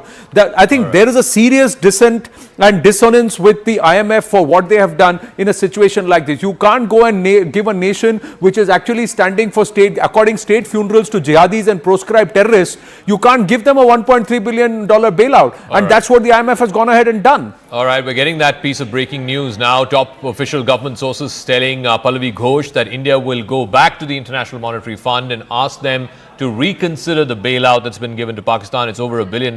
It's part of the $7 billion tranche, the agreement between the IMF and Pakistan over a 4-year period. India shall use international pressure, diplomatic pressure, to wake the conscience of the IMF. Operation Sindoor is no way for closure. India has not and will not target civilians. The opposite is what Pakistan is doing. Pallavi Ghosh, tell us more. I mean, ultimately, look, if the Americans who have 17% weightage on the IMF board, if they say no, this bailout can be cancelled. But why haven't the Americans said that? And what is India's strategy from here on out? That's exactly the question which India is asking. Why is it that America said no? Because Donald Trump's earlier statement where he said that we've given $3.3 billion to Pakistan, but we've got nothing out of them. They've done nothing for us. that is something which India is going to use effectively against Americans as well, and make the point to them that you may be one of the largest contributors to the IMF. I know this logic is going around, your money, we use it the way we want to. That's at least how the stakeholders of the IMF were talking about. But the point is that isn't an international organization also to be held accountable?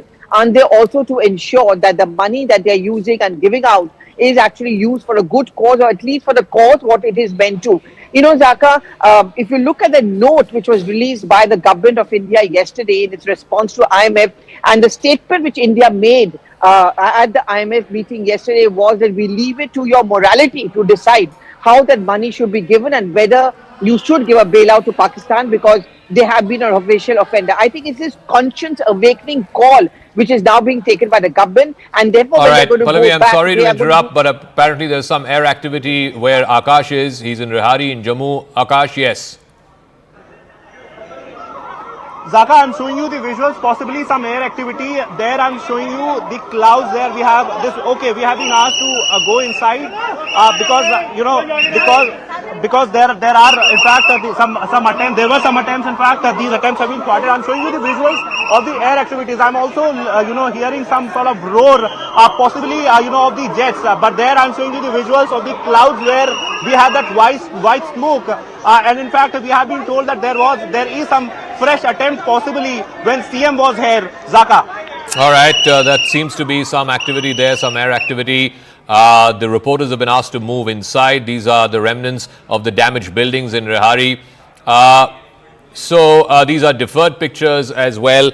We'll come back to you, Akash, as and when we can establish some confirmation of what kind of air activity there is. You could hear sirens in the background as well. There you can see an official asking Akash to move in. I believe the three defense chiefs have also reached South Block. There is a high-level meeting going on, and this will continue. This will continue through the day. If you're joining us at 9 o'clock this morning, these are the big headlines. It's been a hot night between India and Pakistan at the line of control at the international border. Let's bring you up to speed with what you should know in this escalating situation between India and Pakistan. Headline number one, Pakistan's Fatah missile that was aimed at Delhi has been intercepted and downed over Haryana. You can see the images there, massive remnants that have been left behind, the wreckage that's been left behind. This is a ballistic missile, 400-kilometer range, was in the direction of Delhi, but it's been intercepted over the skies of Haryana, and you can see it's fallen, the wreckage has fallen in the open fields there in Haryana. The villagers taking those pictures earlier this morning.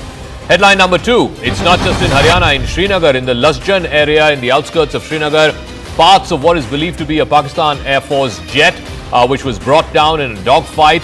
That wreckage landed up in the backyard of a residential complex. The individual whose house it was, where this wreckage was found, he is of course now speaking with the authorities. He has taken these pictures in what is believed to be the wreckage of a downed Pakistani fighter jet. Headline number three, India has managed to intercept Pakistani drones. These are two sets of images, CCTV images. This is the second set showing the wreckage after the interception happened. This is in the Jammu Narwal sector, the interception happening there. That's the first set of images, the interception happening in the night sky, and then the second set which shows the destroyed Pakistani drones and the launch pad that was used by Pakistan to launch those drones. So you can see fire and smoke up in the fields in Jammu. Headline number four, a part of a drone has also been found in Amritsar. You had the ADGPI. This part is what was found in rural Amritsar. You can see the fields there, the fields being readied for the next season. You can see the part of the wreckage. That's clear that these are drones in rural Amritsar. The ADGPI also tweeted the drone that was visible in the Amritsar Cant, in the Khasa Cant in Amritsar. That too has been brought down by India's air defense system. Headline number five, a Pakistan projectile has been found in Lajjan in Srinagar. Ishan was there. This is the same area where you saw the wreckage of what is believed to be a Pakistan Air Force jet being brought down after a dogfight. What that is will be established by the authorities. Our Ishan Wani was there reporting from the backyard of that residential complex where which is the point of impact. Headline number six, a bomb-like object was found in a place called Jamla village in Pokhran in rural Rajasthan, in the deserts of Pokhran, Rajasthan. The Indian Army managed to neutralize this drone and missile attack in the sky, and what you're seeing is wreckage of that missile. Headline number seven, Pakistan targeting civilian areas. That's where our Akash Sharma was reporting from in Rehari. multiple homes have been targeted. There's a temple called the Shambhu temple in Jammu that has also been targeted. Overall in Jammu, 5 people, I'm afraid, have died, both in artillery shelling as well as in Pakistani projectiles that have been hitting parts of Jammu overnight in the last 6 or 7 hours. So Jammu seems to be badly affected because of the overnight escalation of projectile, drone and missile attacks from Pakistan into India and India's response. Headline number 8, there are damaged parts of a drone that's been found in the Narsu area in Udhampur. Udhampur, of course, the headquarters of the Indian Army's Northern Command. We don't know what nature this drone is. You can see the Army officials there taking away the remnants of this. This is from Narsu area in Udhampur. Security forces are on the spot. I can report to you there is no damage to the Udhampur air station or any part of the headquarters of the Indian Army's Northern Command.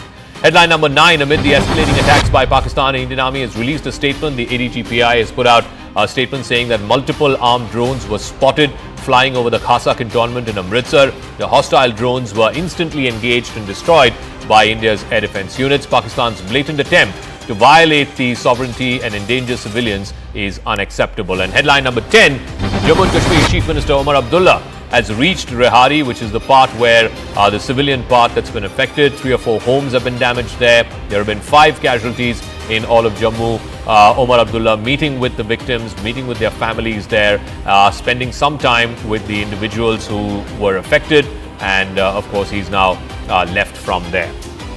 As we sort of bring you up to speed with what is happening here in the national capital, all 3 service chiefs are at the Ministry of Defence. They're in North Block right now, even as we speak. We're given to understand that further details of what the discussions will be known as well. Remember, at 10:30 there is going to be the briefing by the Foreign Secretary. If we can have a reporter to try and get a sense of the meeting that they're having right now, and they're likely to meet with the Raksha Mantri Rajnath Singh as well in the next few minutes. Arunima is joining us live. Arunima, yes. Yes, the 3 service chiefs have arrived in South Block. There is a string of briefings and meetings that is going on in South Block at the moment. The situation is now under control. The assessment part is now on. We have seen ADGPI put out details of the munition that has been used in Amritsar, drones which were carrying the munition as their payloads, the way they were taken down, and the details, the markings on the payload, all of that have been put out in the public domain. Assessment of the situation all the way from Udhampur to Jammu and also in Jaisalmer, that's on. There's a high likelihood that Raksha Mantri Rajnath Singh could also meet the 3 service chiefs shortly. By afternoon, after the press conference by the Foreign Secretary has ended, there's also a possibility of the Prime Minister being briefed by the National Security Advisor and the Raksha Mantri as well.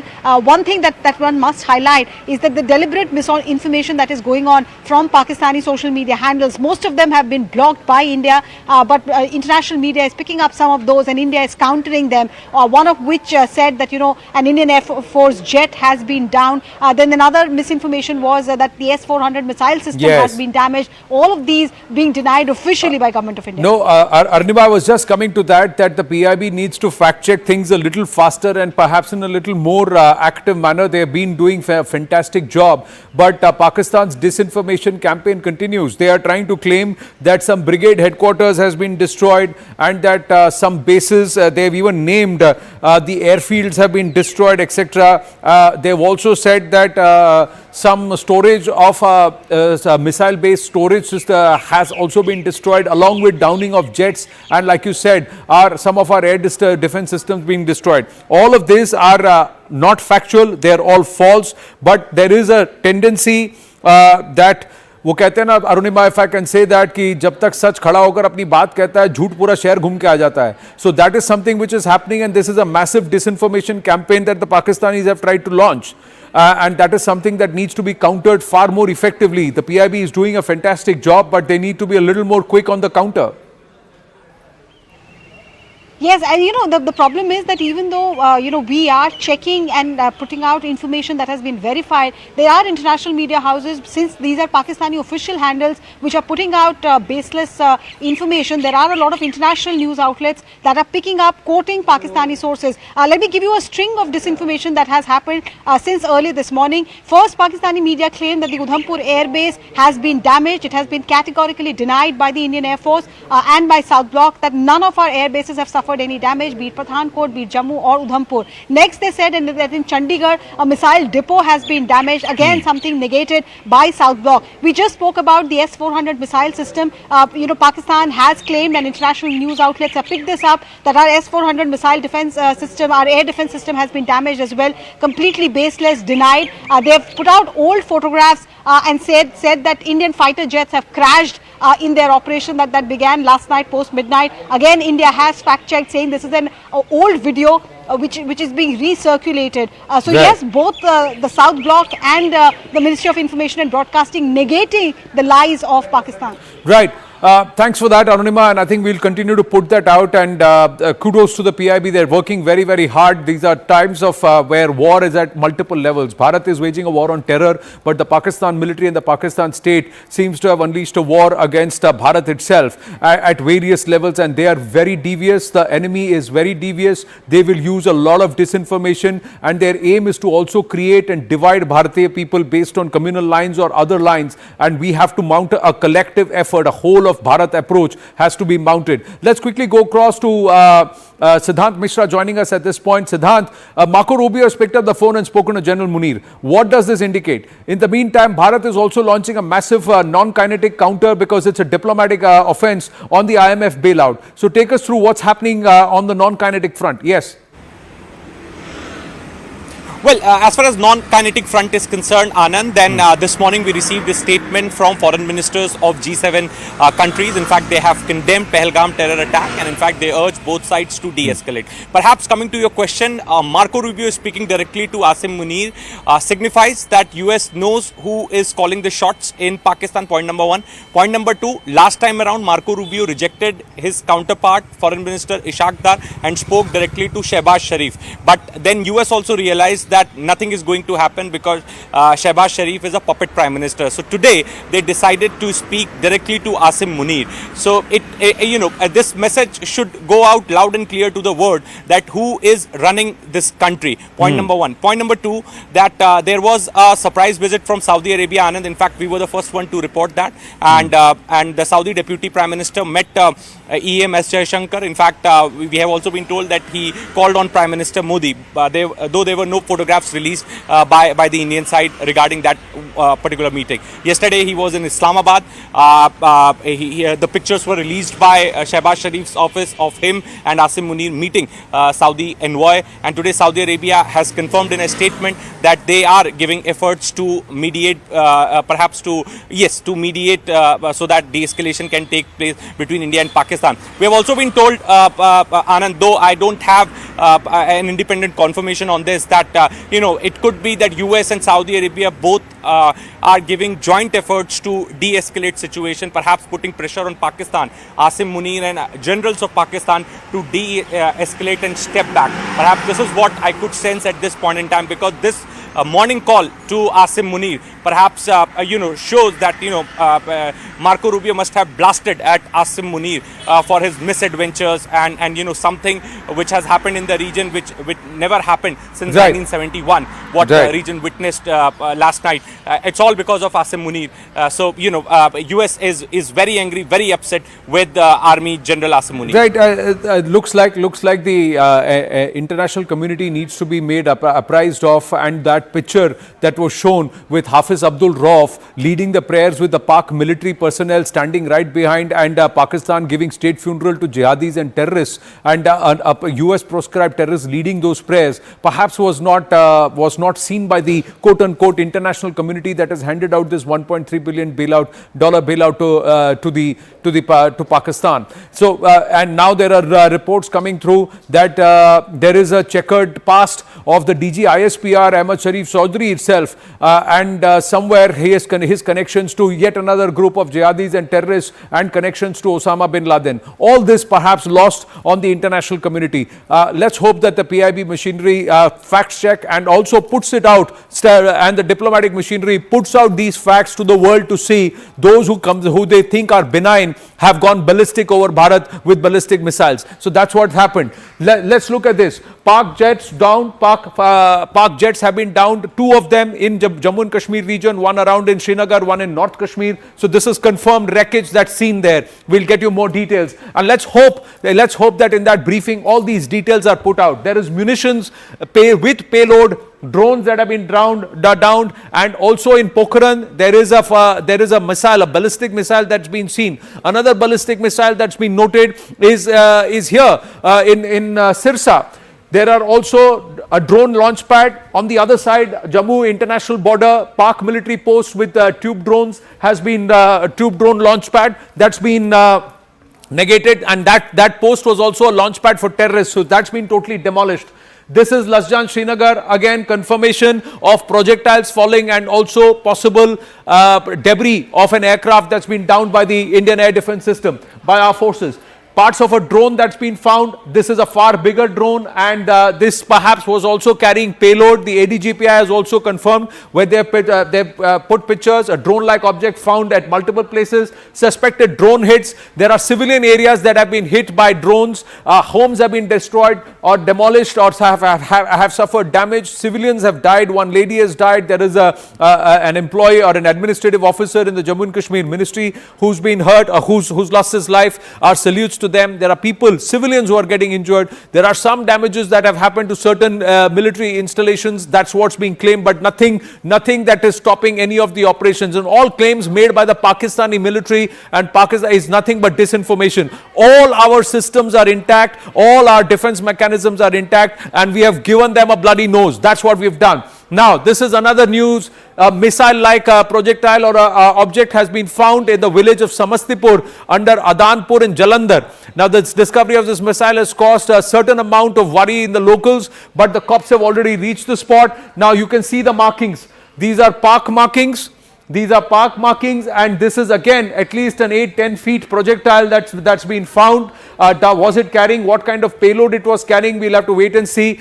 Sometimes there could also be drop tanks of certain aircraft that could be seen. So we have to wait for verification from the ADGPI and from our official sources to see what this is. Yes, Anshul.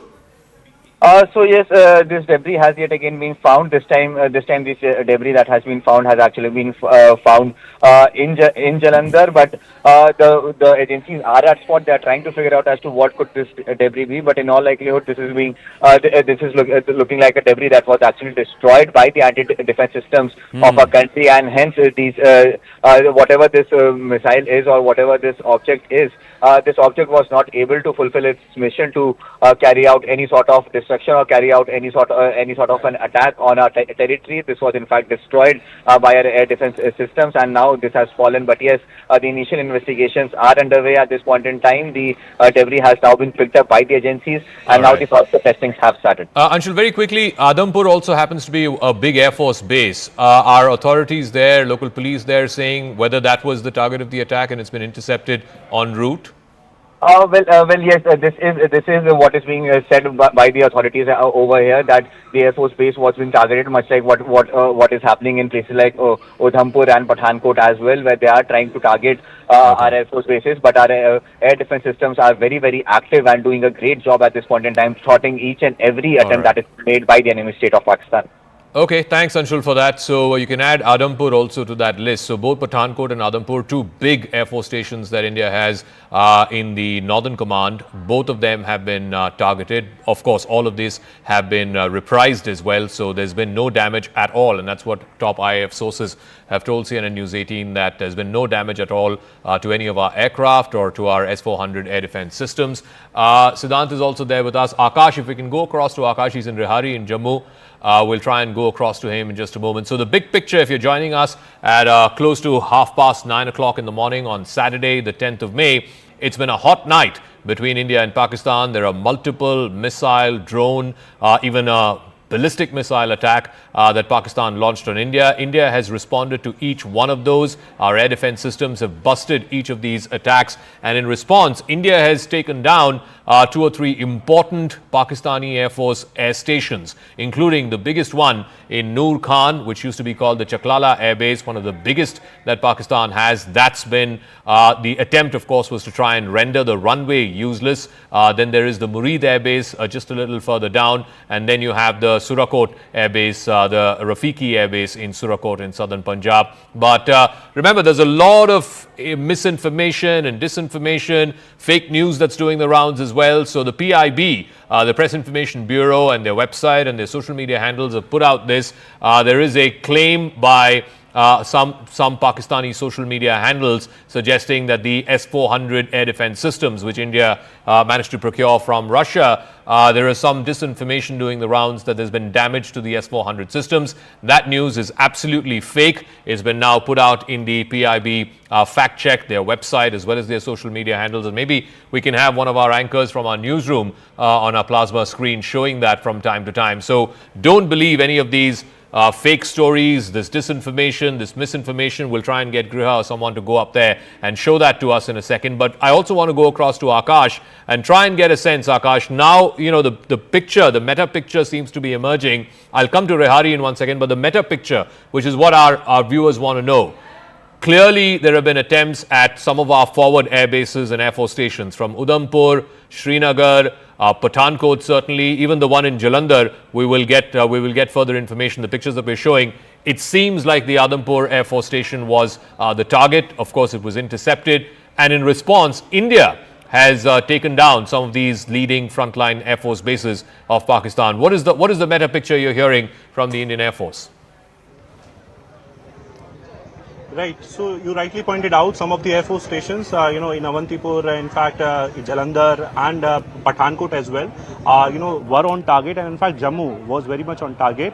And, these attempts were thwarted. We know that how not only drones, but missiles were fired.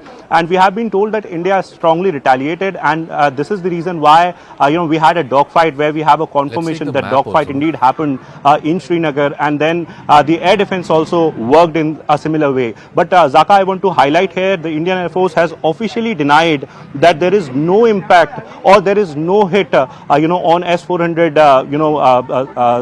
air defense system. And in fact, there are several sort of locations that have been propagated by the Pakistani handles, and all of this information is in fact rebutted by the Indian Armed Forces, because this is very important at this point in time. Though we don't have access to these Pakistani handles, but yes, international media is somewhere picking the information, and the official version from Indian Armed Forces should be carried as well. And that's the reason why Indian Air Force has now come out in public and said that there is no damage or hit to any S-400 battery or the sort of system. Also, as far as these attacks are concerned, so Zaka, their primary target is, of course, the air assets, fighters, and the air defense systems as well. I was discussing it a bit earlier that how they have been targeting. They have, in fact, they want to try, S-400 and Akash missile system. One, they don't know the locations. Second, they want, and this is possibly the reason why they want to target all the, air force stations specifically that are very close to the borders. Akash, they are masters at disinformation. They are masters at disinformation.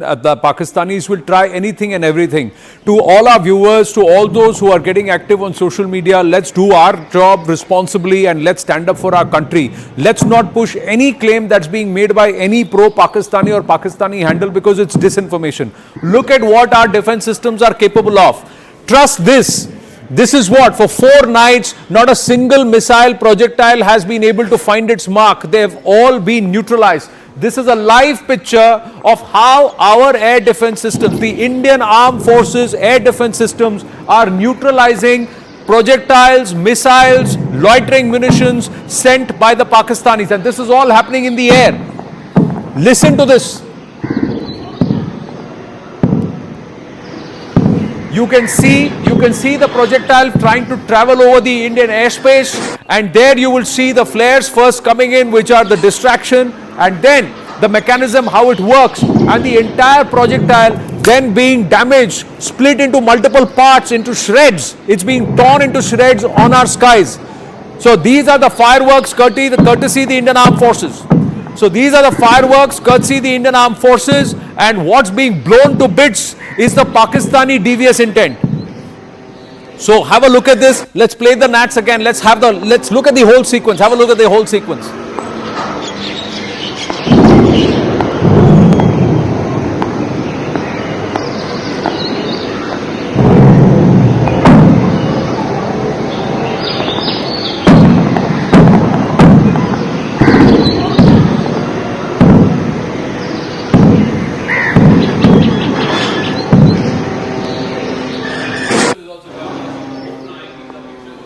Of Amritsar drone intercepts that are happening live. This is from early morning, so a couple of hours ago. So we should mention deferred pictures there as well.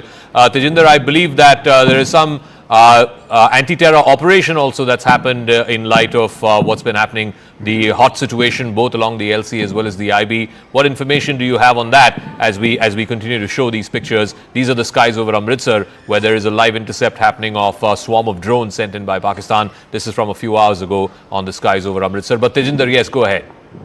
Yes, Zaka, there is a massive anti-terror operation that has been launched by our security forces near the international border in Suchetgarh area of Araspura sector, where the locals informed the police that 4 suspected people carrying weapons, wearing salwar kameez, have been seen roaming around some vital military installations in the area. So now a massive operation has been launched by the army, by the BSF and by the Special Operation Group of Jammu and Kashmir police to ascertain who these individuals are and whether they are a threat to us, and if they are, they have to be neutralized. If you remember, Zaka, just yesterday the BSF had said that a major infiltration bid was foiled by them in the Samba sector, wherein 7 intruders belonging to the Jaish-e-Mohammed terror outfit who tried to infiltrate into the Indian territory were shot down. So at a point when our security forces, especially the army, the air force, is engaged with the hostilities from the Pakistan side and giving a befitting response to Pakistan, the sources are telling us that Pakistan has activated its terror network in Jammu and Kashmir and have asked them to carry out certain attacks across Jammu and Kashmir. But the security apparatus in the entire region is on heightened alert, and all such nefarious attempts by the enemy, whether in the hinterland, on the line of control or from across the line of control, would be foiled. Yes, all right, Tejinder, we'll leave it at that. Thank you very much. These are still pictures that we are playing from Amritsar from a short while ago, a few hours ago. This is the early morning pictures. There's been a lot of focus on Amritsar for the last 2 or 3 nights, and the concern there, the worry there is that the Pakistanis might attempt something fishy, something nefarious around the Golden Temple, which is of course the holiest site for Sikhs around the world. So far, all their attempts have been thwarted by the Indian air defense systems. But I also want to go across to Griha, who's joining us from the PIB fact check wall here in our newsrooms. So the PIB handles have been putting out these fact checks of Chinese propaganda, Pakistani propaganda. The latest seems to be that the S-400 systems have been damaged. That lie has been busted. Griha.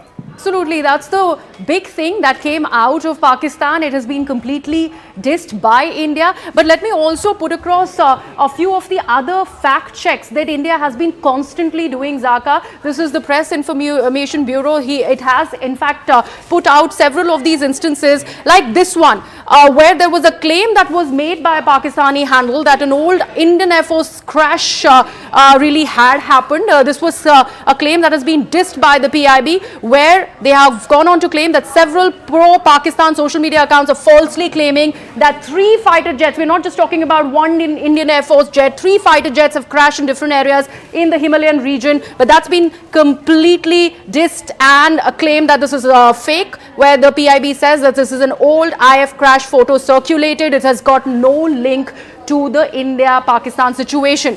If we also take a look further, Zaka, there was a claim that was being put out through various social media posts asserting that a cyber attack by Pakistan has caused 70% of India's electricity grid to become dysfunctional. Claims that were floated by Pakistani handles. This claim is absolutely fake is what, and these were the tweets, by the way, that the PIB has put out and branded as fake, and this fact check again by the Press Information Bureau. The third one particularly, and this was the most bizarre one, of course, after the S-400, was social media claims where they said that India was trying to attack the Nankana Sahib Gurdwara. There was a drone attack at that Gurdwara. That also has been completely dissed, and they have claimed that this is a Khalistan propaganda, something that is absolutely fake. So these are the claims, and PIB is completely on their toes. They have been putting out these facts so that nobody falls for these misinformation, the disinformation campaign rather,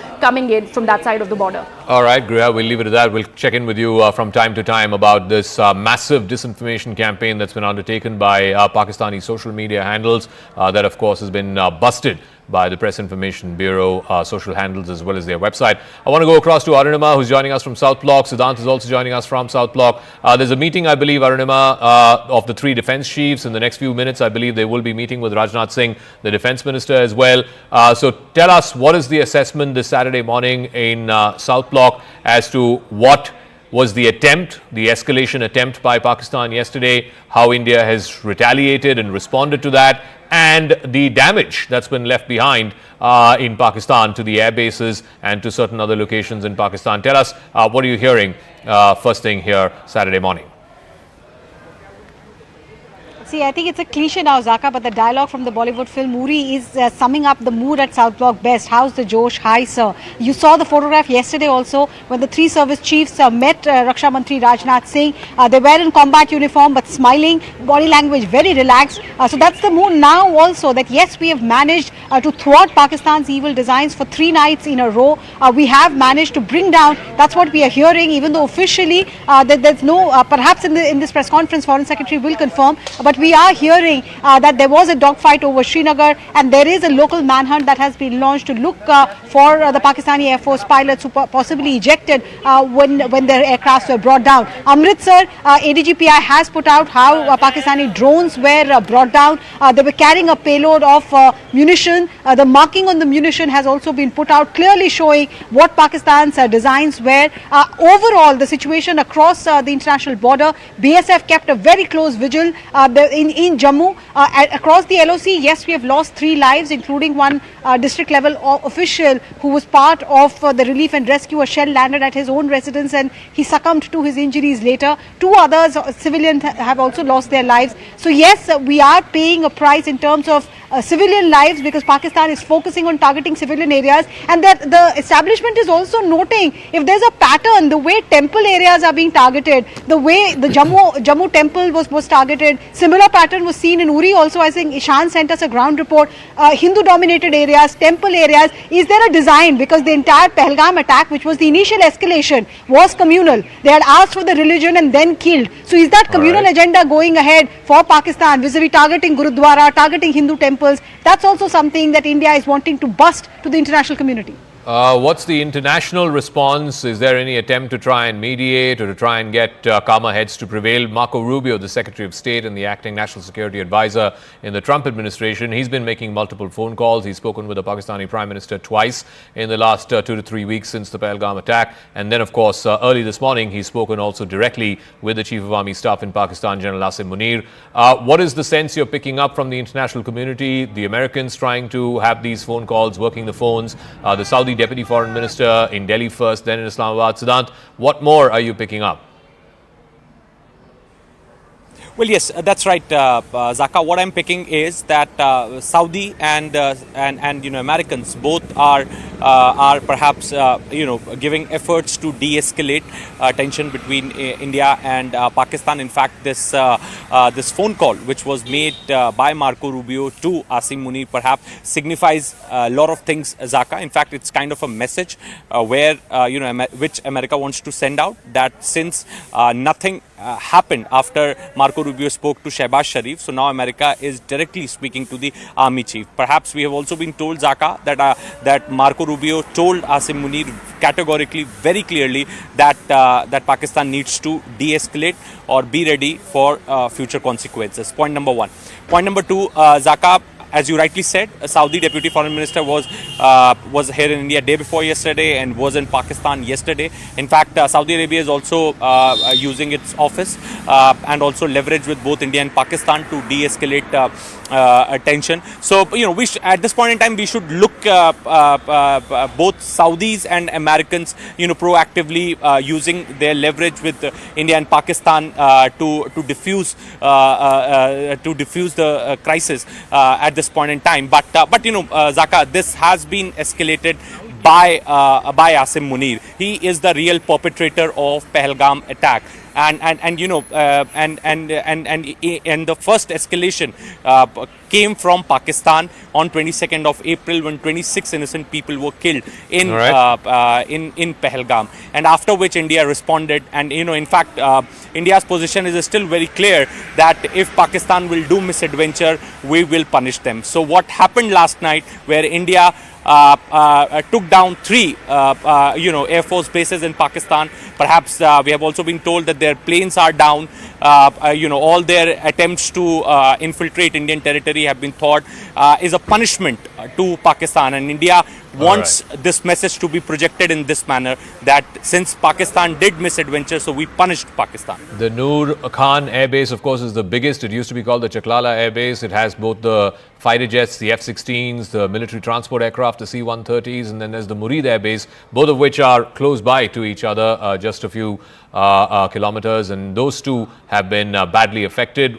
We will try and see if we can go across to the pictures from Rehari as well. Omar Abdullah is the Jammu and Kashmir Chief Minister, who's met with the civilians who've been affected in the Pakistani artillery shelling, both on the LC as well as in the IB. In the case of Jammu, of course, it's across the IB.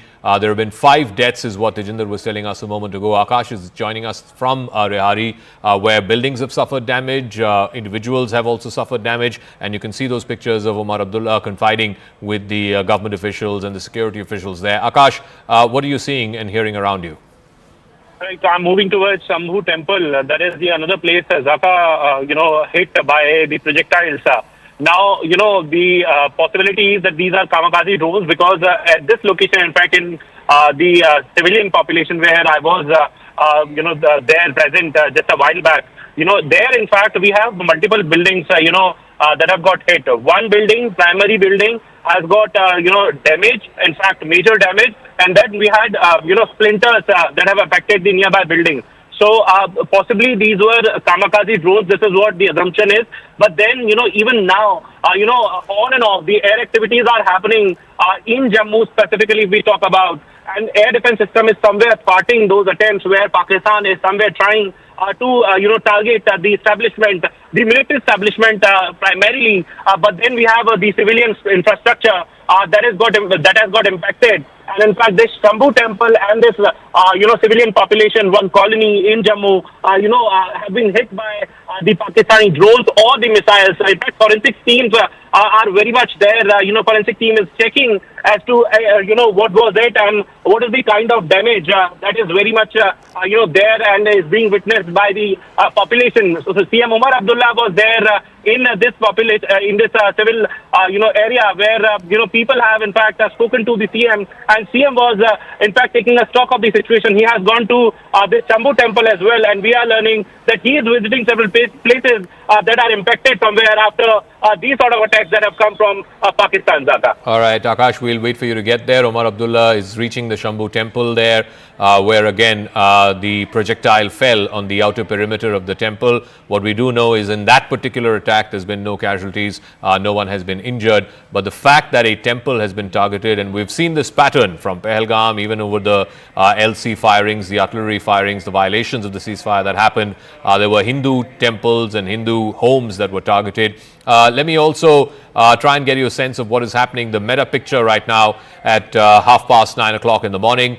The one thing that we can tell you is that the escalation has now gone up a couple of notches up the escalation ladder. It was Pakistan that chose to escalate. They tried to hit some of our forward defense bases, particularly Air Force stations from Udhampur to Srinagar to Adampur to Pathankot, the biggest air base in this part of the woods, in the northern part of the woods, the Sirsa Air Force Station. They even sent out a they even sent out a Fatah-2 missile, a ballistic 400-kilometer range missile in the direction of New Delhi. It was, of course, thwarted in the skies over Haryana. So, in response, India hit back, and it is hit back substantially against at least 3 air bases in Pakistan. The Noor Khan Air Base, which is the biggest in Rawalpindi, it houses a military training college as well. And then you have the Murid Air Base in Chakwal, and then you have the Sialkot Air Base, the Rafiki Air Base. 3 air bases have been hit by India in retaliatory firing. Anshul is now joining us. He's, of course, in Jalandhar. We're also given to understand that Pakistan launched a Biker Yeeha kamikaze drone in Amritsar in Punjab. So both in Amritsar and in Jalandhar, we're hearing multiple reports, Anshul, of swarms of drones being sent by the Pakistanis. What are you hearing and seeing the morning after what has been a very dramatic and escalatory night? Well, definitely there are a lot of reports that are coming in. In fact, this just a few moments ago there were reports of some fresh explosions that were heard in Amritsar, and at this point in time the authorities are telling us that our air defense systems were at work. But out here at the location at which I am standing is in Gurdaspur. Remember, there was a big explosion that was reported in Gurdaspur, and I'll just try and show you what has transpired over here. This is the kind of impact that has been made by the missile that was actually launched from the side of Pakistan. You can see the kind of impact, the kind of crater that it has created over here, and this is right in the field, right in a farm field over here. In fact, what locals are telling us that the impact of this entire blast was actually heard by at least 4 kilometers away from this location, and not only this, but also the window panes of several of these houses of these locals have also been smashed. I'll just try to speak to a few people. So, आप ये कितने बजे यहाँ पे ये हादसा हुआ? 4:45 पे। 4:45 पे क्या हुआ था? जब कैसे पता लगा कि यहाँ पे लो जगदी आई आ ते एकदम जगी आ लो फिर डिपे आ ते उदो भवका वज गया तू बद निकला ताणू। हाँ जी, यहाँ पे फिर आर्मी पुलिस एजेंसीज कब तक पहुंची? बाद च आई पुलिस और पहलों पिंड दे बंदे आ ਉਹ ਡੇਰੀ ਕੋਲ ਵੇਖਿਆ ਫਿਰ ਇੱਥੇ ਵੇਖਿਆ ਫਿਰ ਬਾਅਦ ਚ ਆਏ ਬੰਦੇ ਤੇ ਉਹਨਾਂ ਫਿਰ ਆੜ ਕੇ ਇਹ ਆਡੇ ਲਾਗੇ ਮੁੰਡਾ ਆ ਗੋਠੀ ਵਾਲਾ ਇਹ ਪਹਿਲੋਂ ਆਇਆ ਇਹ ਘਰ ਤੇ ਆੜ ਕੇ ਤੇ ਵੇਖਿਆ ਹਾਂਜੀ ਤੇ ਆਹ ਗੱਲਬਾਤ ਹੋਈ ਇੱਕ ਉਹ ਡਿੱਗੇ ਵਹੀ ਇਹਨੇ ਭੈਣੀਆਂ ਪੰਚਾਇਤਾਂ ਨਾਲ ਉੱਥੇ ਡਿੱਗੇ ਤੇ ਬਾਅਦ ਚ ਸਾਨੂੰ ਸਰਪੰਚ ਨੇ ਫੋਨ ਕੀਤਾ ਸੁਖਦੇਵ ਸਿੰਘ ਨੇ आंदा भी वेखो कि बच गए अही भी बचे अही किसी को इंजरी या किसी को चोट लगने की तो कोई ना किसी नहीं लगी चोट पिंड दे सिमट लथे आ शीशे टुट गए और राजू बिले भी शीशे टुटे आ कोठी दे भी टुटे और कोठी दे टुटे साडे भी टुट गए आ। तो यहाँ पे कुछ मिसाइल जैसा भी मिला था? जो कोई गलबात नहीं, सिर्फ लो वेखी आ घर वाले ने वेखी आ। माता जागन दी ही मैं भी जागन मैं पग लैके सुता मच्छर बहुत ज़्यादा ही तो ये करके मैं जागन दूजे बच्चे भी जागन दे साडे। हाँ जी, आ गलबात। So just to translate for our viewers that there was this explosion that was heard over here at approximately 4:30 a.m. this morning, where there was a huge fire that erupted over here, and post that there was an impact that was heard by people who are residing far away from here. The window panes of their houses were broken. Once they reached over here, they saw this massive crater, and hence they called the local authorities over here. And once the authorities came over here, they took the debris away from here. But this is the current situation. You can see, you can actually imagine the impact or the size of the projectile that might have landed over here. This is a massive crater that has developed over here. But the only positive news is that no injuries were reported. There was no there are absolutely no damages to any sort of properties, big damages to any sort of properties over here. But yet again, this cowardly nation Pakistan yet again trying to attack civilian population out here in Punjab. Okay, thanks for joining us from Gurdaspur, the village there. You can see that massive crater. Anshul Singh there live for us in Gurdaspur. We want to go to this breaking news. You saw those pictures over Amritsar, the blue skies over Amritsar earlier this morning. Now we have information. Pakistan launching what is called the Biker Yeeha 3 kamikaze drones in Amritsar. This, of course, endangering residential areas in Punjab. So there have been multiple attempts in Amritsar, in Jalandhar, in Pathankot, in Gurdaspur. So Punjab seems to be facing the brunt of these drone swarms as well as possible missile attacks by Pakistan, all of which, of course, has been neutralized by Army air defense guns today. The pictures that we were showing, the blue sky pictures that we were showing a short while ago, there you go on the bottom right part of your screen. These are from about 5 a.m. in the morning. You can see the air defense systems neutralizing and taking down these kamikaze drones that were sent across from the other side by Pakistan. The drone was aimed to target civilian areas and to claim civilian lives. That's been now confirmed by defense officials. Aman is also joining us, and so is Siddhant. Aman, so there's going to be multiple meetings as you would expect. Rajnath Singh will be meeting with the three service chiefs. The three service chiefs are meeting right now in South Block. There's a press conference by the Foreign Secretary at 10:30 in about 45 minutes from now. It is a hectic morning, Saturday morning in New Delhi. Absolutely, Zaka, and I'm just outside the Ministry of External Affairs, where in about 45 minutes from now, the Foreign Secretary and the two officers from the Air Force and the Army will be briefing the media again on what has transpired since morning. So we'll wait for the briefing to know what exactly they say, but what top sources, Zaka, are telling me are two things. Number one, saying that it is the IMF bailout. Pakistan has done this operation, this escalation against India soon after getting the IMF bailout. So it is up to the world community now to understand and to contemplate, to review what this IMF bailout actually means. India objected to it fully yesterday at the IMF, but of course the structure of the IMF is such that India could not block it. The bailout has been given, and this is what India is trying to point out now, that Pakistan waited for this IMF bailout and then has launched this big retaliation against India, big strikes through missiles targeting our forward air bases, Sirsa, Pathankot, Udhampur. They are trying to attack our forward air bases, and Pakistan is the escalator. This is the number one point that I'm learning from sources. Second point, that US Secretary of State Rubio has called up Asim Munir. He's not called up the Pakistani Prime Minister, he's called up the Pakistani Army Chief directly to tell him to de-escalate. This is very significant. Indian government sources are saying, number one, it shows that Pakistan is the escalator. That is why the US Secretary of State has directly called up the Pakistani Army Chief. Number two, that it is the Pakistan Army which is calling the shots very clearly. It is not the Pakistan political machinery. It is the Pakistani Army which is calling the shots, and that is why you see the US Secretary of State directly calling up the Pakistani Army Chief. So this is also something we will try and post to the MEA today. What is their view on this development? India is very clear that India's retaliation to Pahalgam April 22nd attack was over with Operation Sindoor on May 7th. Since May 7th, in the last 96 hours, it is Pakistan which has done escalation after escalation, first sending 200 to 300 drones across India from Leh to Sir Creek, 36 locations. Yesterday morning, 26 locations again are targeted by Pakistan, and this time adding ballistic missiles to try and take out our major air force bases. This is major escalation, Zaka. We have responded by striking as deep as the Rawalpindi airbase of Pakistan, and this is India's warning to Pakistan that if Pakistan does not stop here, if it does not de-escalate and stand down, India will go to any lengths now to harm Pakistan. And that is what the message India is also going to give to the world community, that it needs to reign in Pakistan. And I think US Secretary of State called to Asim Munir, Zaka, in that sense is very significant. Oh, it absolutely is. It's the first phone conversation between the Secretary of State. He's also the acting National Security Advisor, speaking directly to the Chief of Army Staff, General Asim Munir. Really, if Asim Munir decides to stand down today in the next moments, then India will stand down too. All right, if in case you're just tuning in at 48 minutes past the hour here on a Saturday morning on CNN News 18, these are the big headlines that we're tracking right now. Headline number one, India intercepting Pakistani drones over Amritsar, managing to destroy them. This is at about 5 o'clock this morning. You can see those drones being destroyed by the Army Air Defense System, working to the T, and this of course is from the skies above Amritsar. Headline number two, a missile-like object was found in a village called Samaspur in Adampur. Adampur hosts one of the big Air Force stations in northern India. This is in Jalandhar district. So a lot of these Air Force stations and air bases have been the target of attacks by Pakistan overnight. The discovery of this missile has caused a degree of panic amongst the locals. The police have reached the spot and have taken away the debris. Headline number three, Pakistan attempting to scale this up, climb up the escalation ladder a couple of notches.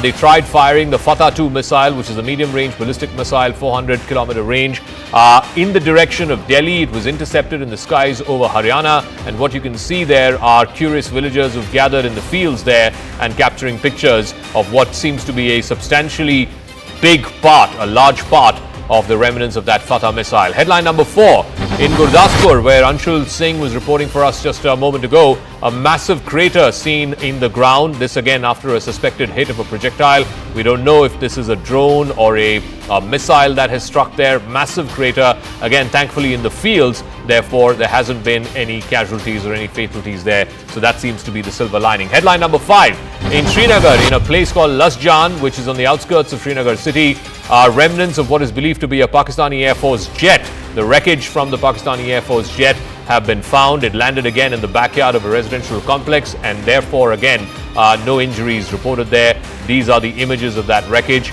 and our Ishan Wani was there reporting for us just moments ago. Headline number 6, a bomb-like object was found in a place called Jamla. This is a village in Pokhran in Rajasthan, in the deserts of Rajasthan. The Indian Army neutralizing this Pakistani missile. We don't know what is the nature of this missile, whether it is a projectile, which is a medium range, or a short range rocket. But yes, that debris has been removed and taken away by the authorities. Headline number 7, damaged parts of a drone have been found in the Narsu area. This is in Udhampur, which is the headquarters of the Indian Army's Northern Army Command. They have taken away the army officials. You can see them there in their uniforms and bulletproof jackets. They've taken away the remnants of this drone for further inspection and investigation. Headline number 8, there has been damage in civilian areas, particularly in Jammu, in a place called Rahari. Jammu and Kashmir Chief Minister Omar Abdullah was visiting there. He's right now visiting what's called the Shambhu Temple, a famous temple in Jammu, in Rupnagar.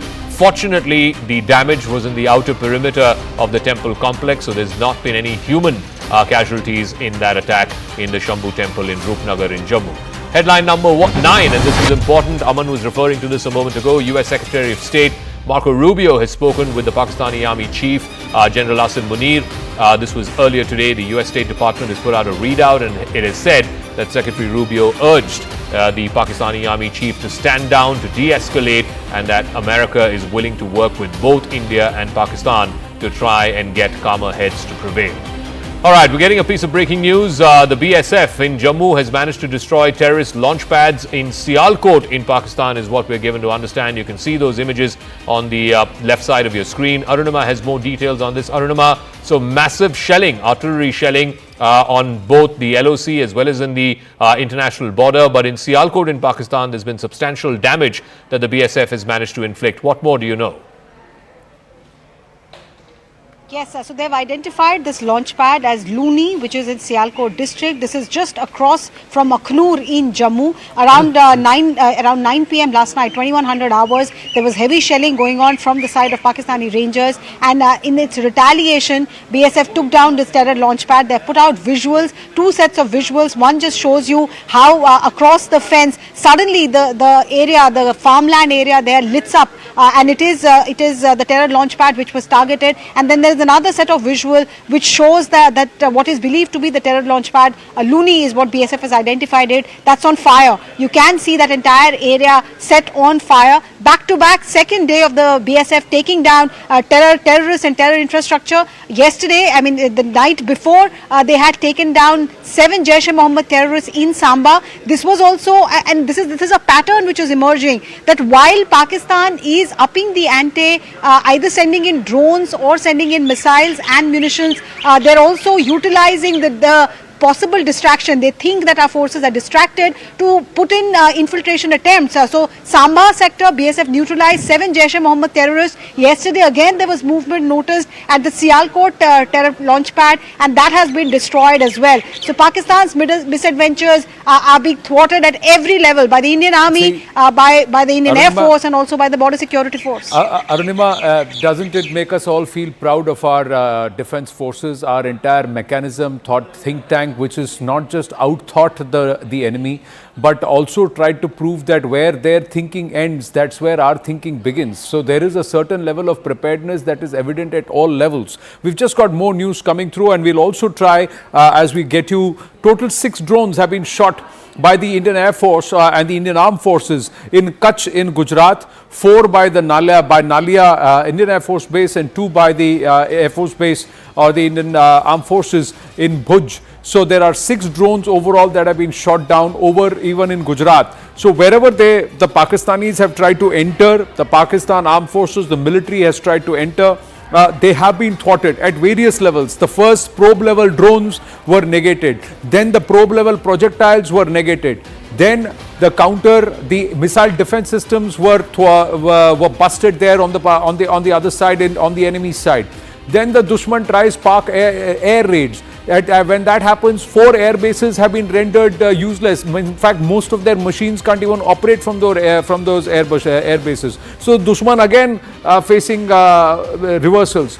Then they try to go ballistic. They try to use their Fateh missiles, Fateh 1 and 2 missiles, Barak and Akash, neutralize them in the Akash itself. And again, more drones that they are trying to send towards military installations in Bhuj. Again, those drones with munitions have been now decimated, have been destroyed. We'll also try and go across to Pallavi Ghosh to try and also outline how the entire jihadi connection, this entire Pak military is an out-and-out patron of jihadis, and they consider them as mujahideen or soldiers itself. And that is not just because of the pictures that were seen when you had a US proscribed terrorist in Hafiz Abdul Rauf leading the prayers, and jihadis of Jaish and Lashkar, they were getting state funeral and with military personnel standing in attendance. But the DG-ISPR, there is now conversation that the DG-ISPR has a jihadi pedigree.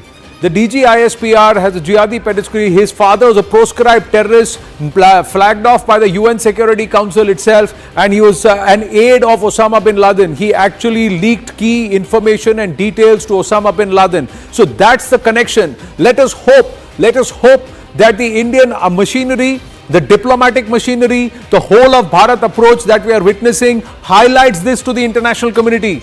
This is the pedigree, and this is the group to whom the 1.3 billion bailout has been given by the IMF. These are things that we need to put out to the world to show this is the Pakistan that's being backed and by the IMF, and they should be branded terror state Pakistan. Does India up the diplomatic ante? We'll wait and watch. Now going back to the drones, Akash is with us on the phone line. Akash, so more drones neutralized by the defense systems. Now there is also talk that Pakistan tried to go ballistic, and they got a bloody nose there too, with Barak and Akash equally effective in our skies. Yes, they tried ballistic missiles last night and in fact early morning today, Anand. And yes, air defense system of India, thwarted those attempts. But as far as these drones are concerned, so these 6 drones have been, destroyed by Indian Air Force. 2 at Bhuj and 4 are at Nalia. We have been given to understand. And also, Anand, since we know that Pakistan is basically targeting the air assets and in fact the airbase stations here in India. So we know that how air defenses are very much they're working pretty fine. We know that Akash air missile, in fact surface to air missiles and also the fighter jets are very much employed. We have seen the dogfight in Srinagar today. We are still waiting for the confirmation as far as downing of 2 Pakistani jet is concerned, and also other developments when we are learning about the Pathankot thing, learning about the Jammu thing, and also some sort of ceasefire violations that are happening across LC. Though multiple fronts, Anand, but as far as western borders are concerned and western places here in India are concerned, so they are being targeted by Pakistani forces. Right. There are 2 messages that are gone from our forces, from the whole of Bharat approach, and salute to our armed forces. Look at these pictures. The pictures show, this is on the morning skies, and confirmation that how these drones have been downed. I'm just going to check. These are the pictures that we were talking about over in Bhuj, and that's it. Let's try and listen into the ambient noise. These are the locals who are making the pictures, and you can spot the visual. You can spot. Yeah, ayo. That's what they're saying. See, that's the missile there. See, and the hand shakes. There you go. That's the missile. That's where it is, and this will be now done. Missile drone ke mare la. Hane nahi wala. Udai the drone ke ba. Udai with the. Udai the drone ke. Honte bhi nahi tu. Radar de. Kanak parte bhi nahi tu. So there you go. So confirmation there that there was a missile going, and then the air defense systems come into play. The drone has been now negated. So the drone was trying to make its way towards a military installation in Bhuj, and there you go, it's been negated, and then you see both crashing down. Once the interception happens, the drone clashes, and so does the interception. So both captured, both captured on the screens. But Akash, the message by Bharat is very clear. घुसोगे तो मारेंगे and घुस के भी मारेंगे. Both is happening. Both are happening. Yes, both are happening, and in fact, Anand, I want to stress on one important point here. As far as Pakistan is concerned, so they say that they have got capable platforms and weapons. Today, we have seen that how their systems are targeting the civilian population, and this one point is exposing Pakistan. They say that they are not targeting civilian population. Either your systems are getting failed, or you are intentionally targeting civilian population. In both the cases, you are getting exposed. This is one, a place that is, outside one temple here, Shambhu Temple in Jammu, where the projectile came in the morning. I'll show you the destruction. In fact, Rajesh ji is showing you the sort of destruction here. Civil population is getting targeted by Pakistani forces, and in fact, this is out of frustration. क्या हुआ था sir यहाँ पे, कितने बजे की बात है ये? सुबह 5:30 बजे की बात है। हम घर में सोए हुए थे तो जोरदार धमाकों की आवाज आई। कैसे लगा बम्बारमेंट हो रही है। तो 6 बजे के लगभग पूरे एक ऐसा जोरदार अटैक हुआ, जैसे लगा कि कोई मिसाइल अटैक हुआ और मेरे ही छत पे हुआ है। तो मेरा उसी समय मैं उठ के बाहर आया और अपने छत पे चढ़ के देखा तो धुआं उड़ रहा था। तो बैक साइड से देखा तो मेरे घर के बैक साइड में ही धुआं उड़ा। तो मैं उसी समय घर से बाहर आया। जैसे घर से बाहर आया तो अपने गली में बैक साइड आके देखा तो बिल्कुल इस घर में अटैक हुआ है। रहते हैं इसमें यहाँ पे ये जिनका घर है ये बेच के चले गए। यहाँ पे कोई नहीं रहता था। लेकिन गनीमत ये रही कि यहाँ पे जो ये हमारा प्राचीन मंदिर है, आप शंभू मंदिर, हजारों वर्ष पुराना मंदिर है ये। यहाँ पे शनिवार और रविवार सोमवार के दिन हजारों की संख्या में श्रद्धालु आते हैं और शिवरात्रि के दिन लाखों की संख्या में श्रद्धालु आते हैं। सर मुझे एक चीज बताइए, ये तो मंदिर तो हमने देखा है थोड़ा ऑल्टीट्यूड पे भी है, थोड़ा ऊंचाई पे है, इसलिए शायद टारगेट किया गया ना। इस यहाँ पे 8-10 दिन पहले यहाँ पे NSG कमांडो द्वारा मॉक ड्रिल भी की गई थी। अच्छा। क्योंकि ये यहाँ पे हमारा प्राचीन मंदिर है और यहाँ पे सुबह 4 बजे ही लोग यहाँ पे श्रद्धालु जाना शुरू। मुझे एक चीज बताइए, क्या था? ड्रोन था, मिसाइल थी क्या? क्योंकि यहाँ तो कुछ दिख नहीं रहा है। हाँ। सुबह पुलिस आई थी, दूसरी फोरेंसिक टीम भी आई थी। वो मलबा लेके चली गई है। ये एक मलबा है उसका पड़ा हुआ है। अब ये ड्रोन का तो हो नहीं सकता, यहाँ मिसाइल का, ये तो इन्वेस्टिगेशन का विषय है। ये पुलिस इन्वेस्टिगेट करेगी। लेकिन जो तरीके का ये आपने उसका पार्ट, ये आप Anand he is showing you the visuals of this. Can you go full frame on this please? जिस तरीके का धमाका था ये ड्रोन का नहीं हो सकता, ये मिसाइल का धमाका हमें लगता है। क्योंकि जितनी उसका आवाज जो साउंड थी ऐसे लगा कि कान के पर्दे भी फट जाएंगे। इस तरीके का जोरदार धमाका था और सीधा अटैक जो मेन टारगेट था वो आप शंभू मंदिर था हमारा। शंभू मंदिर था। कोई इंजर्ड तो नहीं है यहाँ पे? किसी को कोई चोट? बिल्कुल, मैं आपको ये बता दूं कि सायरन बज गया था। सायरन अगर नहीं बजता तो लोग मंदिर को जा रहे होते। यही मेन रोड है, ये प्रवेश द्वार है मंदिर का। यहीं से लोग जाते तो बहुत कैजुअलिटी होनी थी। तो सायरन बजा, बॉम्बार्डमेंट हो रही थी। हम सब अंदर थे, अपने घरों में थे। एक बार फिर से अगर हमें ये दिखा पाए, ये वो पार्ट है, ये टुकड़ा है जो आपने धमाके के बाद यहाँ से उठाया है ना? और ये आप कह रहे हैं कि ये मिसाइल का वो हिस्सा हो सकता है या ड्रोन का वो हिस्सा हो सकता है? देखिए ये जो जिस तरीके का जो धमाका था वो ड्रोन का धमाका मुझे नहीं लगता कि हो सकता है। मुझे लगता है ये मिसाइल का धमाका है। ड्रोन का धमाका और मिसाइल के धमाके में और बम के धमाके में हमें अंतर है। तो जैसे जो पहले चल रहे थे वो लग रहा था कि ड्रोन के धमाके हो रहे थे, वो छोटे छोटे धमाके थे। लगभग कितने लोग सुबह जिस टाइम पे हुआ उस टाइम पे श्रद्धालु भी आते होंगे, कितने लोग उस टाइम पे थे यहाँ पर जो आप कह रहे हैं कि साइरेंस के बाद अंदर चले गए? देखिए जब सायरन बजा तो लोग उसी समय अपने घरों में चले गए। अच्छा। नहीं तो यहाँ पे 4 बजे ही श्रद्धालु अपने बाबा के चरणों में माथा टेकने जाते हैं। हमारा हजारों वर्ष प्राचीन मंदिर है यहाँ पे। यहाँ पे पहली बार अटैक हुआ है और ये बिल्कुल टारगेट करके, इसी मंदिर को टारगेट करके अटैक किया गया है। क्योंकि यहाँ पे 10 दिन पहले भी मॉक ड्रिल हुई थी। क्योंकि पहले भी आपने देखा हमारे बॉर्डर पे वहाँ पे भी मंदिर को टारगेट किया गया, तो इधर भी यहाँ पे मंदिर को टारगेट किया गया. All right, Anand, I'll show you the visuals. Why this is important? Because this is the entry gate of this temple, and he is saying that at that time, air sirens were on, and that's why people who were present here, who were in fact, coming to this temple, were asked to, go back to their places, and this was the time when this particular projectile hit the space here, and in fact, Rajesh ji will show you. This is, adjacent to this temple, the entry, in fact, gate of the temple, and this temple is at a, height. In fact, at an altitude from where you can see the entire Jammu area. So possibly this was the target, and it was an intentional target.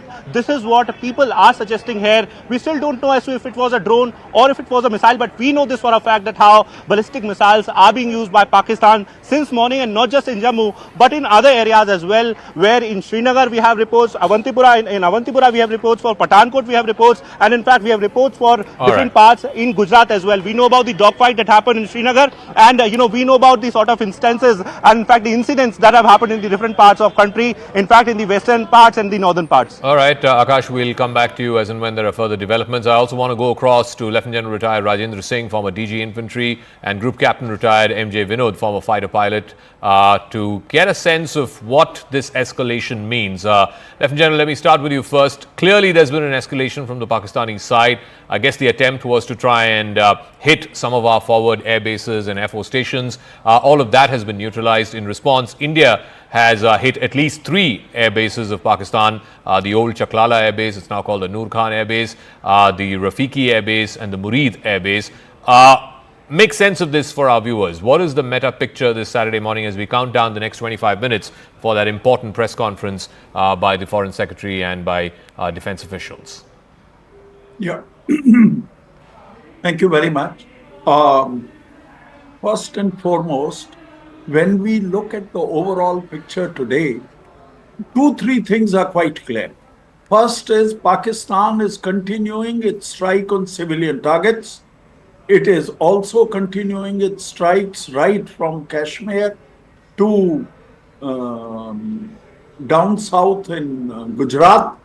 And the second thing which is happening is that Pakistan is striking or is attempting to strike our military bases as well. The third thing which is there is that they seem to be attempting to escalate the situation.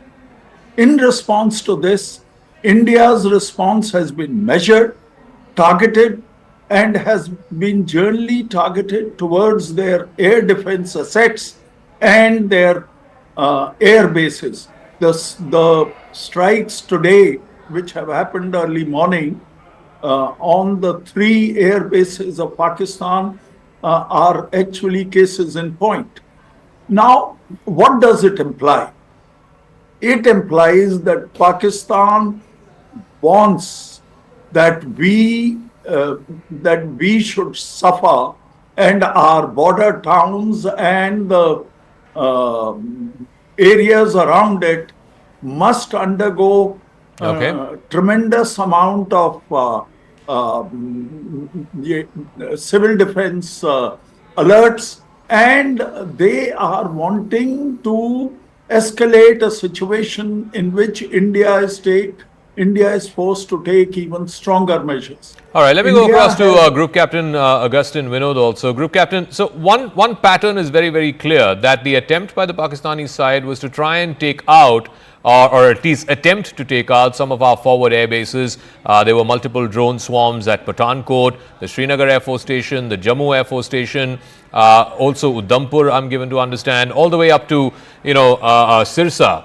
Why? And in response, India has attempted to take down Noor Khan, which is, of course, one of their biggest air bases right in the heart of Rawalpindi. Why are either side trying to attack each other's air bases? Why is that the first line of defense that's being tried to be taken down? Great question, Zaka. In fact, just kind of a while ago, I was discussing with Akanksha the same thing. If you look at how the pattern, when we hit their terrorist target, they didn't have an equivalent target to it. So they had some kind of choice, but they made a wrong choice. Okay, because of which we said, okay, it's not a tit for tat, but we will, if you're going to hit us three, we are going to hit you three and leave it at that. And at every point, Jaka, we, of course, discussed ad nauseum on that. Gave you off ramp and continue to give you off ramp. Even today, though it's very nearly war, we are not even declaring a war. Even today, we are not crossing the red line in two sense, LAC, LOC, or IB. We are saying this side of the line, and trying to every time tell you this is our capability. Please wake up. But that seems to be not happening. If you look at Noor Khan, erstwhile Chiklala, like you said, we took out their strategic asset, most probably an MRTT or C-130. And you look at Murid, all their UCAVs comes from there. Their strategic UAVs comes from there. UAVs which can carry, I believe, even the nuclear air-to-ground weapons come from there. Okay. We have taken that out. And Rafiki is again a very important base because it has 6 fighter squadrons. Not only that, it is a very emotional base for them because it is named after squadron leader Rafiki, who got Hilale Pakistan and Sitare Zurat. I think he is the only guy to have both gallantry award together in their scheme of things, and we have taken that out, and we have in the briefing also told them that's a no further. But have they got the message? I don't think so, because immediately after that came the Srinagar attack. All right. And we saw two fighter aeroplanes, if not 3, going down over Srinagar. So, okay, just give me a moment, Group Captain. I want to get to this breaking news as well. There is now an emergency meeting that's been called for in 7 LKM. The Prime Minister is meeting with the National Security Advisor, Ajit Doval, who has reached 7 LKM. There's now a meeting between the Prime Minister and his National Security Advisor. Arun Danta has more on this. Arun, yes, go ahead. That's right. Zaka, National Security Advisor Ajit Doval just arrived here at 7 LKM, and he's meeting Prime Minister Modi. This is a very, very significant meeting, Zaka, because we know what is happening, the way Pakistan has resorted to drone attacks, and the way India is in fact, giving equal reply with the full measures to Pakistan. And in that regard, of course, this meeting is going to be very, very important. It's been 5 minutes since NS Ajit Doval has gone inside. Remember, even yesterday, he was here for 5-6 hours at the Prime Minister Modi's residence, and he's somebody, Zaka, who's been point person for Prime Minister Modi. He's somebody who's been giving regular updates to Prime Minister Modi, starting from the day one when the Pahalgam attack happened, and how India formulated the strategy against dismantling the terror infrastructure in Pakistan, and especially in last 2-3 days, ever since India started the Operation Sindoor. So NSA Ajit Doval has been that person who's been the point person for Prime Minister Modi. He's somebody, even if he's not here, he's been briefing Prime Minister Modi about each and every detail, each and every measure that the Indian forces are taking. So this is a very, very important meeting. We are also given to understand that he's also in touch with the CDS and the 3 services chief, because Rajnath Singh, of course, is also going to move towards the South Block, where already tribal services chief are there, where war room has been formed. They are monitoring situation from there, and NSA Ajit Doval's visit to Prime Minister Modi is very important, because he is giving those details to Prime Minister Modi, which he of course got from the Tri Services Chief and the CDS. Well, thank you for those inputs. Let's go across to Lieutenant General Rajendra Singh joining us, former DG Infantry, and also Group Captain MJ Vinod. Are we seeing perhaps not just a calibrated escalation from Pakistan, General Rajendra Singh, but also now is Bharat going to now up the ante? Is there going to be a shift in the overall posture of Bharat itself in this entire war on terror? My assessment is that it is high time that India ups the ante and take on Pakistan in a much bigger way. And that is what is likely to take place. But that is my assessment. What the decision makers are going to do is a different thing. The second point which I want to make is that when you are dealing with an unpredictable, totally irrational enemy, then you need to strike him with strength. You cannot carry on with your measured stance for a long time. We have already struck their air defense targets. We have also restricted our strikes onto their air assets, and we have not gone beyond that. I think it is time for us to go beyond that, and I think that is what is likely to take place, because unless you do this, the punishment that Pakistan is going to get would not be enough. I think we need to strike them with a blow that these people come to their senses. At the moment, I think that time has now come for India to really show its might. Now, there are also the non-kinetic options, but we'll get into that diplomatically. What should be the assault? There are huge question marks around the supposed jihadi pedigree of the DG ISPR itself. We'll talk about that also. Should Bharat now go on a diplomatic, kinetic, all-out offensive, especially after the IMF, despite what Pakistan has resorted to, gave it out a bailout of $1.3 billion, and soon after that Pakistan goes ballistic. But Group Captain MJ Vinod, our defenses of our skies, now has Pakistan been put paid? The probing aspect to try and see where they are located and if they can target all of that, none of this seems to have worked. But they have, now there is confirmation on that aspect that they have resorted to ballistic missiles. Fateh 1 and 2 have been pressed into service by the Pakis. Absolutely. In fact, Anand, like you know, for a long while, I was the Secretary of Ballistic Missile Defense, and I know what goes behind when you are trying to bring down a ballistic missile. And thankfully, we placed them the way we placed them. And over Sirsa, the missile which was heading towards Delhi and probably closer to your studio, who knows, we were able to intercept them over Sirsa and bring it down. Yes. And it was a huge explosion that we saw when it was intercepted in air. That and those probing missions, like you rightly said, Anand, should have given them some sense of fear and some sense of appreciation as to what they were looking for and what the effect was. It wasn't matching. Right. So at that time, someone who's a sane voice, and there are sane voices emanating, Anand, as we speak, from the Pakistani side. Marshal Akhtar has come up and said, and many people are saying that you guys are going on a madness rampage, and mind you, air war is conducted by air warriors, and air war is not conducted by army people, like it is being done in Pakistan, which is very sad. Group Captain MJ Vinod, I think you would be aware that the Pak Army Chief General Asim Munir, during the time when he was a major itself, was labelled the deceiver.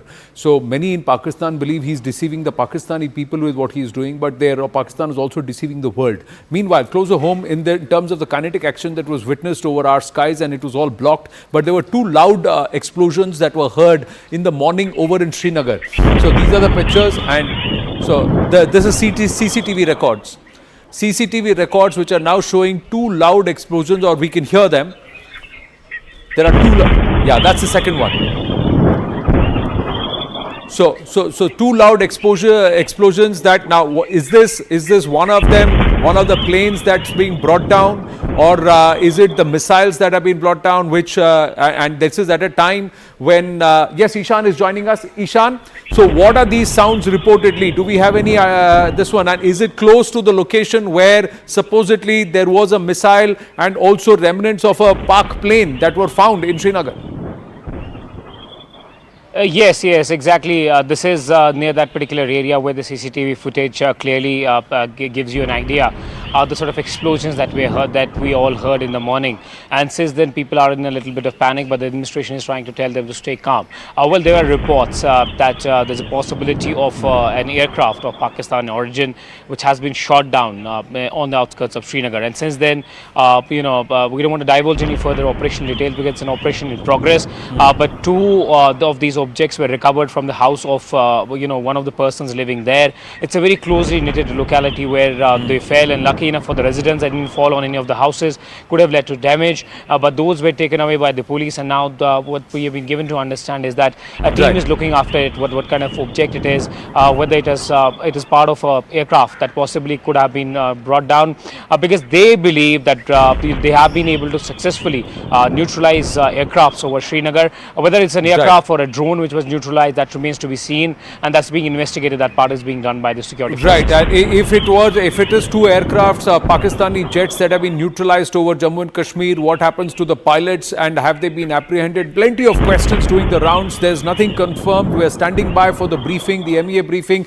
scheduled at 10:30 a.m. this morning. In about 10 minutes it should start, so the countdown is on for that briefing to get underway. How detailed is this briefing, and is there a shift in the posture of Bharat itself overall? We'll see what Mr. Vikram Misri has to say, what Colonel Sophia Qureshi has to say, what Wing Commander Vyomika Singh say in that briefing, and how much do they outline and detail out what all Pakistan attempted in the intervening night of 9th of May and the 10th of May. Rahul Shivshankar joins us on the broadcast this morning. General Rajendra is with us, and so is Group Captain MJ Augustine Vinod. But more importantly, General Saab, if I may ask you, and Rahul takes it forward, this is a serious escalation by Pakistan.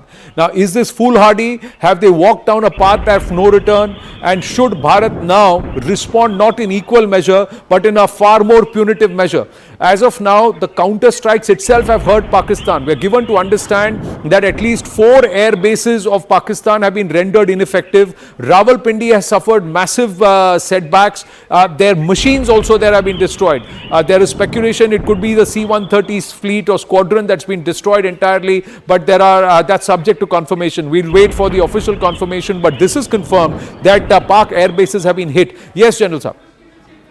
Yeah, I think you are absolutely right.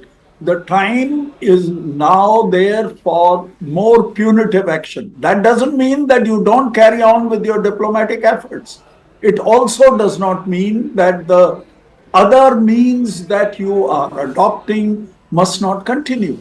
But I think time is now right. Our army and the BSF is already responding correctly as far as across LC and international border in Jammu and Kashmir is concerned. I think time has now come to punish Pakistan in a bigger way. We need to strike their military targets again. I am not suggesting that we start striking civilians, which we will not do, because that is not ethical. That is not the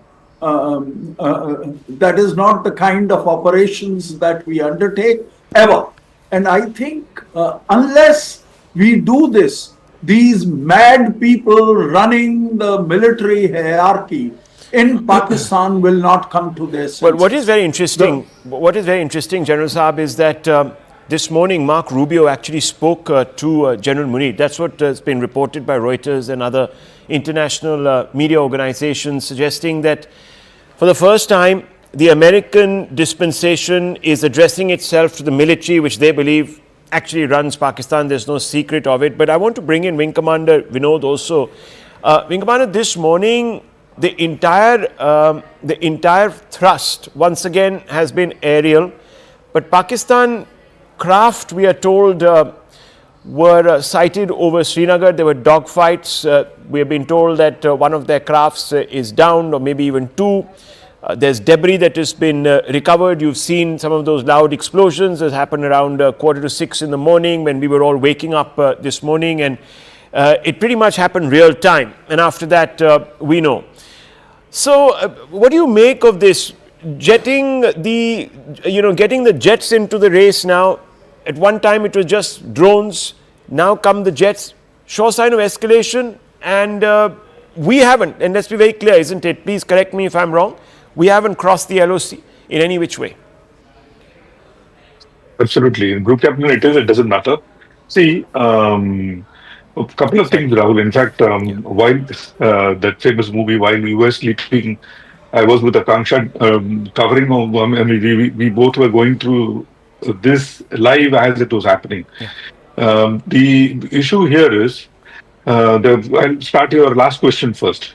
The issue here is we have the capability, Rahul, uh, not to cross the LOC, LAC, IB, and yet hit them where we want to hit them because we have that kind of vectors, like I covered earlier. We have scalp engine going up to 300 to 550. We have Rudram, Rudram 1, Rudram 2. Rudram 2 hypersonic I mean किसी का बाप इनको intercept नहीं कर सकता है not a single weapon in the world, Rahul, has a capability to intercept Rudram 2. We have Rudram 1, Rudram 2 carried by Sukhoi 30. We have a wonderful weapon called Crystal Maze. I've tweeted about it as well. Crystal Maze is a lower version or a lesser weight version of a famous missile called Popeye, which is an anti-radiation missile. We have that. And I believe, I mean, I'm betting my money on, Popeye used in the attack in Noor Khan, where we took out probably an MRTT or a C-130 of theirs in Noor Khan. And Noor Khan, we have inflicted serious damage. So is in Murid. Rahul, I think we have completely decimated their UAVs and that is unmanned aerial vehicles and unmanned combat aerial vehicles both together in one shot, which means today they cannot simply penetrate into India unmanned and attack us because those Bayraktar 1-2 kind of drones is Swaha already. Rafiki is the base, for the sake of viewers, I'm saying Rafiki is the mother base for the Mirage. They also have a Mirage fighter there. It's Esther version of Mirage fighter, Mirage 3s and Mirage 5s. Also, Rafiki has, if I'm not wrong, one squadron of JF-17 called the Tail Choppers. So Rafiki is a major military base. A majority of military targets which were on the ground have been neutralized. So it was 3 versus 3. It was not tit for tat. I mean, tit for tat was they sent very pow kilo ke bomb, just to probe, just to attack on our bases. That is their capability. So be it. But, well, colorful language this morning from the group captain. Fantastic to hear this. Yes, viewers, look, we're just awaiting any moment, and I just want to draw everyone's attention to that very critical press conference. Remember, viewers, now for 4 or 5 days, we've had these press conferences daily. It takes me back to Kargil, General Singh and the group captain here will remember those days when there was a briefing every day in the afternoon and sometimes even twice a day. So, yes, this is war by another name. No doubt about it. India is being very, very responsible. I think both the general and the group captain this morning have been underlining that point. We've been extremely guarded. We have not done what the coward terror force that Pakistan has been doing, which is targeting our civilians. We've only been targeting their military assets, their military infrastructure after their terror infrastructure. So if there's been any graduated escalation, we are still within the bounds of law. We are still giving them what is known as, viewers, escape ramp or a ramp out. We also now know that the Americans have started interlocuting with the military directly. The call has gone out from, yes, General Saab, go ahead. As far as our actions up till now is concerned, firstly, it's very heartening to hear the group captain about the kind of damage that we have been able to inflict. It is very good. But the point which I am making is that we need to up the ante. We need to start bleeding Pakistan economically. There is a need for naval blockade. Just coming to that, we're 2 minutes adrift of that press conference. I want to quickly go across to my colleague, Griha, because there's a lot of fake news that Pakistan is trying to sort of put out there. I just want her to go through some of that fact-checking that is being going on by the PIB. Yes, over to you. Absolutely, Rahul. Thank you so much for that. Let's one by one take into account the kind of fake news propaganda that's been called out by the Press Information Bureau here in the country. Let's begin with the first one here. Indian female Air Force pilot captured. That was the claim that was made by one of the Pakistani handles where they had posted the picture of the Air Force pilot and a fake video doing the rounds where they claim that she has been captured. It has been completely rejected by the PIB, where they say that the pilot has not been captured. Pro-Pakistan social media handles have claimed that an Indian female Air Force pilot, squadron leader Shivani Singh, has been captured in Pakistan. This is fake news, doesn't have to be believed. Now, Rahul, the problem is that it's not just restricted to Pakistani propaganda. There are global reputed media houses who are posting certain unverified facts, and that is becoming rather problematic, and that is also constantly being called out by the Press Information Bureau here in the country. Here, this is the one that has been posted by Al Jazeera, where they have spoken about how there have been about 10 explosions around Srinagar airport in Indian-administered Kashmir. That's how they refer to Kashmir as, and reports have been in fact put across. This has been completely called out by the PIB, where they are saying that Al Jazeera English has claimed that there have been those 10 explosions at the Srinagar and around the Srinagar airport in Jammu and Kashmir. This claim is fake. Rely only on official sources for authentic information. Do not fall for these false claims intended to mislead and cause confusion. Underlined fact that has been posted by the PIB. Another one that's coming in here, where the PIB says that it is being claimed that there is a temporary closure of services on Delhi-Mumbai airline route, an important one for anybody traveling within the country, where they are again saying that it's a fake claim. The Airports Authority of India has extended the temporary closure of 25 segments of air traffic service routes within Delhi and Mumbai flight information regions due to operational reasons only, and that has also been dissed. Another one, something that was of course rather bizarre, was the claim that was made by another Pakistani handle, where Pakistan said that it has destroyed the Indian S-400 air defense system. That claim again has been fact-checked, and they are saying that this is what the truth is. Posts circulating on social media that claim that Pakistan has destroyed an Indian S-400 air defense system. Remember, an important one, a jeweled feather in the ADS crown of India.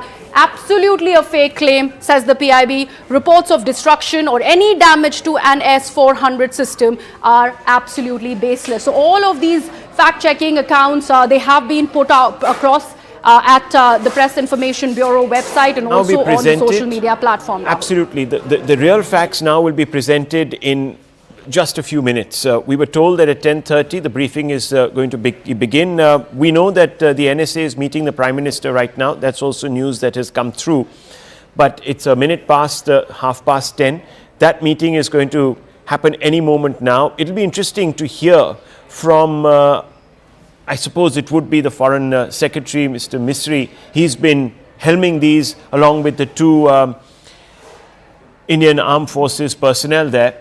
So we're being told that that is the same team that is going to be addressing this press conference. So it's a wait and watch, viewers, because our side has been very, very conservative with the news. We haven't tried to make bombastic claims, even though there have been many questions lingering in the air about casualties that the Pakistanis have suffered, action that has been taken on Pakistan soil. We have kept it extremely, extremely anodyne, factual, understated. And even when questions have been posed to the team that comes out for these press briefings about whether India has taken this action or that action, or be brought down X plane or Y plane, they have said these are operational details which can't be disclosed because these are ongoing operations, which of course is extremely important. Now, we're keeping an eye on that, but just a very quick one, viewers, a quick update to where we stand.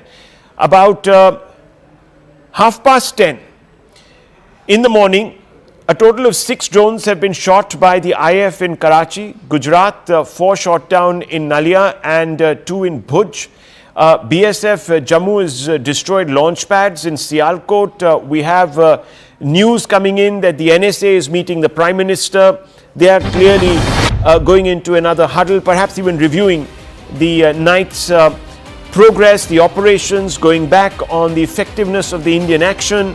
You are seeing pictures of many Pakistani projectiles that have been knocked down, missiles included. There was talk in the morning that there were even one particular kind of projectile headed towards Delhi which was knocked out of the skies close by. We were also being told that loud explosions were heard in the morning in Srinagar, and that 2 Pakistani aircraft have gone down in Srinagar region. We are being told that that is an ongoing operation to try and recover personnel who might have come down. We can't confirm any of that. China has expressed concern over the escalating conflict, but is sitting very firmly on the fence, saying we urge the 2 sides to de-escalate. The Americans have picked up the phone and are interlocuting now as we speak with the general who's leading Pakistan, who has led Pakistan into this misadventure, who has thought that for personal gain he could get away by executing the terrible, dastardly act of carnage in Pahalgam, but clearly has fallen on his face because Pakistan's attempts have been thwarted time again. 4 days they have tried to breach Indian defense systems. They have failed miserably. They're looking poorer for it. And I want to bring in once again the group captain, Augustine Vinod, and also General Singh. Group captain, Pakistan looking poorer for it because A, they perhaps don't have the wherewithal, and they've underestimated India's firepower. It's very clear. There's no other way of looking at this, and resolve, of course. Of course. In fact, Rahul, I'll tell you something, and for the sake of viewers, there is a fundamental difference between the way war fighting is done by India and war fighting is done by Pakistan. The fundamental difference being ours is a polity-driven country and theirs is a force-driven country. I was teaching war plan and war gaming in the College of Air Warfare.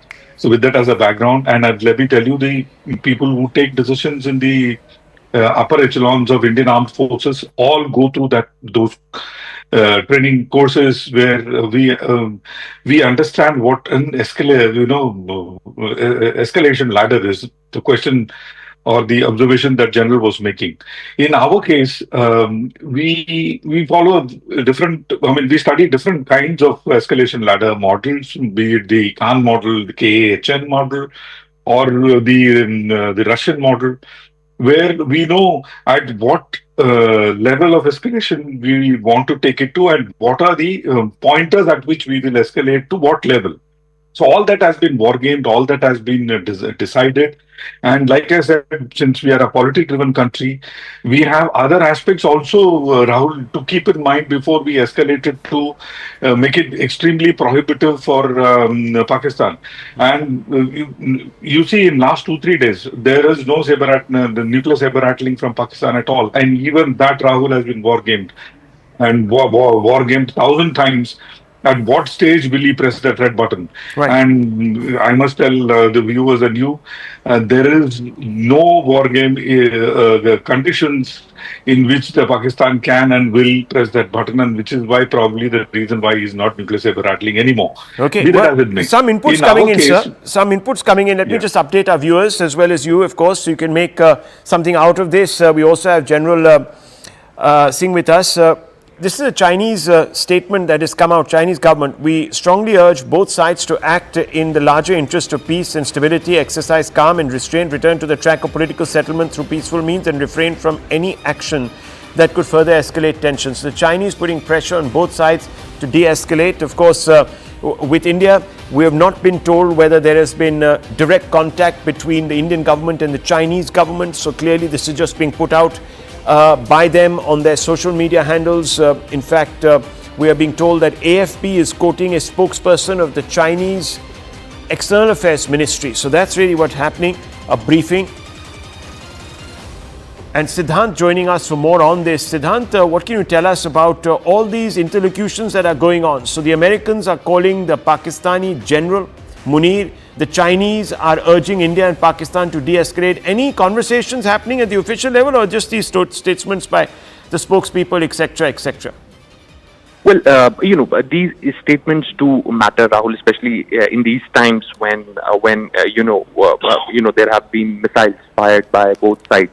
And in fact, as far as Saudi Arabia and United States, these two countries are concerned, perhaps from a day one, it appears to me that they have have mainly been involved in mediating, perhaps talks or rather, pushing de-escalation. In fact, in the same series today, Marco Rubio spoke to Asim Munir directly to the Army General. In fact, we have been told that that very clearly, in a very clear word, Marco Rubio told Asim Munir to de-escalate. Perhaps last time when he spoke to Shehbaz Sharif, nothing happened, and this time around, Americans realized that let's speak to the person who is the mastermind and who is calling the shots in Pakistan. Now we're getting to know that the Chinese have come up with a statement. In fact, Chinese have said in the statement that they strongly urge both sides to act in the larger interest of peace and stability, exercise calm and restraint, return to the track of political But there's been no official contact between the Chinese government and the Indian government, right? I mean, there's been no confirmation of any conversations that are happening.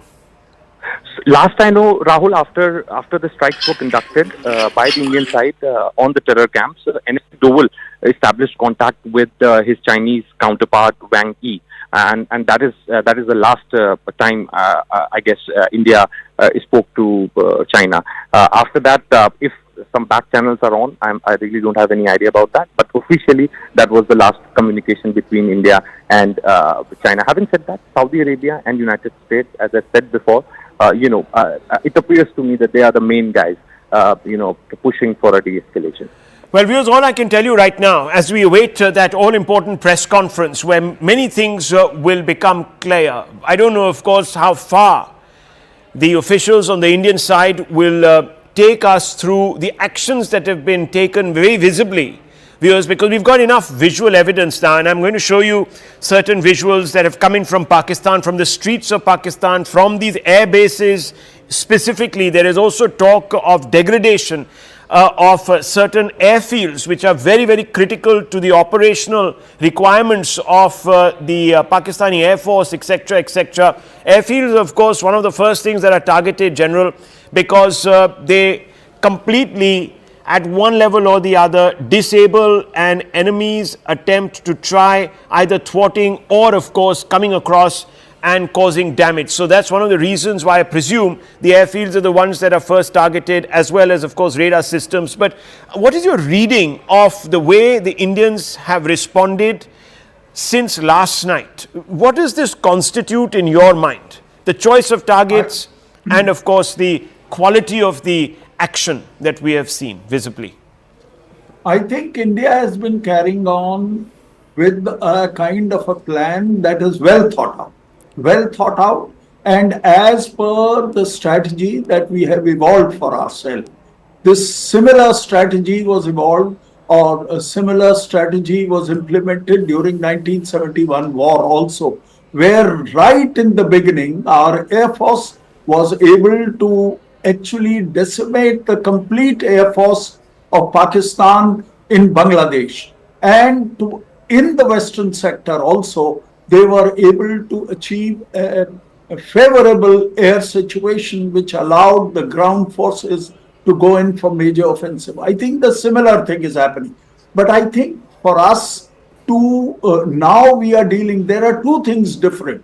Now we are dealing with the totally irrational military leadership of Pakistan. And we seem to be depending far too much on United States. They have the very fact that this IMF loan was sanctioned. Yes. I think that has been facilitated to a very large degree by United States. Their vice president is saying it is none of our business. I think our diplomats, our external affairs minister and Prime Minister Modi is going to take a note of it. I am by no means suggesting that we do not make use of the good offices some big news coming in, General Saab, some big news coming in. There is news that seems to suggest, and this has been put out here, that India is launching retaliatory attack at Sargodha Air Base of Pakistan's Punjab. Now, if I can just bring back the group captain, who is extremely clued in about these strategic assets that Pakistan maintains. The Sargodha Air Base, tell us a little bit about this. It's it brings back the memories of 1971. Rahul, because the Sarkoda Air Base, when we hit it with the hunters, and I believe it was the Operational Conversion Unit which I commanded, which hit Sargoda. And the Sargoda kept burning, can you believe it, for 7 days. 7 days the Sargoda kept burning. Wow. 7 days it kept burning. So that is a kind of target Sargoda is. The Combat Commander School, which is the Top Gun equivalent, is there in Sargoda. So Sargoda is a very, very big target in terms of target selection. Now, quickly, Rahul, give me 30 seconds for me to make sense to people who are watching us as to how this air war is panning out and how this is going to have a much larger effect, taking a leaf from what General also talked about in 71 operations. And what we do is something called counter air operations. Counter air operations. The aim of doing counter air operations is that when you're doing a ground offensive, or when you're moving your own troops within your country, etc., you don't want enemies' air to come and interfere with you.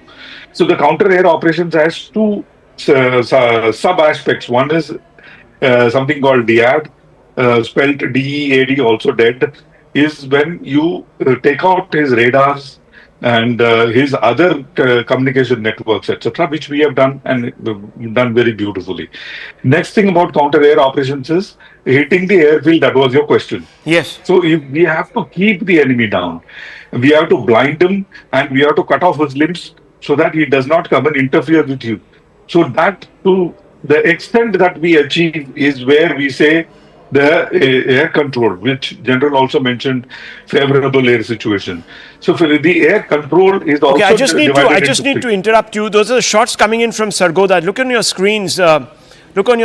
Viewers, as well as the group captain. Just look very closely. That's the Sargoda Air Base. These are videos that have been sourced from Pakistan. So, look, we're going to be a little careful about not going full tilt with claims. But this is what the Pakistani media is claiming, that Sargoda has been hit by the Indian aircraft or missiles or projectiles. I can't say, viewers, we don't know, but this is all the reporting that is happening from there. Something has gone and smashed and hit the Sargoda Air Base, which is in Pakistan, Punjab. Tejinder joining us. Tejinder, what can you tell us? This was a drone strike? Was this a missile strike? What was it? See, what we have been told that a strike has been launched by the Indian Defence Forces on the Sargoda Air Base in Pakistan's Punjab. And those visuals which have come from Pakistan clearly show that people in the area saying that the Sargoda Air Base has been badly hit. There have been several explosions, though right now the operation is still underway. So the agencies are not disclosing what type of ammunition, whether it was an air strike, a drone strike, or a missile strike that has been carried out on the Sargoda Air Base. But yes, we can confirm that the Sargoda Air Base of Pakistan Air Force has received extensive damage. The runway has been damaged. Their hangars have been damaged. This is what the sources have confirmed to us. And the locals in the area who saw the blast taking place inside the Sargoda Air Base have also confirmed that there has been a massive destruction that has been caused. This is the retaliatory effect of the Indian Defence Forces because the Pakistan, if you see the Pakistan tried to carry out multiple strikes on various Indian military installations across not only in Jammu and Kashmir but other parts of the country. All those air strikes, missile strikes, drone strikes from the Pakistan were destroyed by our air defense mechanism. But in a retaliatory effect, the retaliatory fire which the Indian armed forces have carried out, several the Sargoda Air Base has been... Now where exactly is the Sargoda Air Base, Tejinder? How far deep into Pakistan, Punjab is it across, of course, our borders? See, it is deep inside Pakistan's Punjab province, which from where the Pakistan Air Force and Pakistan military, they launched several attacks. We are told that this air base was used to carry out drone strikes, the air strikes, and also missile strikes by the Pakistan armed forces on our defense installations, which were foiled. So deep inside Pakistan's Air Force base, the Indian defense forces have carried out a strike and massive destruction has been caused to Pakistan Air Force assets.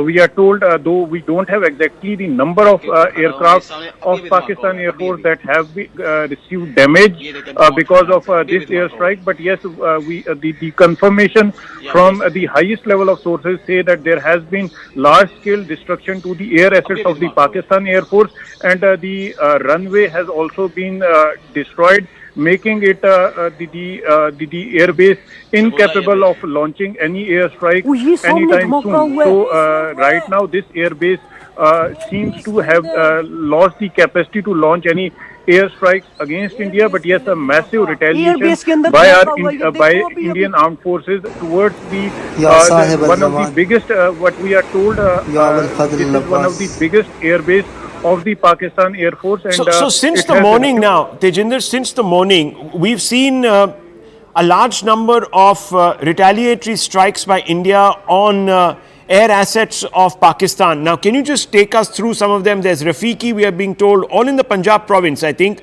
Rafiki, Murid, we are being told there is one in Pindi, and now Noor Khan, and of course this one, Sargodha.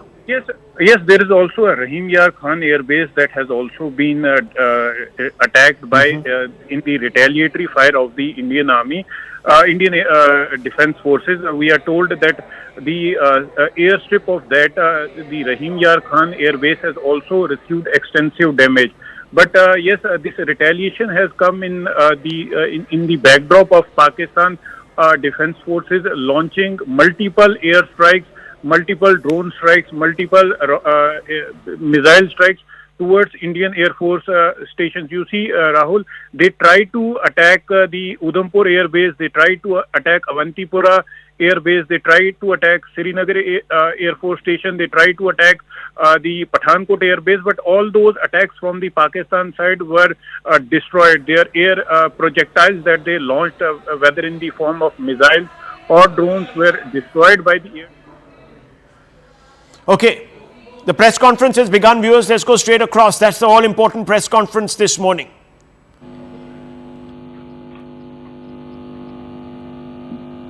Good morning, ladies and gentlemen. I welcome you to this press briefing by Foreign Secretary Shri Vikram Mishri on the ongoing developments around Operation Sindoor. We are also joined by Colonel Sophia Qureshi and Wing Commander Vyomika Singh for this briefing. With that, sir, the floor is over to you. Thank you. Indeed, good morning. Namaskar. Sorry to keep you all waiting. जैसा कि हम पिछले 2-3 press briefings में भी बता चुके हैं, ये पाकिस्तानी गतिविधियां हैं पिछले 2-3 दिन से, जो एक एस्केलेटरी तौर पे देखी जा रही हैं और प्रोवोकेटिव तौर पे देखी जा रही हैं. I've said on numerous earlier occasions, it is Pakistani actions that have constituted provocation and escalation. In response, and I repeat, in response, India has defended and reacted in a responsible and measured fashion to these provocations and these escalations by the Pakistani side. Earlier this morning, we saw a repeat of this escalatory and provocative pattern, and I'll invite Colonel Sophia Qureshi and Wing Commander Vyomika Singh to update you on the developments since early this morning. Colonel Qureshi. Thank you, sir. Namaskar. Pakistan सेना ने पूरी पश्चिम मोर्चे पर लगातार आक्रामक गतिविधियां जारी रखी. उसमें यूकैप drone, long range weapons, loitering munitions और लड़ाकू विमानों का उपयोग कर भारतीय सैन्य ढांचे को निशाना बनाया. नियंत्रण रेखा पर भी ड्रोन घुसपैठ और भारी कैलिबर हथियारों से गोलाबारी की. अंतर्राष्ट्रीय सीमा और एलओसी पर श्रीनगर से नलिया तक 26 से अधिक स्थानों पर हवाई घुसपैठ के प्रयास किए गए. भारतीय सशस्त्र बलों ने अधिकांश खतरों को सफलतापूर्वक निष्क्रिय किया. फिर भी वायु सेना स्टेशनों पर उधमपुर, पठानकोट, आदमपुर और भुज बठिंडा स्टेशन, इन सब पर उपकरण व पर्सनल को हानि पहुंचाई। मैं ये भी बताना चाहती हूँ कि पाकिस्तान ने हाई स्पीड मिसाइल सुबह 1:40 पर इस्तेमाल करके पंजाब के एयरबेस स्टेशन को दागने की कोशिश की। एक निंदनीय और अनप्रोफेशनल एक्ट के तहत पाकिस्तान ने श्रीनगर, अवंतीपुर और उधमपुर के वायुसेना अड्डों पर चिकित्सा केंद्र और स्कूल परिसर को निशाना भी बनाया, जिससे उसके द्वारा सिविल इंफ्रास्ट्रक्चर पर हमला करने की गैर जिम्मेदाराना प्रवृत्ति फिर उजागर हुई। पाकिस्तान द्वारा सैन्य ठिकानों को जानबूझकर निशाना बनाने के पश्चात भारतीय सशस्त्र बलों ने त्वरित व सुनियोजित जवाबी हमले किए। Technical installation, command and control centres, radar sites और हथियार भंडार को चुनकर निशाना बनाया गया। रफीकी, मुरीद, चकलाला, रहमियार खान, सुकूर और चुनिया स्थित पाक के सैन्य ठिकानों पर एयर लॉन्च सटीक हथियारों व लड़ाकू जेट से प्रहार किए गए। पसूर स्थित रडार साइट और सियालकोट का एविएशन बेस भी प्रिसीजन एम्यूनिशन से टारगेट किए गए। इन कार्रवाइयों के दौरान भारत ने कम से कम कोलैटरल डैमेज की क्षति सुनिश्चित की। चिंता का विषय यह रहा कि पाकिस्तान ने लाहौर से उड़ान भरने वाले नागरिक विमानों की आड़ लेकर अंतर्राष्ट्रीय हवाई मार्गों का दुरुपयोग किया ताकि वह अपनी गतिविधियां छिपा सके। ऐसी चालों ने भारतीय वायु प्रतिरक्षा तंत्र को नागरिक सुरक्षा सुनिश्चित करते हुए अत्यधिक संयम के साथ कार्य करने के लिए विवश किया। साथ ही साथ पाकिस्तान ने मिस इन्फॉर्मेशन का सहारा लेते हुए आदमपुर स्थित S-400 प्रणाली, सूरतगढ़ व सिरसा के हवाई अड्डों, नगरोटा के ब्रह्मोस बेस, देहरागिरी के तोपखाना पोजीशन तथा चंडीगढ़ के अग्रिम गोला बारूद डिपो को नष्ट करने के झूठे दावे सोशल मीडिया पर फैलाए। भारत इन फॉल्स नैरेटिव्स को पूर्णतः खारिज करता है। नियंत्रण रेखा पर पाकिस्तान ने ड्रोन घुसपैठ और भारी तोपखाना गोलाबारी के कई प्रयास किए। कुपवाड़ा, बारामूला, पुंछ, राजौरी और अखनूर सेक्टर्स में तोप, मोर्टार एवं हल्के हथियारों से भीषण गोलाबारी जारी रही। भारतीय सेना ने प्रभावी व तुलनात्मक प्रत्युत्तर देते हुए पाक सेना को काफी क्षति पहुंचाई। पाकिस्तान सेना के अग्रिम क्षेत्रों में सैनिकों की डिप्लॉयमेंट बढ़ती दिख रही है, जो स्थिति को और भड़काने की मंशा दर्शाती है। भारतीय सशस्त्र बल पूर्ण परिचालन तत्परता की स्थिति में है। अभी तक सभी शत्रुतापूर्ण कार्रवाइयों का प्रभावी ढंग से सामना कर उपयुक्त जवाब दिया गया है। भारतीय सशस्त्र बल दोहराते हैं कि वे तनाव वृद्धि नहीं चाहते, बशर्ते पाकिस्तान भी ऐसा ही व्यवहार करे। आखिर में आपको कुछ वीडियो दिखाना चाहती हूँ जहां पर इंडियन आर्मी के वेपन्स LOC पर पाक के एसेट्स को ध्वस्त करते नजर आ रहे हैं।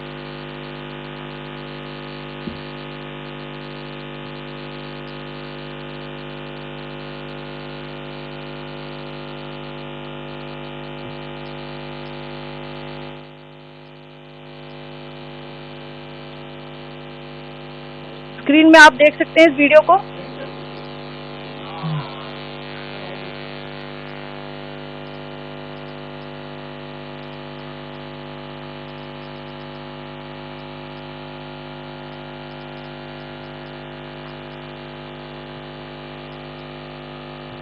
धन्यवाद। जय Hind. Commander Singh. Pakistan military continued with its provocations, carrying out aggressive actions employing multiple threat vectors all along the western border. Pakistan employed UCAV, drones, long-range weapons, loitering munitions and fighter aircraft to target civilian areas and military infrastructure. Pakistan military also resorted to air intrusions using drones and firing of heavy caliber weapons along the line of control. Along the international border and the line of control, air intrusion and several harassment attacks were also attempted from Srinagar till Nalia at more than 26 locations.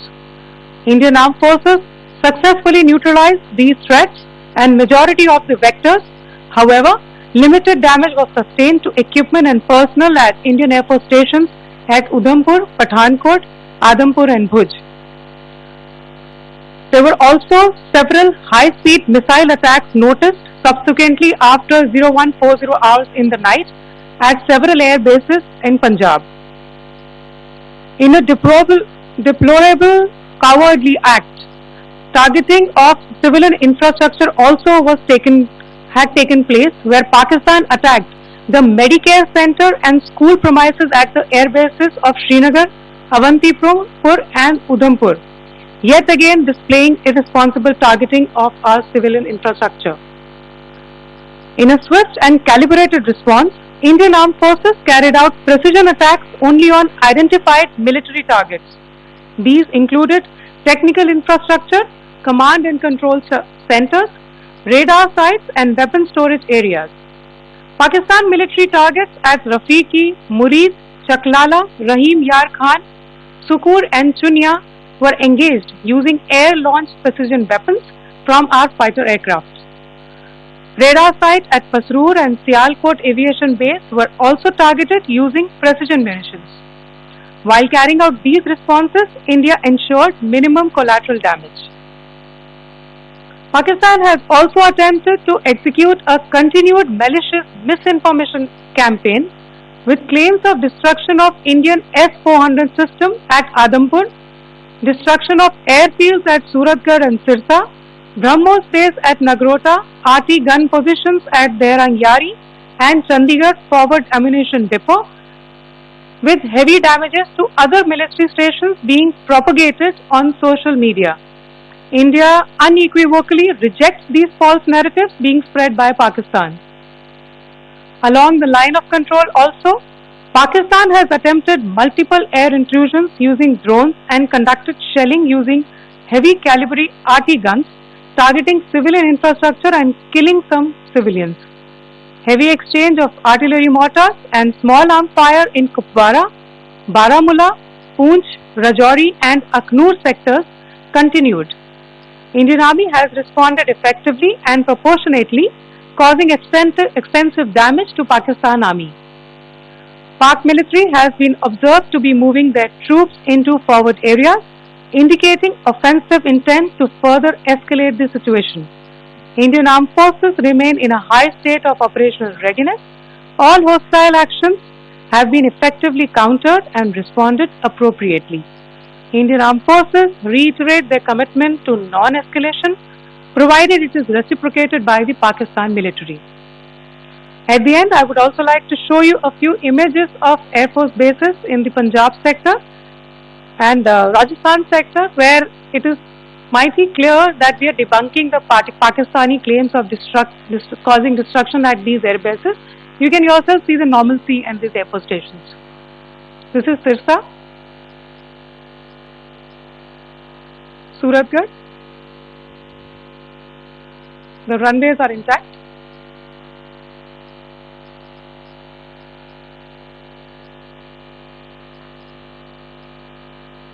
There are also time stamps, just notice, they are also time stamped. This is today.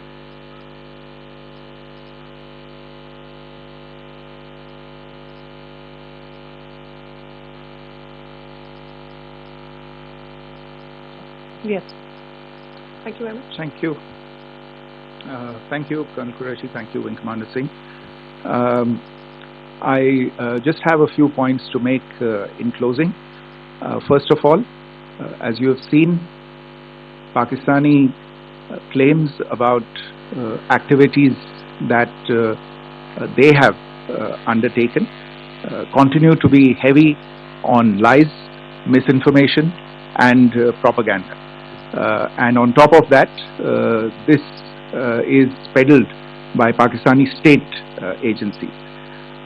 The claims that they have made about attacking and destroying various places, various military installations and facilities, as has been pointed out by my colleagues here this morning are completely false.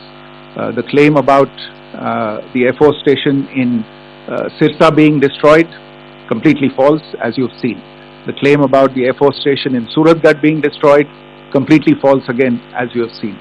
There's a claim that has been made that the S-400 base at Adampur was destroyed, completely false once again. Claims have been made about large sections of Indian critical infrastructure, power systems, cyber systems, etc. being attacked and destroyed, completely false. I would urge all of you and all those who watch this not to be misled by this tissue of lies that is being peddled by the Pakistani state for obvious purposes.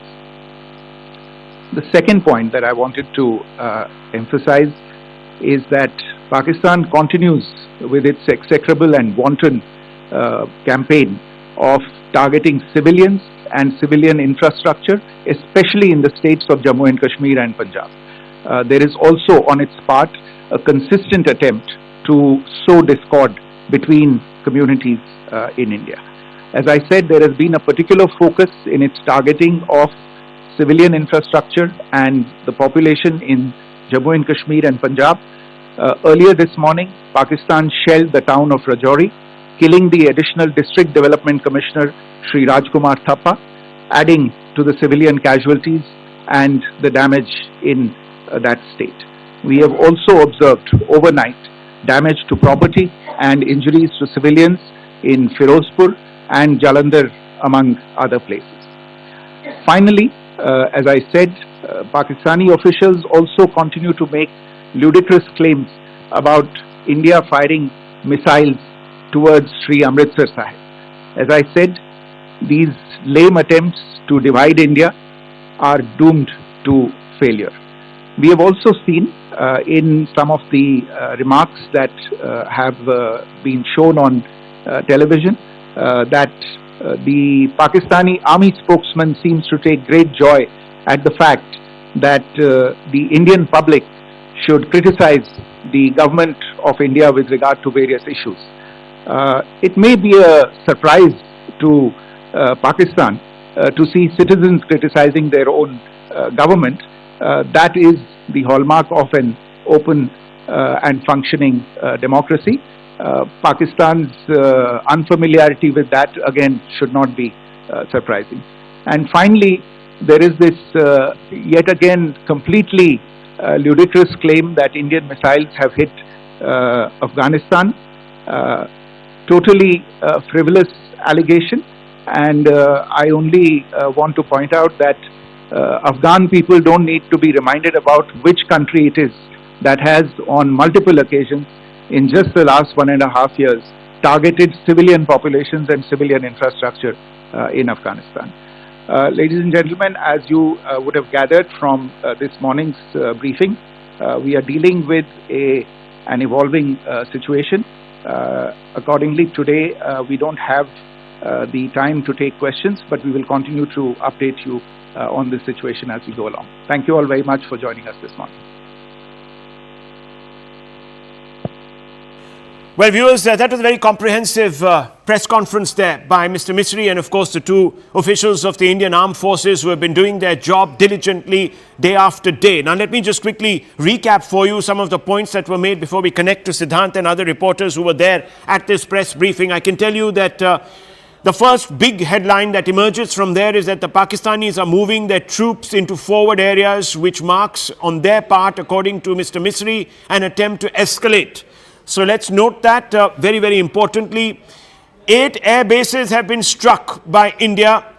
Varying degrees of incapacity has been imposed on Pakistan forces in those air bases. They were detailed and they were known and listed like Sargoda, Noor Khan, Murid, Chaklala, Rafiki, Rehmatyar Khan, Sukur, and the Sialkot aviation base. All of them targeted, all 8 of them targeted by Indian forces. Viewers, no, of course, comment on the kind of munitions that were used to do this.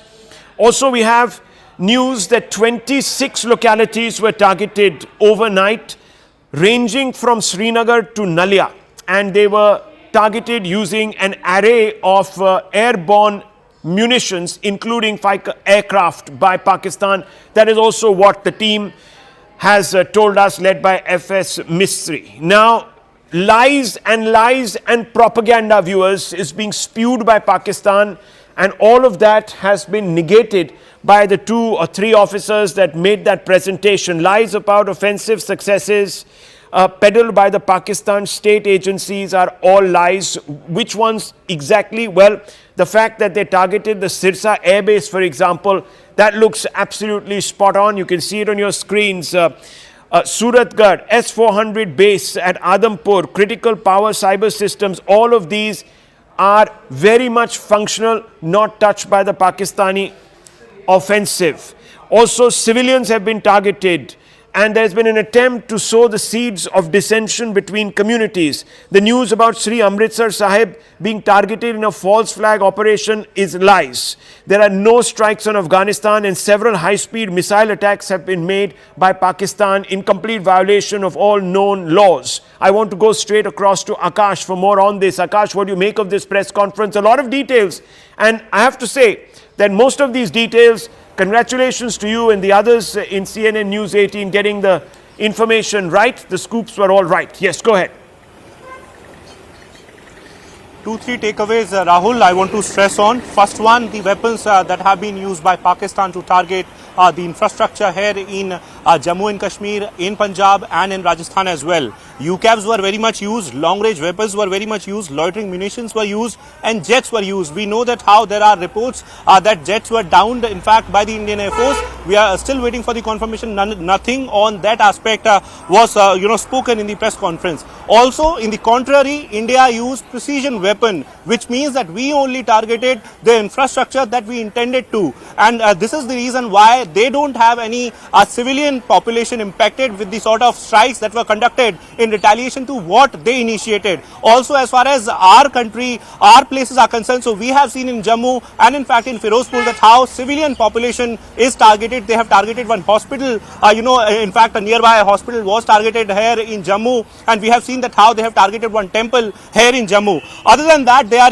moving their forces in the forward areas. We have been reporting for days now that how there is a movement that has been reported by the intelligence agencies where they have been in fact mobilizing their forces in the forward areas. They are placing their artillery in the villages, and it was very much mentioned by Colonel Sophia in the press conference, and she said that Pakistan military is moving its troop in the forward areas with offensive intent to escalate the situation. We have categorically mentioned that we don't want any escalation, and this is the reason why we are not targeting any of your civilian population or your administrative blocks for that matter, but instead you have been targeting not just our military infrastructure but also our civilian population. We have seen that how in Rajouri and Poonch civilian areas were targeted. On LC they have been using howitzers, they have been using these RT guns in fact to target the towns. We know that how in Poonch dynamics are such that in the base we have Indian village, and at the top of the hill we have the Pakistani post, so it is very easy for them to target the civilians, and this is what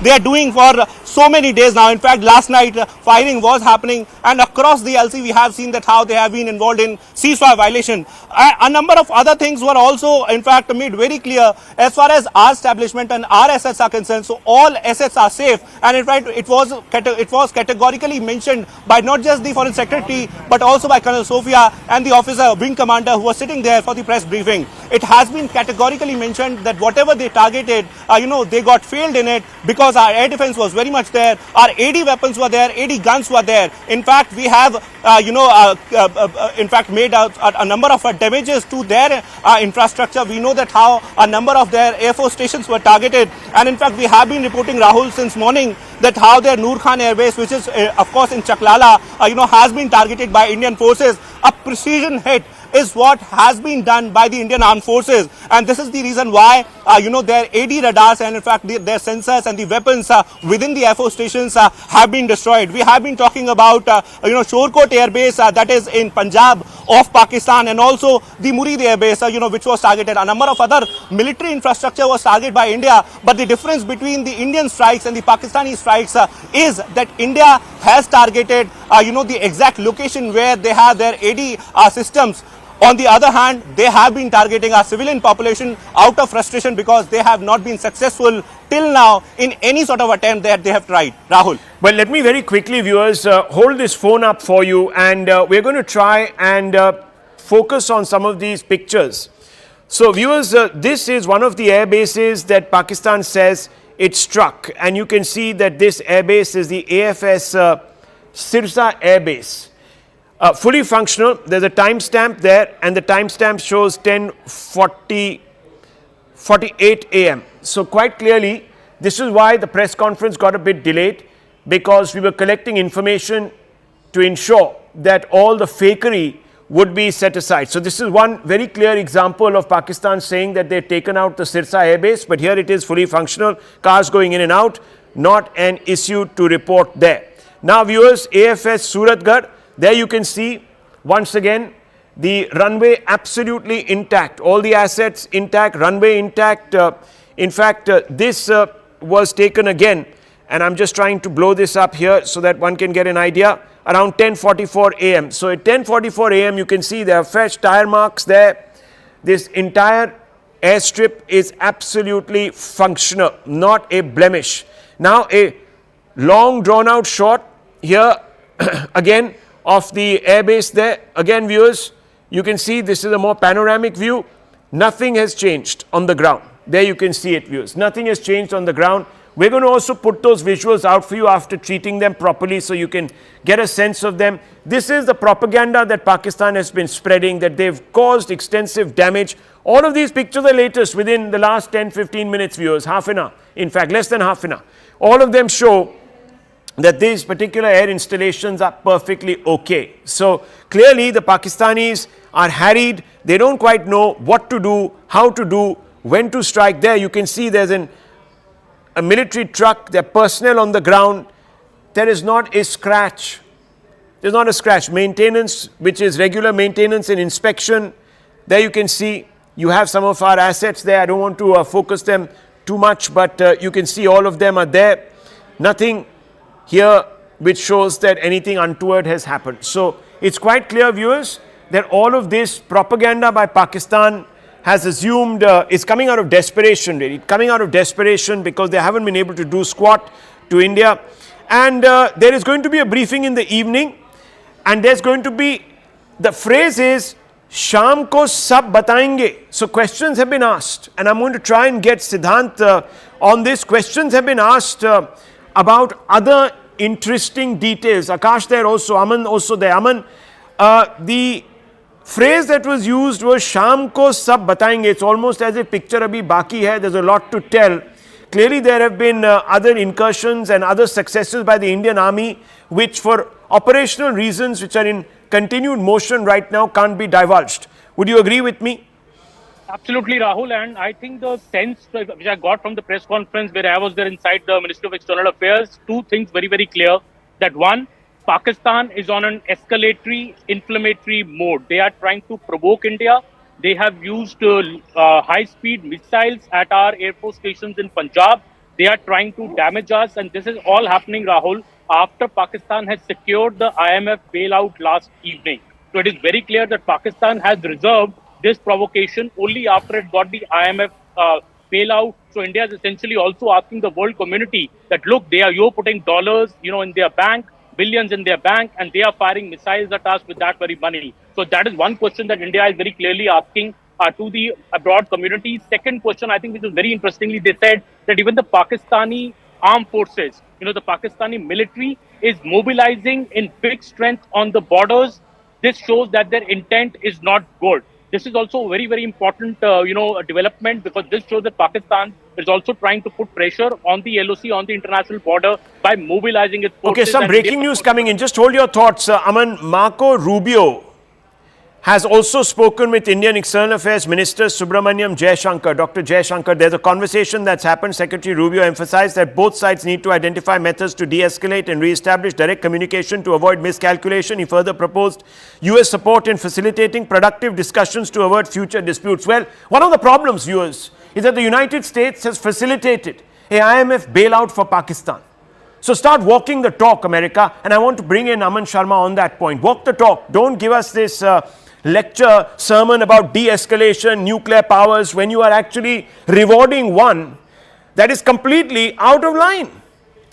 Absolutely, Rahul, and India is strongly saying that off the record that it is US, which is helped with this IMF bailout to Pakistan. US has a bigger vote because of its economy size at the IMF. It was because of the US, India did abstain, India did register its objection, but it is ultimately the US also has to introspect. And interestingly, Rahul, the US has, Mr. Rubio has called up Mr. Jaisalmer here, but who is called up in Pakistan? He's directly called up the Pakistani army chief, Asim Munir, because US is also realizing that the real power is not with the political machinery, not with the Prime Minister of Pakistan, Shehbaz Sharif, but with the army chief. And no, the word I'm getting from inside here, from top government sources also is, US may say what it wants. US can call up Munir, US can call up our foreign minister. India will hit back if we are hit. We will not listen Let me also bring in Zaka Jacob on this. Zaka, what do you make of this? The Pakistanis wanting us to de-escalate, this, that, the other, but also, of course, playing their own games on the side. So Rahul, look, I think the Americans are realizing that both India and Pakistan are, pretty much in conflict now. This is not a low intensity conflict anymore. This is a full-blooded war. We've had 4 wars in the last 75, 77 years of our history. This is likely going to be the 5th one. It's drones, it's missiles. Now there are long-range missiles.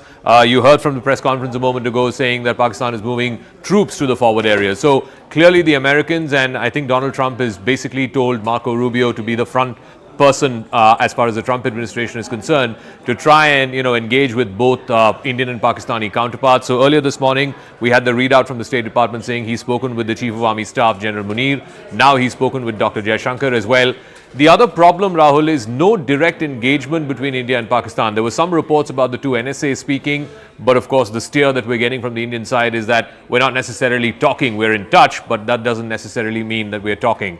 One other interesting development is China. The statement that was put out this morning by China asking, I think for the first time, explicitly Pakistan to de-escalate. I think that will have some bearing, some weight on Pakistan as well. But look, I think there are two conflicting factors here. The Americans and the Chinese are now asking very publicly and having almost daily conversations. Certainly Marco Rubio is having multiple conversations every few days with both his Indian and Pakistani colleagues. But at the same time, the conflicting factor is, militarily speaking, both sides are now locked in. They're locked in this escalatory ladder, and if either side needs to come off, then they need to go back and be able to claim to their respective domestic constituencies that, look, this is the win that we have. Otherwise, we seem to be locked in this escalatory ladder. What started off with drones, then progressed to missiles, is now soon going to progress into troop movements, which is already alluded to by Wing Commander Singh in that press conference. The Indian side also is matching the troop movements on our side. So eventually, what you're going to get if both sides don't climb off this escalatory ladder is that you're going to have a ground offensive, and I don't think that's particularly going to be good for either country. Now, look, India is very clear in its position. We didn't start this. The original escalation was Pahalgam, where 26 Indians were segregated by religion and they were killed. India's response has been to Pahalgam, to the original escalation. That's why India carried out Operation Sindoor, after which we gave Asim Munir an off-ramp saying that, look, this is a one-time retaliatory strike. We don't want to escalate this any further. We've not targeted any military installations. But Asim Munir chose to respond and escalate further, so he's now targeted military installations. The press conference there also said that some of the targets certainly were the Air Force stations in Pathankot, in Bathinda, AFS Suratgarh, AFS Sirsa, all of which there is no damage at all. So, countering this Pakistani misinformation. So while India hit terrorist targets, Asim Munir has escalated this to the next rung by targeting military installations. Therefore, India is left with no choice but to defend as well as to retaliate, to respond. So in response, India has hit the Sialkot base station there in Pakistan, also some of these major Air Force stations. The Noor Khan station, for example, is the biggest in Pakistan. It's one of the oldest. It used to be called the Chaklala Air Base. There's a military training college in the middle of that campus. The general headquarters in Rawalpindi is barely a few kilometers there. It's almost an adjoining campus. So these are some real high-profile military targets in Pakistan that the Indian forces have hit. But this is in response. This is in retaliation. Yes. So I think we'll have to wait and see, which of these countries, which of these international mediators will have pressure to bear on Pakistan and India. Clearly, look, the person that they need to get off the escalatory chain is Asim Munir. He's the guy who's climbing the escalatory chain. He needs to be asked to back off. It's the hyphenation that actually is a bit disingenuous, because even you've sort of suggested that it was the Pakistanis that were the ones that started all of this from Pahalgam. And when they were given an off-ramp, they didn't take it. We were very clear that our actions on the day one were only targeted at terror infrastructure. They had no business to come through the next night and go about targeting our civilian. Now, let me just read this statement to you, because it's very interesting. The Secretary of State, Marco Rubio, spoke with Indian External Affairs Minister Subramaniam Jaishankar. Now, let's focus on the words. Secretary Rubio emphasized that both sides need to identify methods to de-escalate and re-establish direct communication to avoid miscalculation. So there is a quick but almost immediate expectation, which is start speaking to each other, and first to avoid a miscalculation, and then to identify methods to de-escalate. And he further proposed US support in facilitating productive discussions to avert future disputes.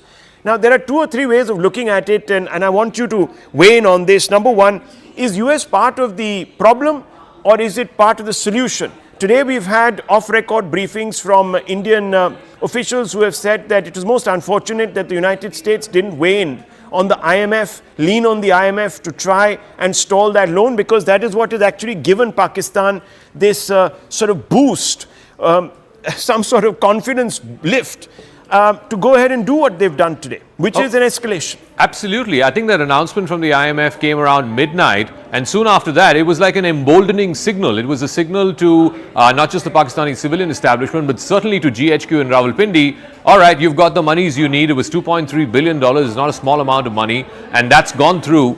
So go ahead. So the signaling that they seem to have taken away from that is that, look, the international community is standing with us. The IMF, of course, is controlled by the Western powers. America has 17% weightage there. Anything above 15%, Rahul, is a veto power. So effectively, the United States had veto power in the IMF, and yet they've chosen not to exercise it. And you look at the comments that have been made by President Trump initially, and then J.D. Vance, I think, articulated it. He was here in India when Pahalgam happened, and people were talking about how, this high-profile attack happened timed to his visit here in India. And he says that, look, we're not going to interfere in somebody else's war. It's their business. It's up to them to sort it out. I can't think of a previous US administration that's taken such a hands-offish approach, despite the fact that Mr. Rubio, the Secretary of State, seems to be speaking to both parties every few days. Like I said, this morning he's spoken to the Chief of Army Staff in Pakistan, General Munir. He's also spoken to his counterpart, Dr. Jaishankar, here in Delhi. And the one thing that stood out for me was Secretary Rubio emphasized that both sides need to identify methods to de-escalate and re-establish direct communication.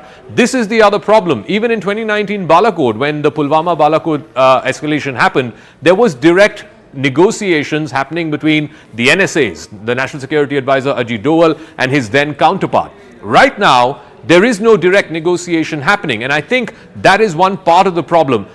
There were some suggestions that the two NSAs, the new NSA of Pakistan, who also happens to be the DGISI, there's been some conversation between Mr. Doval and him, but Indian government sources have said that they're in touch, but that doesn't necessarily mean that they are talking. So I think you have a situation where you have this deranged military general who seems to be, wanting to really send his country down to the gutters, and at the same time, you're giving him off-ramp after off-ramp. He's not willing to take it, and there is no communication directly between both parties concerned. I think, the military reality on the ground is we're locked on this escalation ladder. Munir does not want to take an off-ramp. India does not have a choice but to be seen as responding to each. What struck me above and beyond, of course, Akash, you're on air actually. What struck me really about this statement, and of course, just prior to this statement, the telephone call or whatever they did to reach out to the general. Now that is important, viewers, because it tells you that America knows only the general is actually in control. Now, whether the general wants to be formally in control, we don't know, but certainly motivated by some sort of personal idea of personal gain, some sense of self-aggrandizement, he went and gave the green signal to conduct Pahalgam. And that has led really to this escalation to the point where the world is now waking up to a situation where troops are moving to forward areas, and we are seeing the kind of visible scenes of destruction in Pakistan that are being relayed almost live to us. Now, I want to also, Zach, just stay on with me. I just want to quickly bring in Aman, as well as, of course, Akash on this. Aman, very quickly, there seems to have been a predetermination on the Indian side. After Pahalgam, we're just going to shut down all visible communication doors. Now, I don't know what is happening back channel. One Pakistani minister came out, and Zach, you were privy to this, you saw that on air, saying that, no, you know, there have been contacts between the NSAs. I don't know. First of all, do you actually lay, Zach, I'm asking you this, do you believe that there was some sort of a back channel that has been opened? NSA Doval, of course, talking about him, he's just leaving the Prime Minister's residence. So what do you make of that? Well, Rahul, I think... no, one second. I was just bringing in Zach on that, and I want to bring you on to the larger question. Yes, Zach, go ahead. Just very quickly to your point, the very next day, there was a steer that came from the Indian government that, look, they're in touch, the two NSAs, but that doesn't necessarily mean that they're talking. So I don't think they're talking. I don't think there is direct communication, because if there was, there wouldn't be a need for the US State Department readout that just came out, Marco Rubio's conversation with Dr. Jaisankar, asking both sides to have direct communication. So that's the other part of the problem. There isn't a direct communication that's happening right now. That's an important observation, actually. Yes, if you really read between the lines, that's really the implication, isn't it, viewers? Now, we don't know if this was a predetermined decision. I just want to quickly bring in both Aman, and I also want to bring in Arun Dhanta, I think. He's the one who's outside there, outside 7 LKM. Arun, first to you very quickly, that meeting over between the NSA and the Prime Minister has gone on for quite a bit of time, actually. It's gone on for about 1.5 hours, if I'm not mistaken, maybe even longer. That's right, Rahul. 1 hour, 20 minutes. The meeting lasted here at Prime Minister Modi's residence, and NSA, of course, we know that, in fact, yesterday he was here at Prime Minister's house for 5 hours, and he was part of every other meeting that happened here, either with Rajnath Singh and the three service chief, and then RAW and IB chief, and then finally with the External Affairs Minister and the Foreign Secretary. And today, when, of course, we are seeing at Rajnath Singh's house, CDS Anil Chauhan is meeting him. They are assessing situation there. You have three tri-services chief in the war room in South Block, and here NSA meeting Prime Minister Modi, and of course briefing about the current situation and how majorly India's response has been against Pakistan, and that has of course amply been made clear by the Foreign Secretary in that press conference, that their responses have been measured, calculative, and no civilians were targeted by them. So I think at this point in time, when India is giving brute response to Pakistan at different locations, this meeting between Prime Minister Modi and NSA Ajit Doval is very important. Sure. And in some time and I want to bring in, expecting that perhaps... Yes, we are going to have a second briefing by the MEA. So, and they've said that they're going to let things, they're going to talk in more detail. And Aman, you were of course privy to that. And I want to also bring in you on this point. The NSA meeting the Prime Minister is also to look at perhaps what else can be done at the sub-threshold level, sub-nuclear threshold level, which doesn't lead to a conventional all-out war, but remains a low-intensity conflict where you are still being able to punish Pakistan. And I think that part of this comes from this predetermined sort of outlook after Pahalgam, that look, we are not interested now in interlocuting, we are only interested in imposing costs. That's really what it is. And what is the cost that India will be happy with imposing upon Pakistan, which could serve as a deterrence, is the main question, isn't it? See, Rahul, I think the Indian standpoint is very clear. The original escalation was by Pakistan in Pahalgam and by Operation Sindoor, where we targeted the terror headquarters of Jaish, Lashkar and the Hizbul amongst the 9 locations.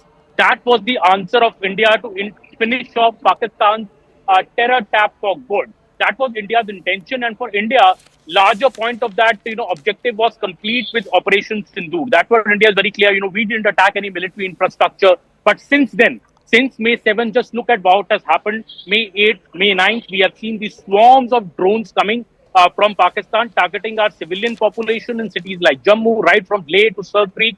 And now they've escalated it to missiles, high-speed missiles targeting our military installations, trying to target our Air Force stations and Air Force bases. This India sees is a provocative and deliberate escalation by Pakistan. This is very clear. And the word I'm getting from top government sources is that if they will hit us, we will hit back. We don't care what the US says. We don't care what the world says. If India is hit, India is going to hit back with double the force. And that is what we have seen last night in the airbase of Rawalpindi or the other air bases that India has listed out where it has inflicted damage. India is very clear with that.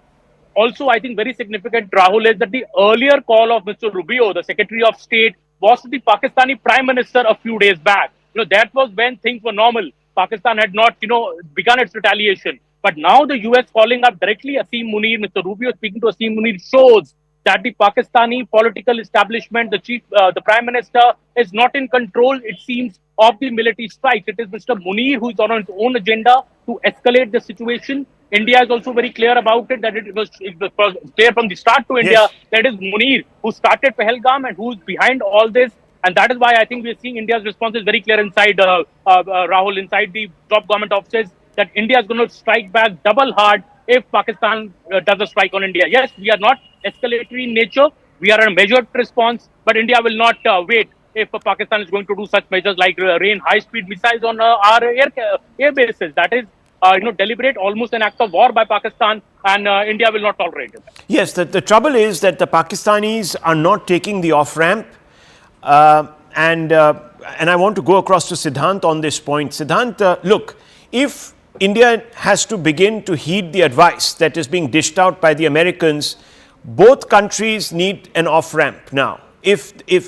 Luckily for us, the Pakistanis have only saber-rattled, but haven't inflicted any damage. On the other side, we've inflicted damage. It's visible damage. From day one, we took out their terror assets, we've hit their terror infrastructure, now we are bleeding their military infrastructure and they haven't done anything, and the pictures on our screens are telling us that they're spreading lies. So, second off-ramp has not been taken by General Munir. And I have to ask you, the conversation in government now must be, how much punishment is enough? And Akash also joins me, and I'm going to bring him into this.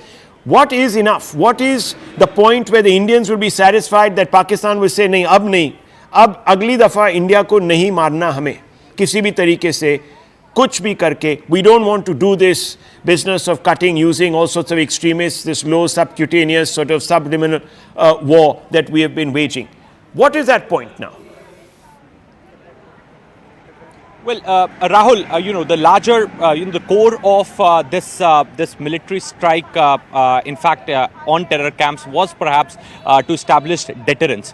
And in fact, now what I could read after, what I could understand after speaking to my sources in the government, and in fact, I'm being told that India will apply policy of tit for tat. If they will hit us, we will hit them back. And this has been told to me by a very senior officer. And in fact, he very clearly said in a layman's language that if they will hit us, we will hit them back. It will be tit for tat. Point number one. Point number two, also Rahul, look at the general, if you look at the pattern in which Operation Sindoor briefings are taking place. India is not asking the generals to go and do the press conference like the Pakistanis are doing. Our press conference is being done by Foreign Secretary Vikram Misri and two of the young lady officers of the forces. Perhaps it again shows that, in India, diplomacy is something which perhaps India, which should be the first path.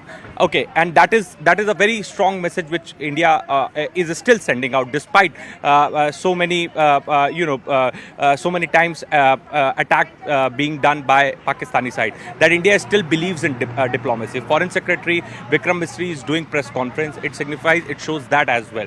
At the same time, today's press conference was also about how Pakistan, since has already lost many battles to India, is now into spreading lies and misinformation. Yes. In fact, now what they're doing is that they are into cyber warfare.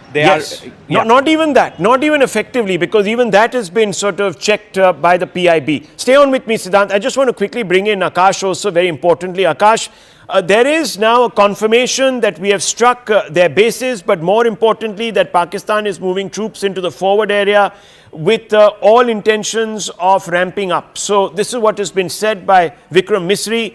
Also, there has been talk that we have been able to successfully thwart a large amount of their military capacity. Can you elaborate on these 2 points and what exactly is meant by when the officials there said there's going to be a lot more we will discuss in the afternoon? What are they hinting at? What's this about? The operation is still on, Rahul. That's the reason why they said that, they will have much more to offer in the evening. And I'll not go into specifics because of the fact that these are ongoing operations. But Rahul, you see, by definition, it is not yet a war, but a conflict. However, the actions that we are seeing from Pakistan, be it using UCAVs or, these high-speed missiles, ballistic missiles or the jets, these actions are somewhere indicating that, they want escalation, further escalation to war. They have been moving their troops to the forward areas. We know that how they have moved their artillery to the civilian population so that, they can fire their artillery from that particular village where they have residents living. And if India will retaliate, so they can show to the world that how India is targeting their civilian population. Now, this is an era where, social media plays an important role. And since morning, we have been seeing the narrative, how they have been propagating theories that they have destroyed S-400, they have destroyed several jets, and they have destroyed several military stations and AD systems and radars. This is possibly for 2 reasons. First one, they want to send a message to the civilians, possibly want to target the morale of the forces, men on ground. But this is not going to happen, Rahul. It has been made very clear. And since morning, we have been seeing that how PIB has been rebutting, all these allegations, claims, and in fact the narratives that are going, on social media. As far as this particular time is concerned, Rahul, I am standing in Jammu, and in Jammu, recently one drone was, sighted and in fact has been destroyed. In fact, I cannot show in the air right now. I'll not in fact show the live operations. But then, in Jammu, it is still happening. They are still attempting, several places. And this is the reason why, it has been said that by this evening, we'll give you some more details of the kind of activities that Pakistan is involved in and also the sort of retaliation that is going from India. Till now, it is a measured retaliation, but people have been demanding that there should be some decisive action against Pakistan. Now it will be important to see as to how armed forces are reacting to the sort of activities that have been happening since last night. Later in the evening, yesterday, we saw that how it started with a ceasefire violation in Uri and Kupwara, and then, they started targeting Jammu, in fact, Amritsar, Pathankot, and a number of other, Air Force stations. Now, since they are not successful, they have been changing their weapons. They initially tried it with drones. Yesterday we saw that how they sent empty drones without explosives, possibly to see the capabilities, possibly to check the sort of systems that we are employing for the air defense. And today they have sent the ballistic missiles. We have reports that they targeted in fact the locations in Delhi, and in fact this attempt was thwarted. But once again, it has been made very clear, we have not disturbed you ever. You were the one, who sent the, terrorists in Pahalgam and carried out that sort of attack where 26 of our tourists were killed. Absolutely. We have only taken action against the terrorists, who have carried out this sort of attack where we have lost our civilians. In fact, we waited for some sort of action that we were anticipating from your side, but you did not take any action against those terrorists who were there on ground, on your ground. And that's the reason why, Indian Armed Forces carried out precision strikes on 7th of May, where they only targeted these infrastructures where we had credible input that these terrorists have been living, their families have been living, and in fact these are the training camps and not the infrastructures, not just the infrastructures. Also, as far as the actions after that, we have seen that how India mentioned categorically that we don't want any escalation, we are not going to target your military infrastructure, we are not going to open fire on LC, we are not going to, in fact, we had no we had no movement, in the forward areas. You must be remembering we were getting videos from Pakistan that how they have been mobilizing their troops, they have been sending their artillery, in fact, in a number of areas. But we did not have any movement at all because we did not, want war. But now it seems that whatever Pakistan is doing is escalatory in nature, Rahul. Escalatory in nature, but India has also said that, look, we have continued to give Pakistan the off-ramp. We have continued to focus on military infrastructure. We are not targeting like the immature, petulant, and obviously invidious, evil-minded Pakistani military establishment that is targeting our civilians with all sorts of motives. Now, here it is, viewers. This is Sargodha Air Base that was targeted, and you can see the plumes of smoke. A large number of people in Pakistan gathered, watching in absolute shock and awe at India's audacity. Look at this. This is a precision strike on a military and minimum collateral damage. That is what we've been told this morning. Minimum collateral damage. Let's have a look at the Shekhupura district. This is a drone impact on Lahore. This is not, of course, an airbase, but in Lahore, the streets, these people are talking about the actions that they have witnessed from the Indian military. And they are completely in a state of shock. There is a huge swath of fire on the horizon, lighting up that horizon in Lahore, Shekhupura. Let's have a look at the next. Here it is, Pindi, viewers. That's the base, the Pindi base. This is really the heart of the military establishment. You can't get any closer to the general headquarters. Munir must be sitting and quaking in his boots right now because this is Pindi. Look at that massive cloud up there and that huge spark of light lighting up the entire sky. This has happened in the dead of the night, but look at the bright lights because it's a massive explosion. Noor Khan Air Base on fire. We've been told that it is massively impacted. We're going to go across to our guests now to get a bit of a sense of what really India has done, what is the motive behind it, what it means for Pakistan as far as degradation is concerned. And of course, there'll also be Brahmacharani because we're going to talk a little bit. And this is Narawal, viewers. Look at the horizon. Look at the extent. This is a massive strike on military infrastructure, hobbling Pakistan as we speak. Hobbling Pakistan to the point where they're going to have a few problems, viewers, responding. And we've got Pakistan where we want them. What can we do next? Those are the fundamental questions.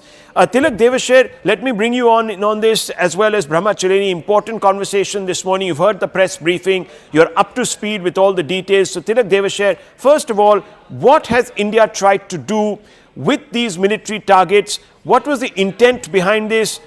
Why are we targeted these specific bases, etc.?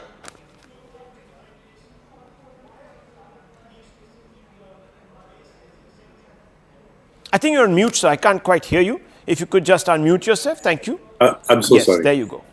You remember on your show last night, we were talking about India's response and being proportionate and responsible. I think last night India did get back and hit Pakistan in response to what they were doing. So you've had attacks on these various military bases.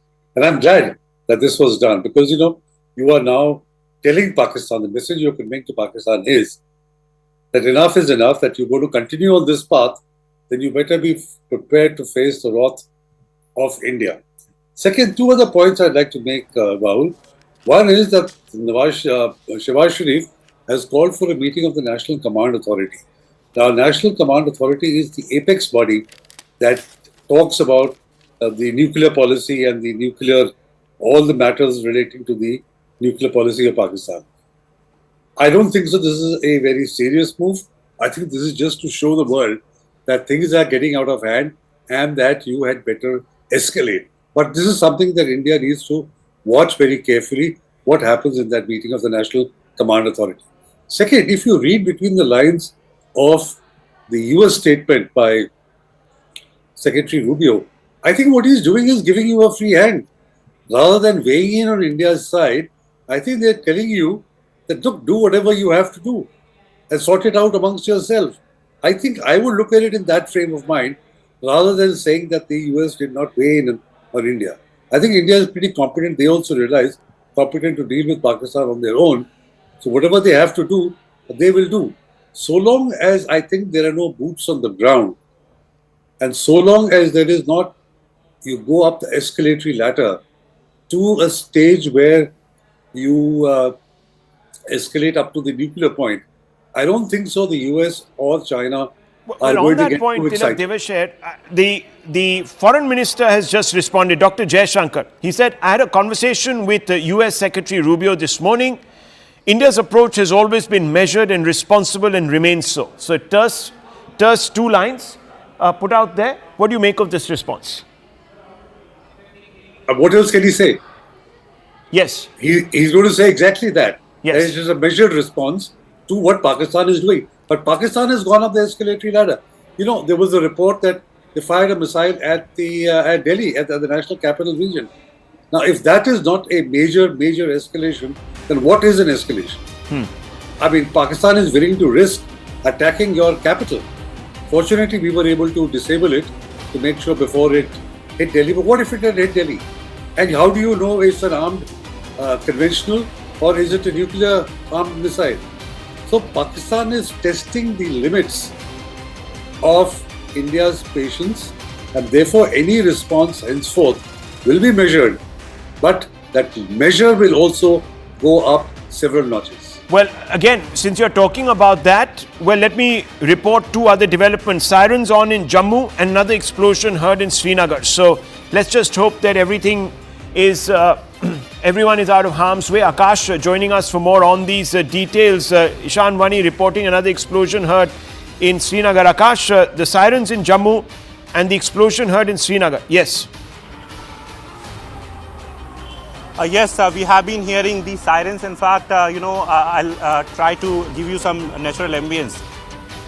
There you have the sirens.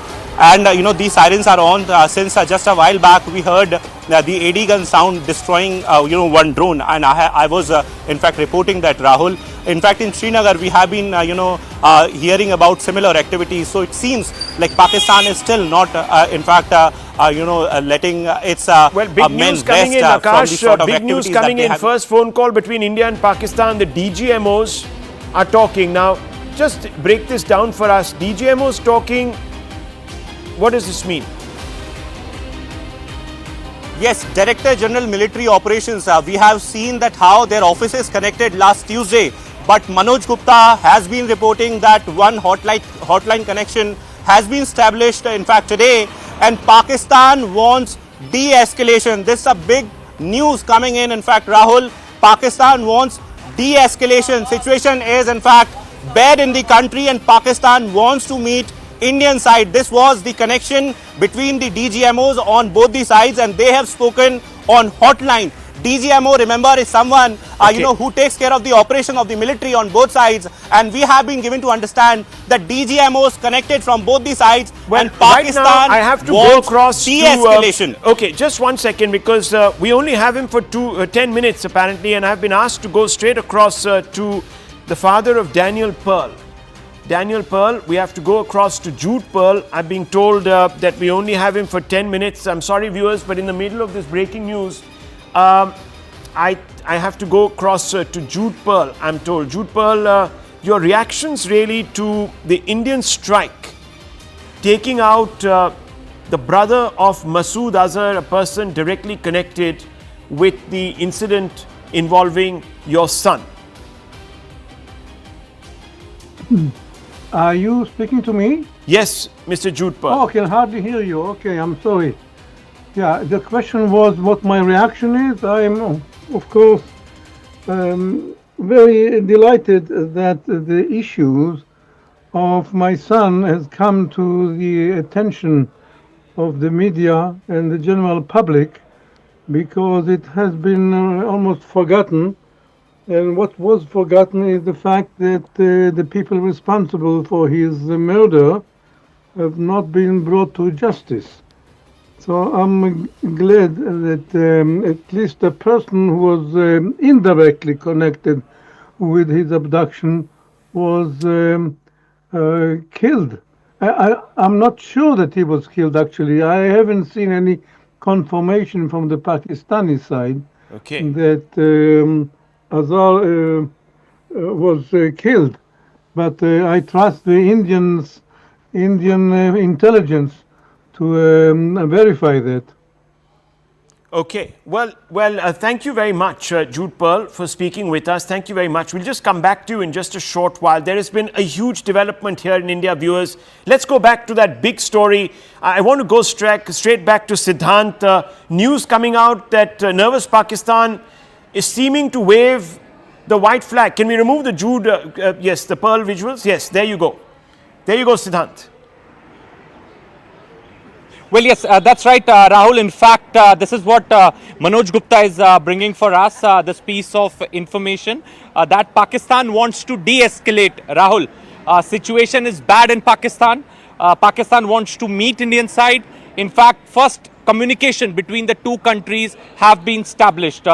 Communication has been established. This is what Manoj Gupta is bringing for us. First direct talk has taken place between India and Pakistan since the escalation. This is a DGMO level talks. Perhaps a very big piece of breaking input we are putting out for our viewers, and in fact this has been brought to us by investigation editor Manoj Gupta, and in fact he has got this confirmation that there has been a direct contact which has been established by Pakistan with India. Pakistan wants to de-escalate. Now they don't want to further escalate the situation. Perhaps, Rahul, this development is also happening after Secretary Rubio speaking directly to Asim Munir this morning. And in fact, we were reporting that how that particular call was only to tell Asim Munir directly that, look, better de-escalate or face the consequences. And now we are getting to know that Pakistan has reached out to India, and in fact first DGMO level communication has been established. Pakistan wants to de-escalate. Situation is bad in the country.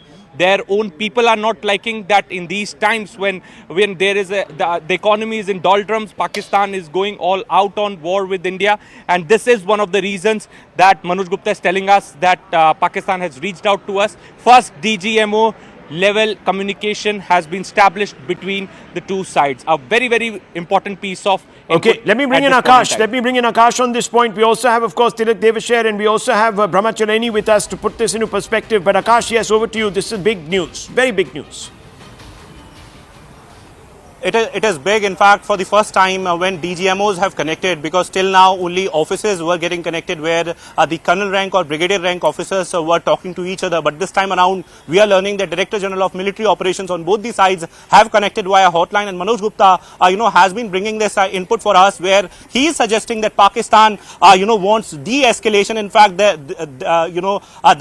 are bad conditions there in the country, and that's the reason why they want to meet the Indian side. Possibly, meeting would happen very soon because DGMOs have somewhere talked to each other. Rahul, just one context, back in 2021, when there was a constant ceasefire violations on the LC, even at that time, DGMOs played an important role, and it was February 2021 when there was a DGMO level understanding for ceasefire. And since then, we were not seeing any sort of escalation on the borders. Once again, when things were getting escalated, it seems that DGMOs have connected and Pakistan wants de-escalation.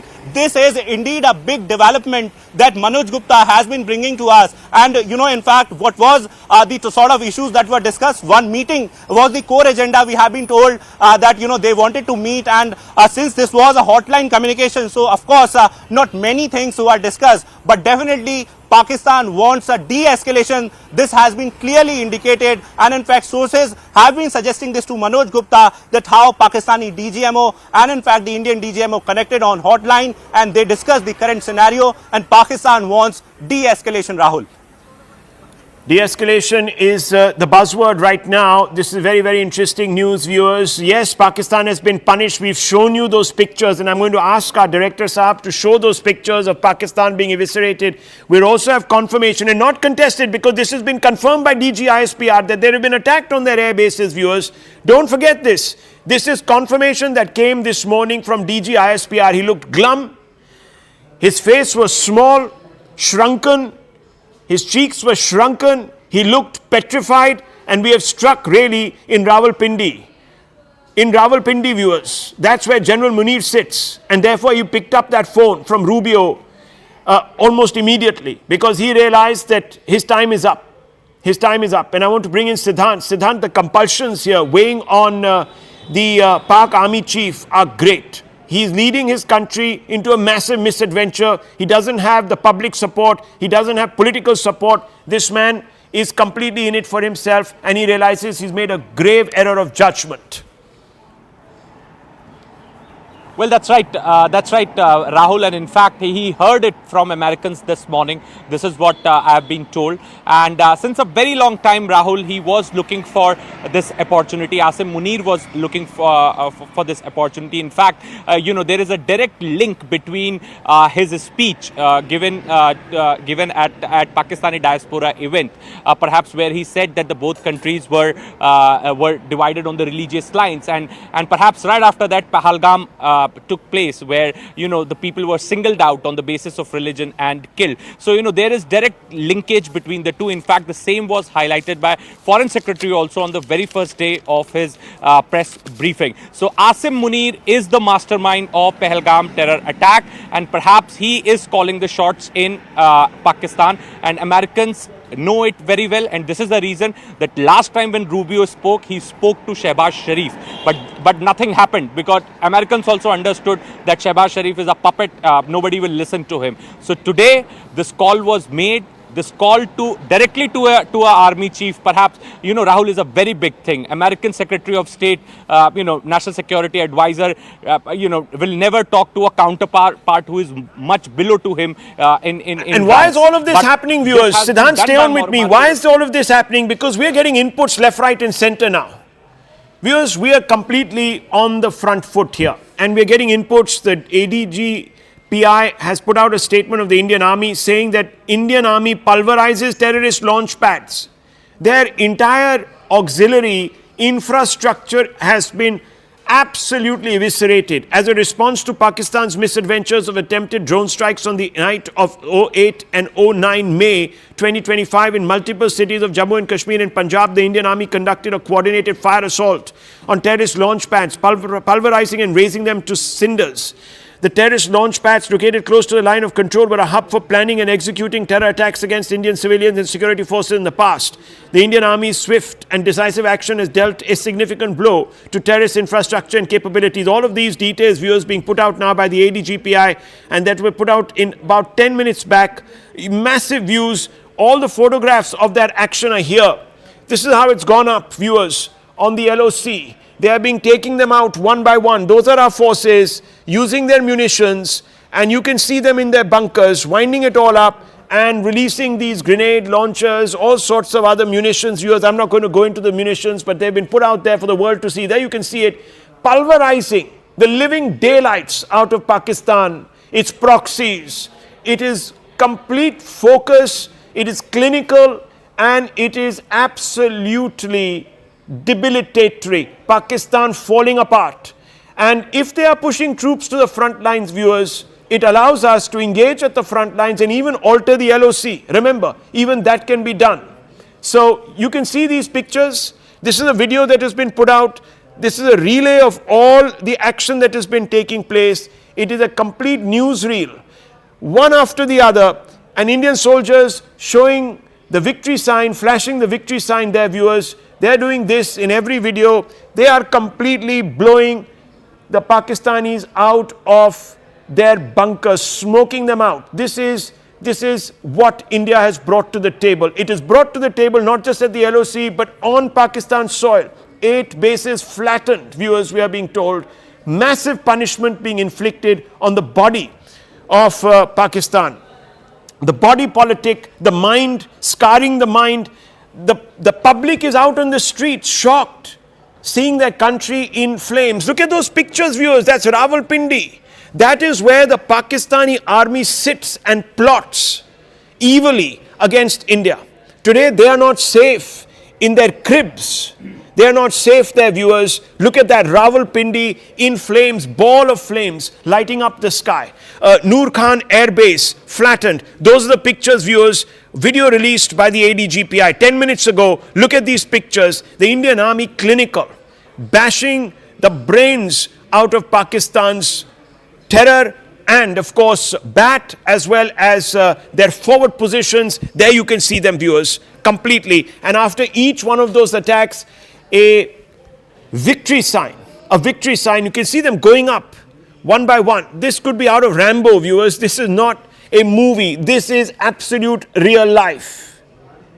Fact is always stranger than fiction. It is more compelling than fiction. This is what it's looking like right now for India.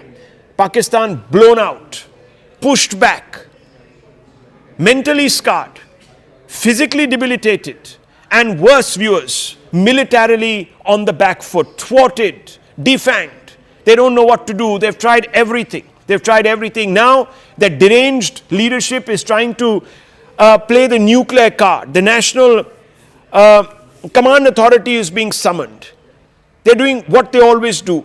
Hold a gun to their heads to negotiate, get the world to pay attention, say, come, still India's hand, help us. It's a cry for help. Let me go across to, I think we're supposed to go across to Siddhant, right? To go back to Siddhant. Okay, we don't have a reporter right now. Colonel Kohli joins us live. Colonel Kohli, this is a complete annihilation, isn't it? Good morning, Rahul. I'm Lieutenant General Kohli. Anyway, sorry, General Kohli. No, that doesn't matter. It doesn't matter. Sorry about that. Absolutely okay. Kohli, yes. This was expected, Rahul. This was expected. They do not have the capacity and the wherewithal to fight. It was known to them also, but they had been showing bravado so far.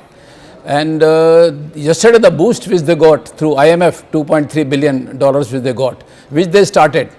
And they were, that time also, in fact, yesterday I was on a TV, I was mentioning this only. They knew that they will get us on the negotiation table through American pressure or through somebody else. And before that, they wanted to achieve something so that they could show to their population that they have also been able to do something.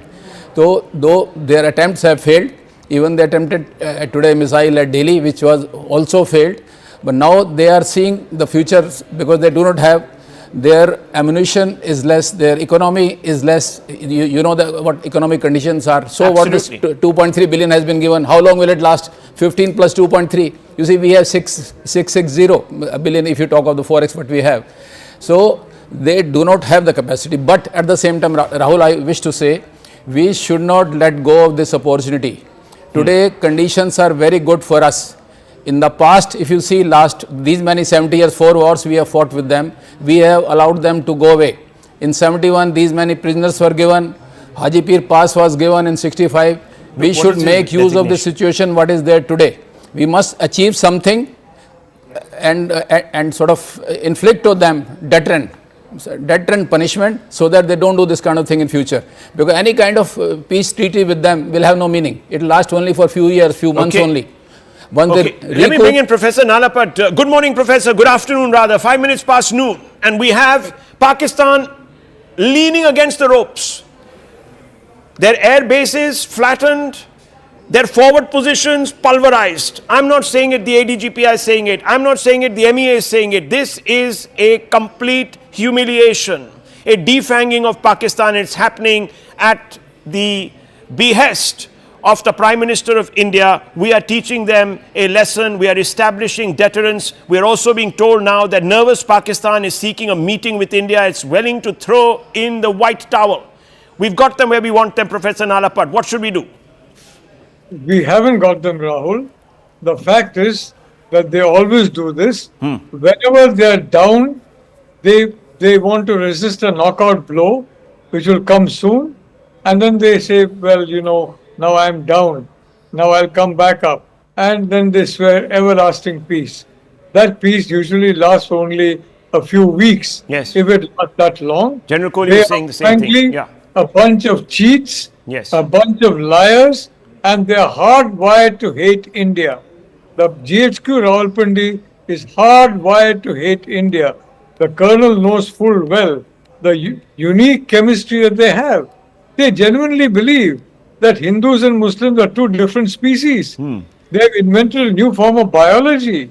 So what they're looking for, they know they're on the ropes. They are on the ropes. They want to avoid a knockout blow. The point is, this is not the time for any kind of leniency. You have to give that knockout blow.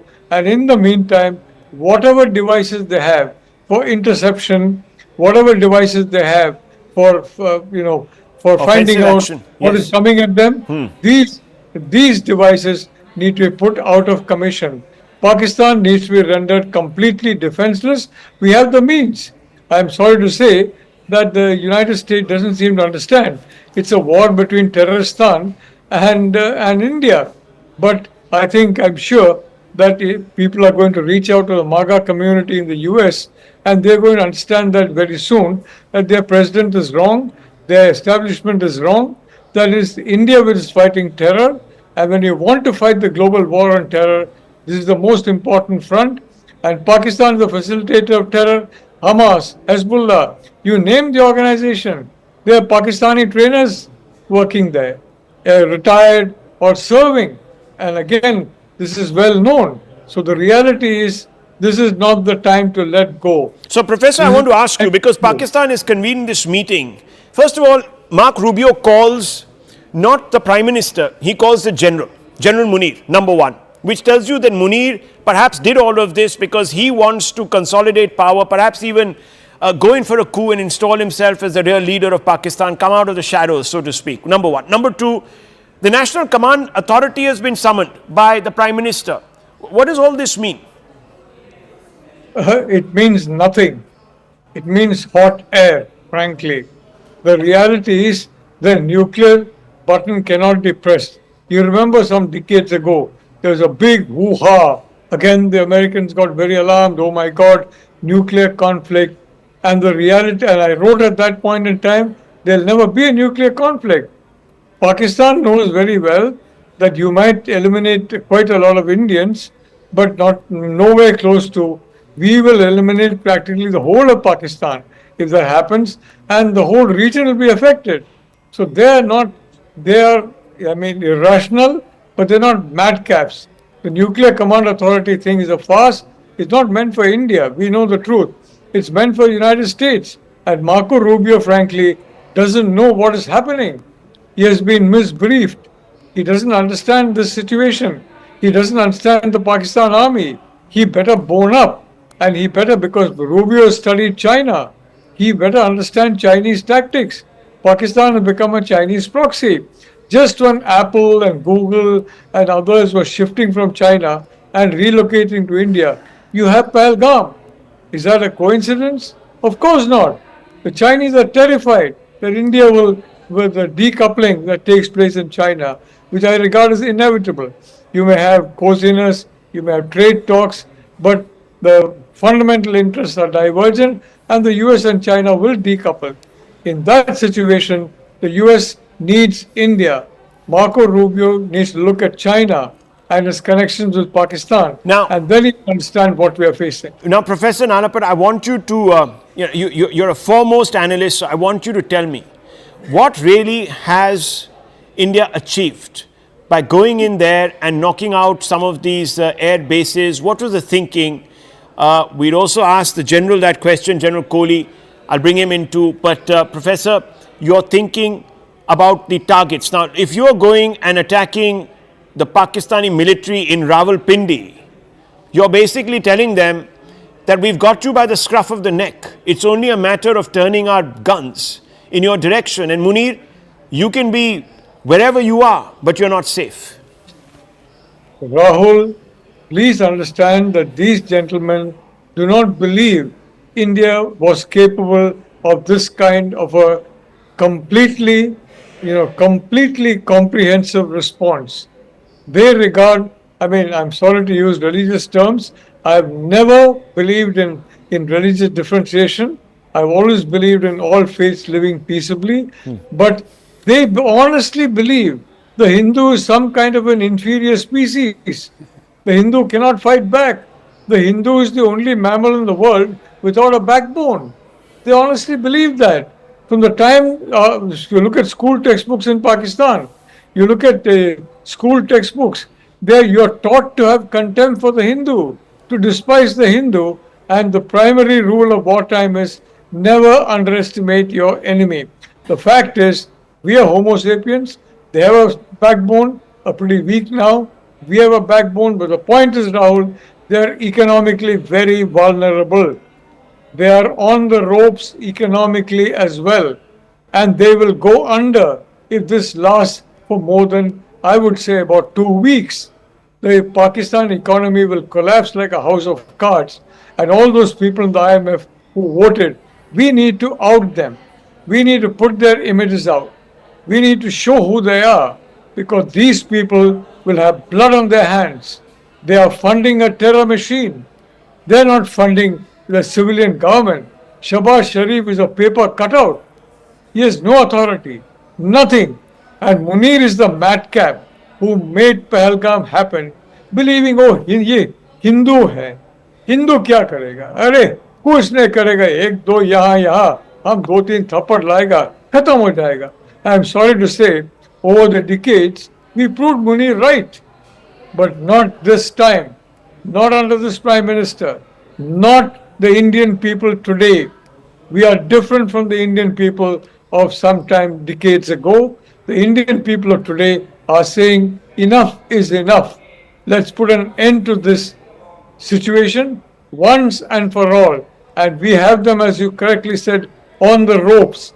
So now they want to second wind. They want to again recover and recoup. Do you think Israel is going to allow Hamas a second wing, Hezbollah a second wing, the IRGC a second win?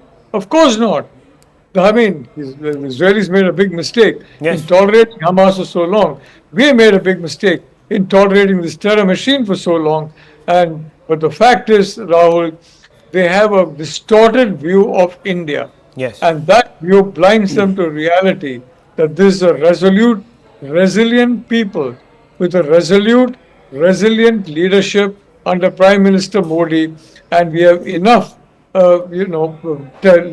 domestic talent to have produced some of the finest weapons which are now being deployed in combat. Yes, and we really come to this, haven't we, very well prepared over the last 10 years since 2014. We've been thinking this through. Yes, there has been a huge amount, viewers, and you have to now go back to those conversations.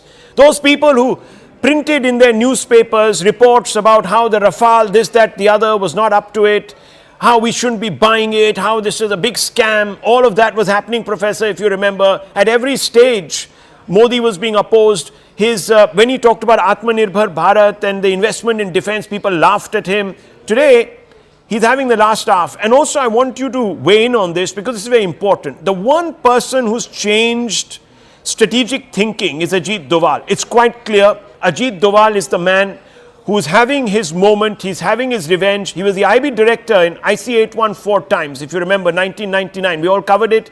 And at that time, he was actually implicated as being the one who came up with this soft strategy of going out there and exchanging terrorists for hostages. And he wasn't, it later turned out, was wrongly blamed. So he's been waiting for his moment. He's got his moment. He has been the prime orchestrator of this strategic new recalibration in Indian thinking. Would you agree, sir? Well, I'll tell you that the one person who understands India very well is Ajit Doval. There's no question about it. The man understands Pakistan as well, and he understands Pakistan like the palm of his hand. So there's no question that he knows the psychology of that country, and there's no question that he would have advised the Prime Minister. But the fact is, we have a very determined leader. Minister, but he worked under Narasimha Rao. If he had worked under some other leader, maybe he would have been a flop as finance minister. But the reality is, Ajit Doval has got the perfect leader for him. And that's why he is working so beautifully. And because we have Prime Minister Modi, we have a resolute Prime Minister, we have a resilient people, we have a glorious armed forces. What are we waiting for, Rahul? Let's end this menace of cross-border terrorism once and for all. India wants, viewers. That's what India wants. And I want to bring in General Kohli. Stay on with me, Professor Nalapat. Professor Nalapat, top of his game, as always, viewers. As always, giving you insight. He's incisive. He knows exactly what to talk about. A Pakistani drone shot down there once again. Viewers are throwing it all at us. The kitchen sink and everything, but they're not going far. Look at that. Jammu and Kashmir is at the front line. We've been told there in Jammu, in Bishna area, another drone down.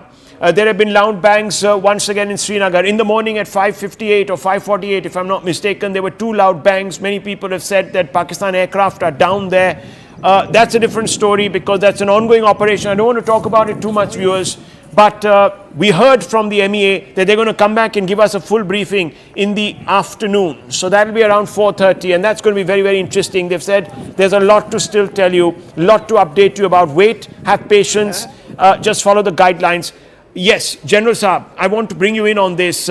Professor Nalapat is of the view now that this is it. This is our moment. Let's not fall for all these, highfalutin conversations that come out of Washington, D.C. and this, that, the other and get pressured and, think that we should. Yes, of course, we want Tilak Deveshwar also. Please bring him in. Very important voice in this calculus. But, General, this is it, really.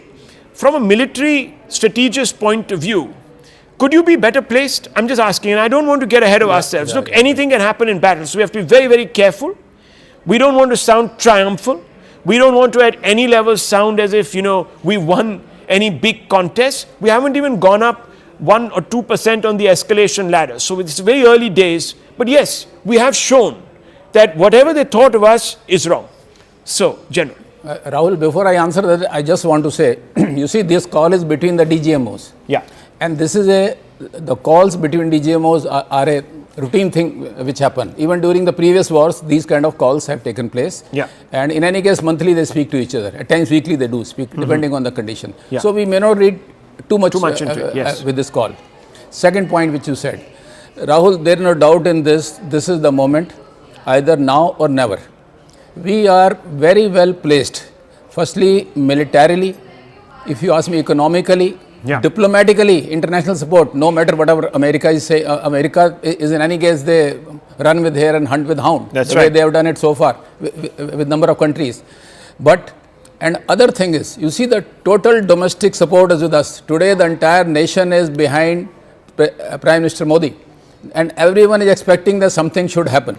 Yeah. Now, talking purely from armed forces point of view. One second, sir. Just a second. There's some news coming through. I just want to go across to our reporter. I'll come right back to you. This is an evolving situation, viewers. Tejinder Sori with us. Tejinder, yes, what can you tell us? Update us, please. Yes, sir, Rahul. Pakistani drone has been shot down by our air defense system in the Bishna area. It is in Jammu, wherein the Pakistani drone tried to carry out attack on a vital military installation in the area. We are not disclosing the exact location and the exact name of the military installation, but yes, a vital military installation was the target of this drone. However, our anti-aircraft mechanism that is in place in that area has taken down this drone. Now this drone has been taken away by security forces, and they are analyzing what type of drone it was, what type of payload it was carrying. So clearly, once again, the nefarious design of the enemy nation Pakistan has been foiled by our security forces, and there are also reports that several other drones have been shot down in other places, including Pathankot in Srinagar. So these reports are being verified, but in Bishna, yes, a Pakistani drone whose target was a vital military installation in the area has been shot down by our security forces, by our defense mechanism. Okay. Yes, also, we're getting news that certain loud explosions have been heard in Srinagar or over Srinagar.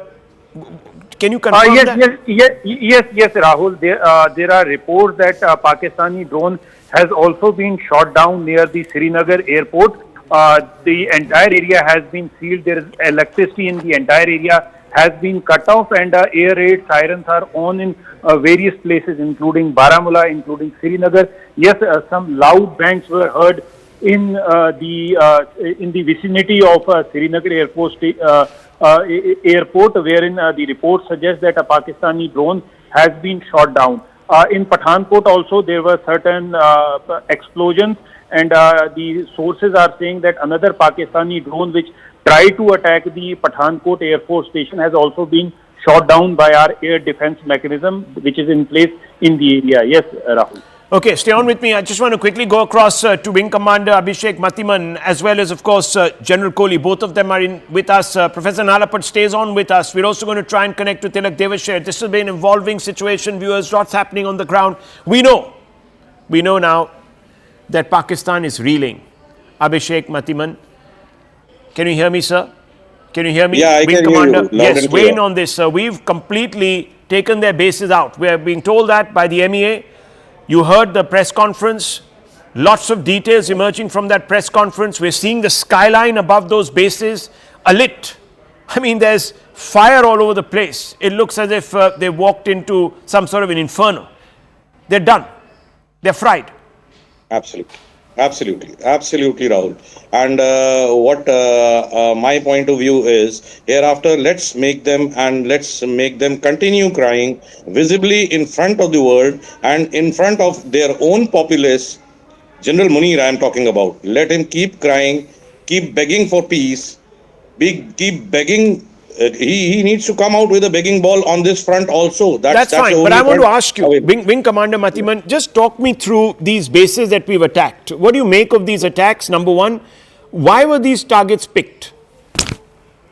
See, having prodded for the last, say, more than 48 hours, their defensive as well as offensive capabilities, as I said yesterday, their entire network, the EW network and the air defense network, lie exposed.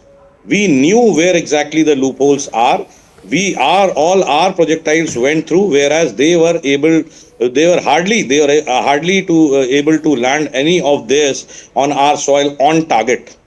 So, having done so, we went for the kill. The first step was to carry out SEAD missions, suppression of enemy air defenses, which we did very clinically, one by one, on their air defense radars, on their much touted Chinese superior technology radars, putting them down, biting the dust. And thereafter, clinically went from one airfield to the other, from Rahim Yar Khan to Sukkur to Noor Khan to Sargoda to Rawalpindi to Chaklala. All these airfields have historically been the backbone of the much touted Fizaya Pakistani Air Force. Now that these airfields have been put to rest, at least temporarily, we have a clear window. To go for the kill. Mind you, in the morning, what they did was they launched a tactical ballistic missile which was apparently headed, as per information, towards our national capital region. We were lucky. I would rather say we were so professional, and the last 48 hours have shown that. And what we had been doing all this while, we knocked this one also right out of the sky, right in the middle of its flight path over Sirsa. The air warriors and all the armed forces so far have been doing a fantastic job, and I think the time has come for us to So are you saying continue. You see, Mr. Vikram Misri, when he was addressing, or I think one of the two officers were addressing, they made references to a high-speed missile from Pakistan. Is that what they were talking about? Is that the high-speed missile? Yes. The tactical ballistic missile? I'm not a military man. I don't understand military stuff, so please break it down for our viewers. And people like me. That was an indication, to my knowledge and to my understanding, that was the Fateh 2 he was pointing out to, which as per reports was launched this morning. And that is a trigger enough for us not only to react, not only to escalate, but react in a manner befitting our own capabilities and the volume of firepower and gunpowder that we can inflict upon them. We, being the superior power, now reserve by any conventions of warfare and by any stretch of imagination, we reserve the action. You said that we went clinically from one airfield to another. So what do you think we employed to do this? What were the kind of munitions we might have employed? You're an airman, so I'm asking you this. Also, a speciality or two about this Rawalpindi Air Base, the one in Sargoda. Why are they so important for Pakistan?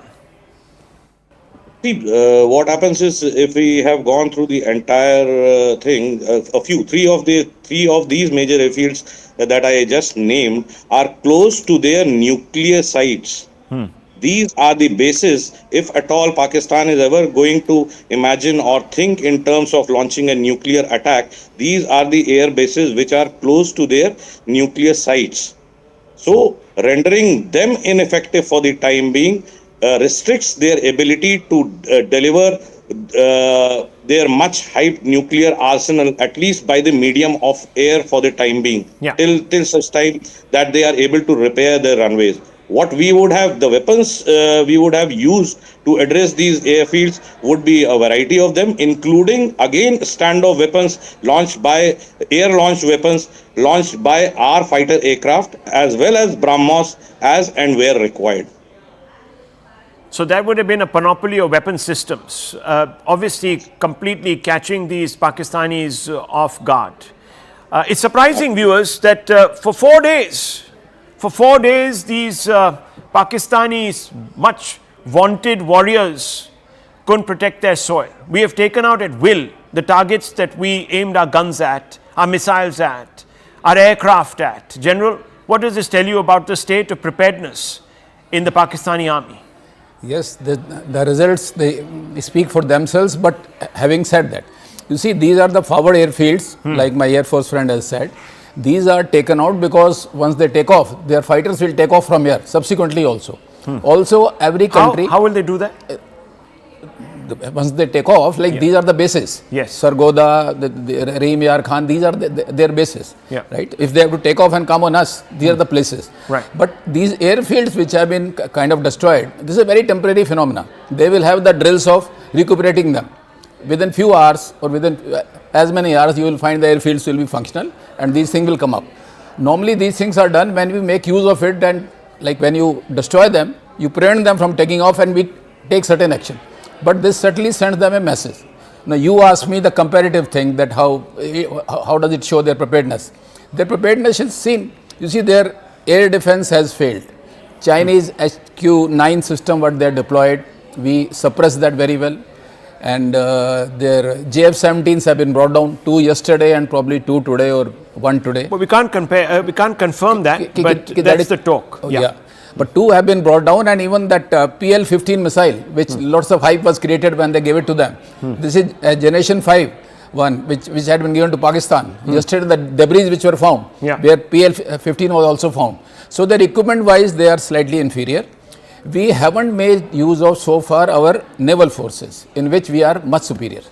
That card remains with us, and I'm sure the government at the appropriate time, those things will also be made functional.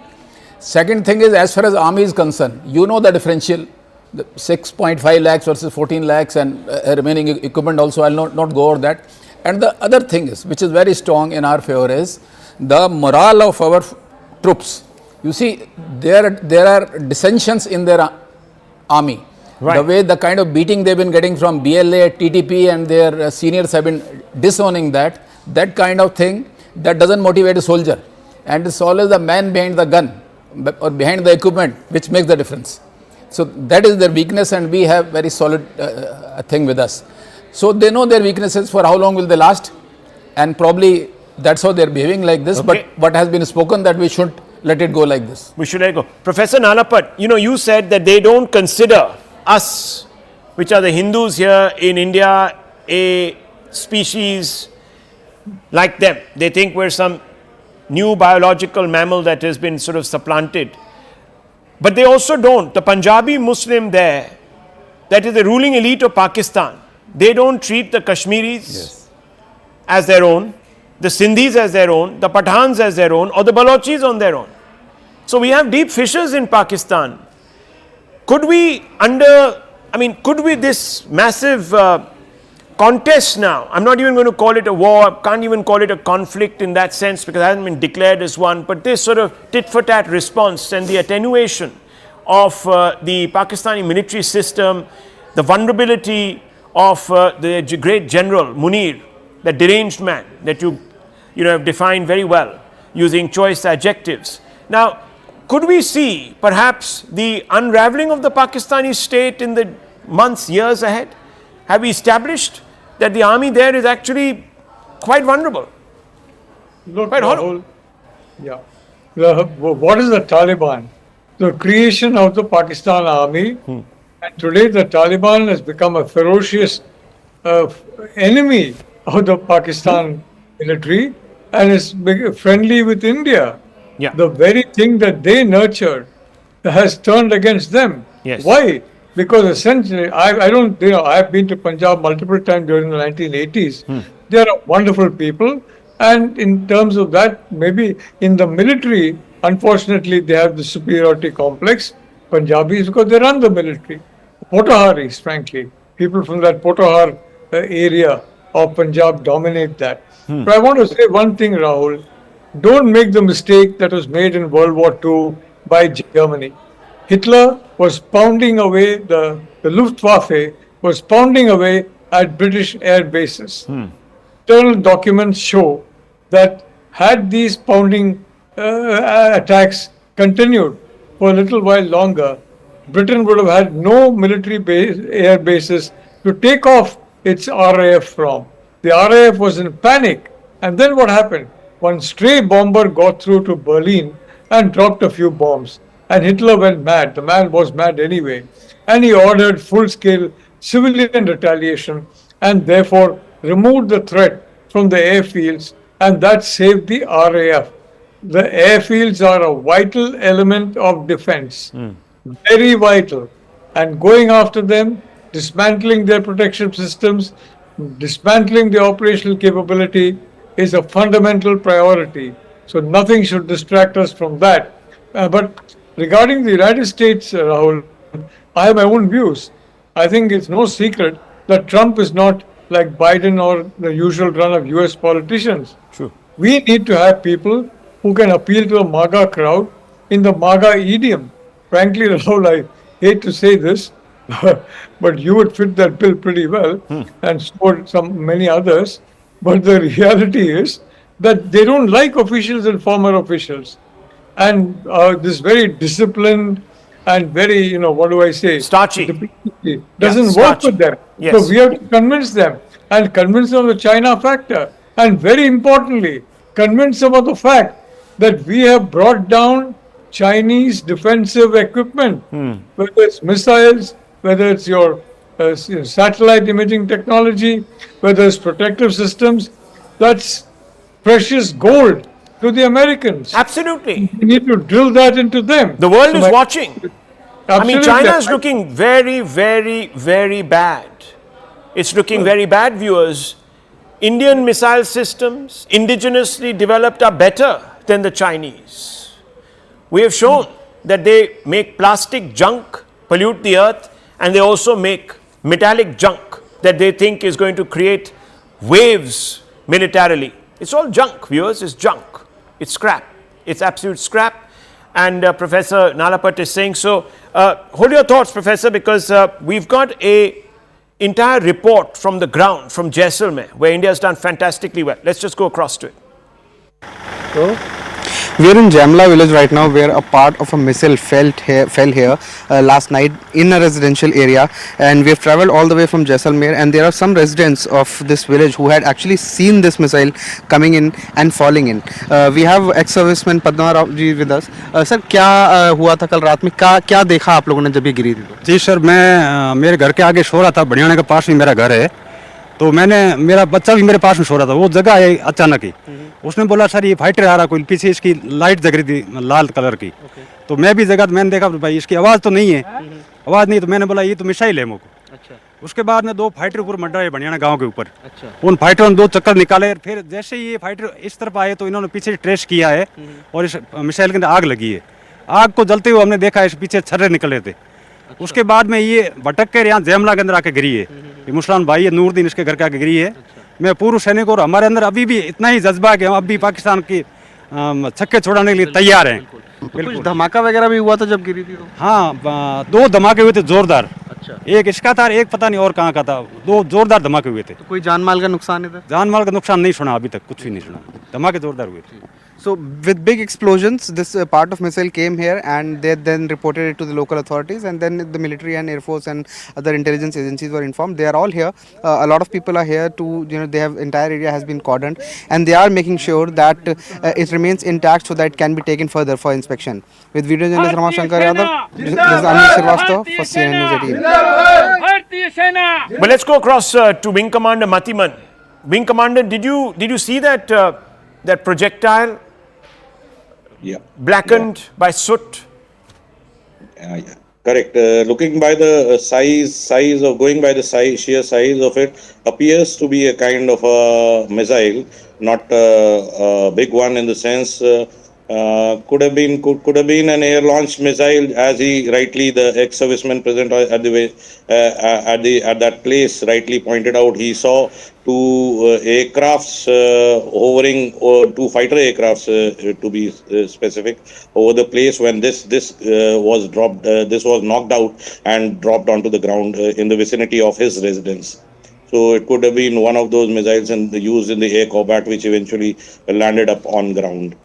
So there have been souvenirs of Chinese technology, in fact, being home delivered to us ever since we started spinning our magic over the Pakistani territory. Also to remember, and even at the cost of repetition, we must remember all this magic spun and the one-sided affairs we see over the last more than 48 hours is mostly more than 90% of it has been guided and executed only by the Indian Air Force, suitably supported a fraction of it by army elements.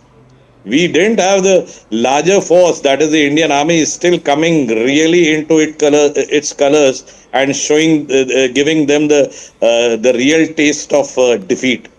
That is yet to come. We are only on our way to pick out their air defense assets, to neutralize their war waging capabilities, to achieve air dominance, eventually air supremacy, to pave the way for our ground forces who are raring to go, I am sure.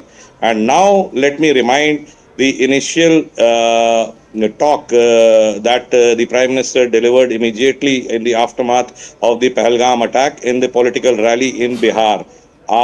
The desired end result, what he stated there specifically in English for the global audience to listen to him loud and clear, was we are going after terrorism, after the people who give birth to terrorism, who are the planners and the executors. We are here to uproot terrorism in its entirety, and so was exactly replicated on various occasions by the Honorable Home Minister and the Raksha Mantri also. So the end state is yet to come. We have just put the foot on the pedal. I think we need to keep it there for a while and watch what is to follow. They will automatically fall apart. The fissures are already visible. The moment the ground forces move in, my gut feeling says Balochistan will fall all by itself. We already have reports of Pakistani army and police forces running helter and skelter I want to get in with Professor Nalapat on this. What we saw there really looks like a drain pipe suffused with Chinese garbage. That's what we saw there. I'm sorry, it's colorful language, but Professor Nalapat, that long projectile looks like a drain pipe to me. And you know what drain pipe carry. We all know that. So you made that analogy that this is the moment where China is looking extremely bad. Can you elaborate on that point? That's an interesting point. And then, of course, we'll flip it to Balochistan and others. Look, I wouldn't call them inferior or anything, but the reality is that we were superior. And frankly, Atmanirbharta is very important. Yeah. Why? Because foreign equipment was very, willy-nilly.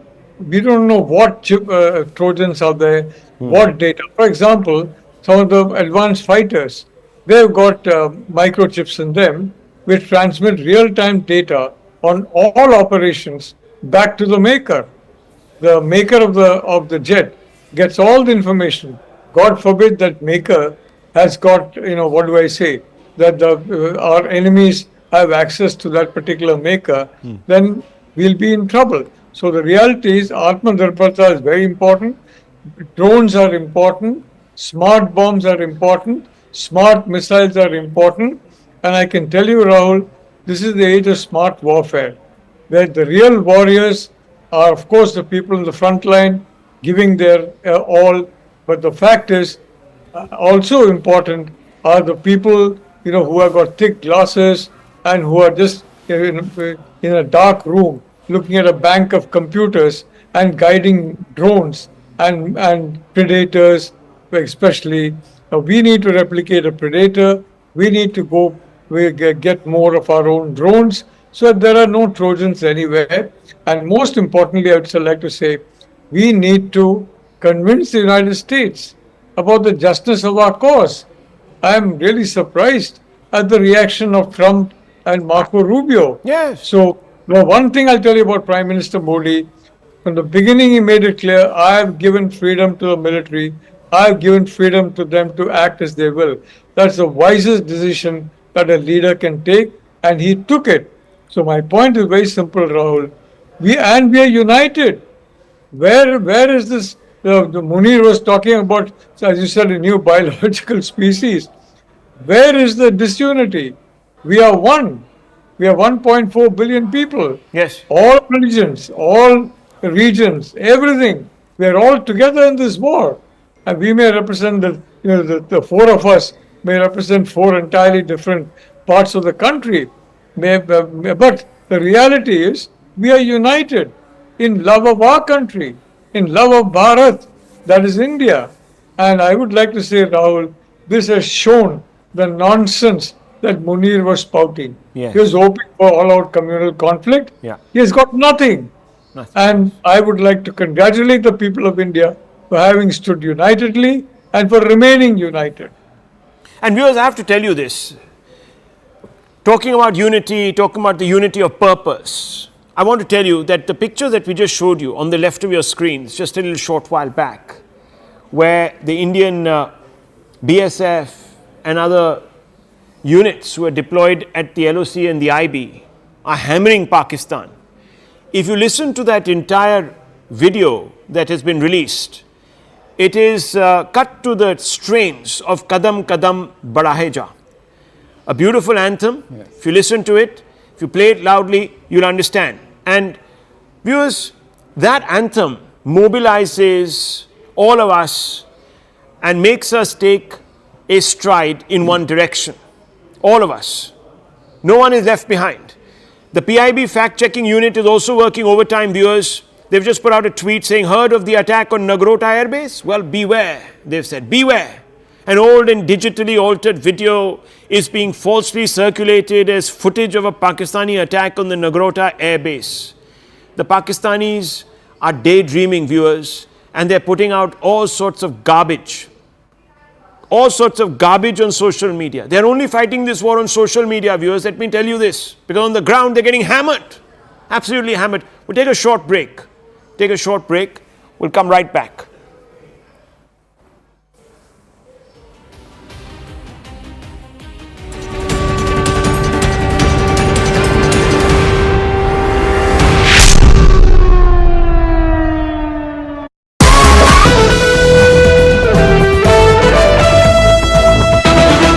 An escalation. I mean, Pakistan is willing to risk attacking your capital. Fortunately, we were able to disable it to make sure before it hit Delhi. But what if it had hit Delhi? And how do you know it's an armed conventional or is it a nuclear armed missile? So Pakistan is testing the limits of India's patience, and therefore any response henceforth will be measured. But that measure will also go up several notches. Well, again, since you're talking about that, well, let me report two other developments. Sirens on in Jammu and another explosion heard in Srinagar. So let's just hope that everything is, everyone is out of harm's way. Akash joining us for more on these details. Ishan Wani reporting another explosion heard in Srinagar. Akash, the sirens in Jammu and the explosion heard in Srinagar. Yes.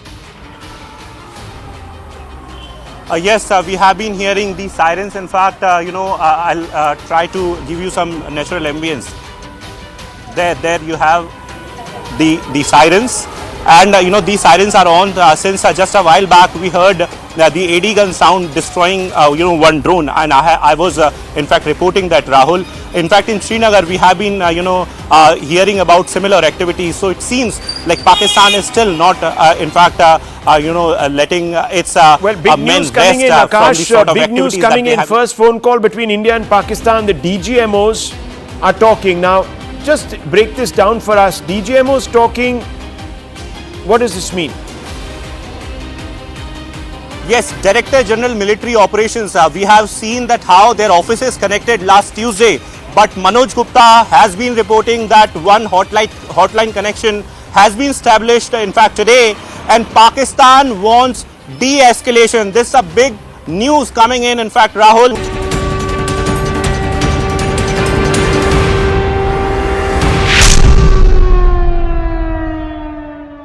Pakistan ने drone attack के बाद में अब missile हमले शुरू कर दिए, वो भी रिहायशी इलाकों के अंदर। जैसलमेर के मांगलियों की ढाणी गांव के अंदर है और यहाँ पर आप तस्वीर देखिए कि मिसाइल का टुकड़ा, ये नजर आ रहा है मिसाइल, ये देखिए कि यहाँ पर किस तरीके से ये मिसाइल यहाँ पर मारी गई है। और बिल्कुल रिहायशी इलाका देखिए कि ये देखिए काफ़ी वजनी है, उठाना मुश्किल है। ये पूरा आप देखिए कि पीछे से ये पूरी सब कुछ लगा हुआ, ये मिसाइल का बड़ा टुकड़ा जो यहाँ पर घिरा है। ऐसे कई सारे पीस गिरे हुए अलग अलग जगह पर। आप तस्वीरों में देखेंगे कि यहाँ पर ये गांव, ये देखिए यहाँ पर ये मिसाइल के अलग अलग भारी टुकड़े ये गिरे हुए। ये घर देखिए, बिल्कुल घर, यहाँ पर घर के आंगन के पार खरीदा और इससे आप देखिए कि बड़ा हादसा हो सकता है। घर में किसी को नुकसान तो नहीं लगी? नुकसान नहीं हुआ। ये आपके यहाँ गिरा, अगर थोड़ा सा पीछे गिरता तो नुकसान होता। घर के अंदर भी गिरा है, घर के अंदर मलबा पड़ा है अभी अंदर। किसी के लगी? किसी के चोट नहीं आई। कम से कम 5 किलोमीटर तक ये टुकड़े गए। 5 किलोमीटर रेंज में दी गई। तेज धमाका हुआ? तेज फुल 3 धमाके हुए।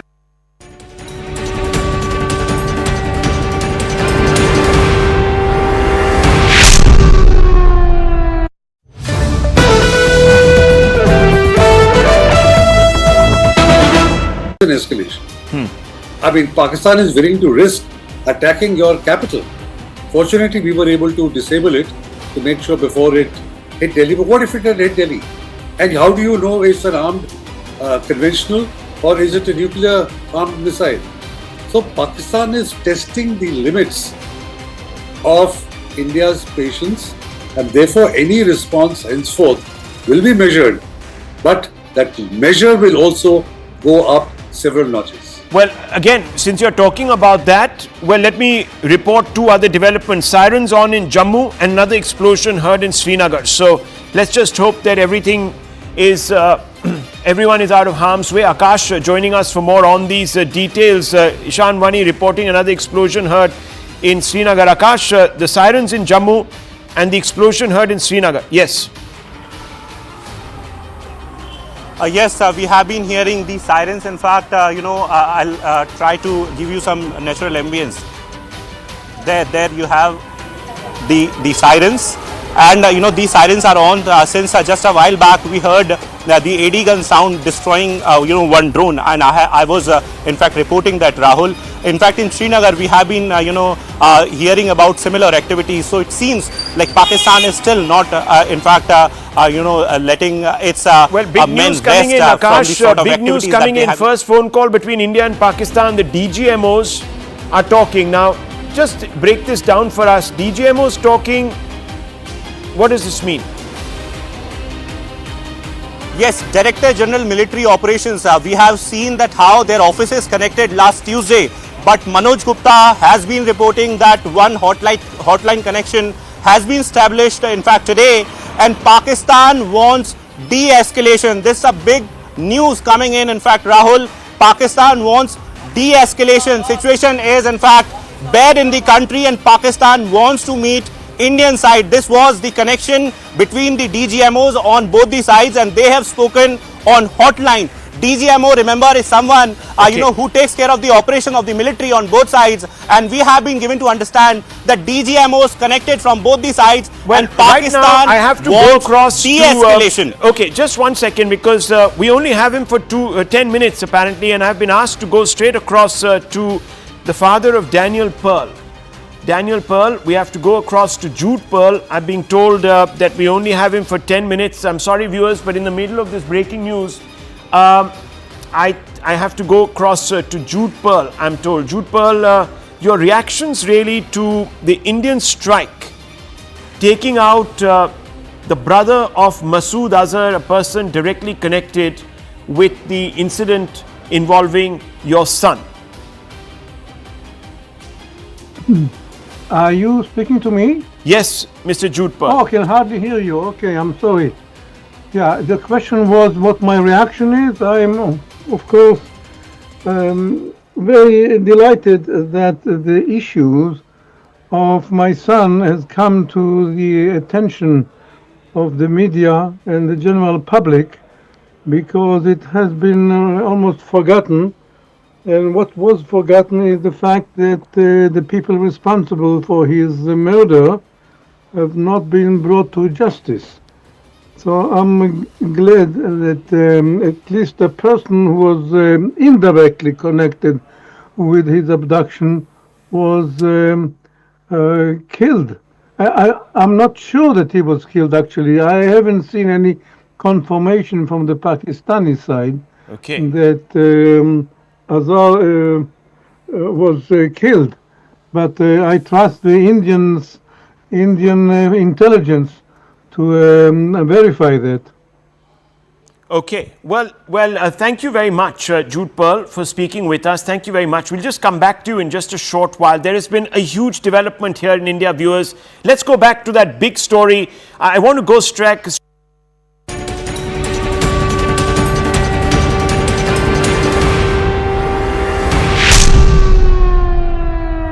Viewers, it's 1 o'clock in the afternoon on a day that has brought some news of devastation from Pakistan. We've been telling you it's been building up to this, and it has. It's dawned on Pakistan and its military bosses that where they sit, the very ground beneath their feet is shrinking and is unstable.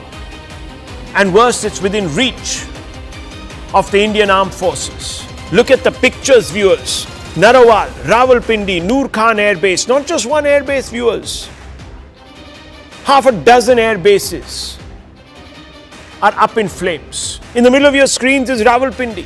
That is the citadel of the Pakistani's military establishment. That's where General Munir sits. It's the military headquarters. And within yards of that military headquarters, viewers, there's this massive ball of fire. Fire, viewers, you can see that lighting up the sky. Imagine the psychological impact of that. Narawal, viewers, it looks as if the entire horizon is lit up. Viewers, all of this would have been speculative had it not been for confirmation that has come via Vikram Misri. Vikram Misri and the two army officers, the two military officers rather, who brief the Indian media, brief all of us on a daily basis, came out and gave us a whole rundown of what has transpired, viewers. So Pakistan provoked as it always does. It provoked across 26 locations. It tried to call our bluff. 26 locations from Srinagar all the way down to Nalia. And it thought that India would do nothing, viewers, because you see, they think that India sits on the moral high ground, wants to look like goody two-shoes. But viewers, not quite so. Not quite so, because India has retaliated. It has retaliated in a manner that Pakistan is not going to forget. Pakistan troops are moving to the forward areas. They're shaken. They don't know next if India is going to cross the LOC. And we are expecting some more drama from them. But they're also moving, viewers, because they're getting strung out and eviscerated, debilitated at the front line. We've got visuals of Indian troops shelling Pakistan forward positions, Pakistan posts on the LOC. I've told you air bases have been struck. All Indian air bases, however, that they sought to target in the wee hours, pre-dawn hours, are safe. And how do we know this? Because pictures have been put out, viewers, time-stamped pictures showing our air bases absolutely unscathed. Viewers, there has been a massive propaganda campaign launched by the Pakistani forces and the cyber divisions. What have they been saying? They've been saying that the Sirsa airbase in India has been targeted. That's the biggest lie, viewers.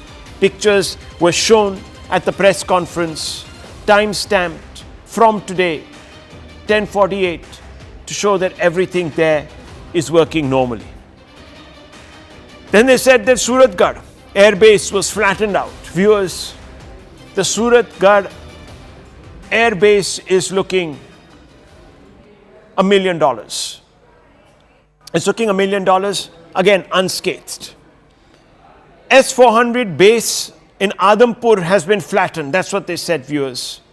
That's also been denied. Critical power and cyber systems in India have been brought down. That's also been denied, viewers. They launched high-speed missiles, the Fatah-2, which was intercepted, viewers, over Sirsa. It was supposed to be heading to Delhi. Everything the Pakistanis are throwing at us, viewers, is collapsing.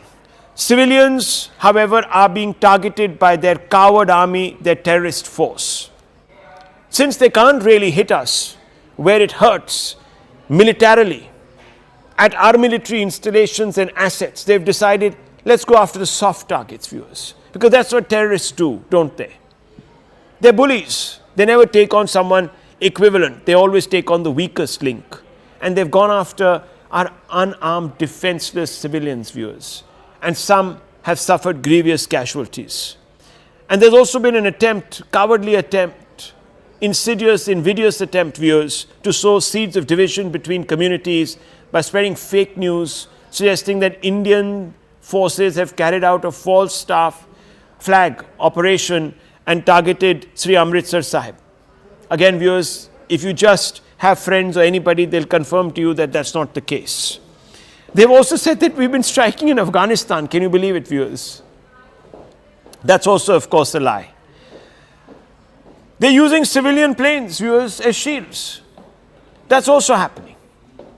So as tensions continue to escalate, viewers, listen in to Vikram Misri.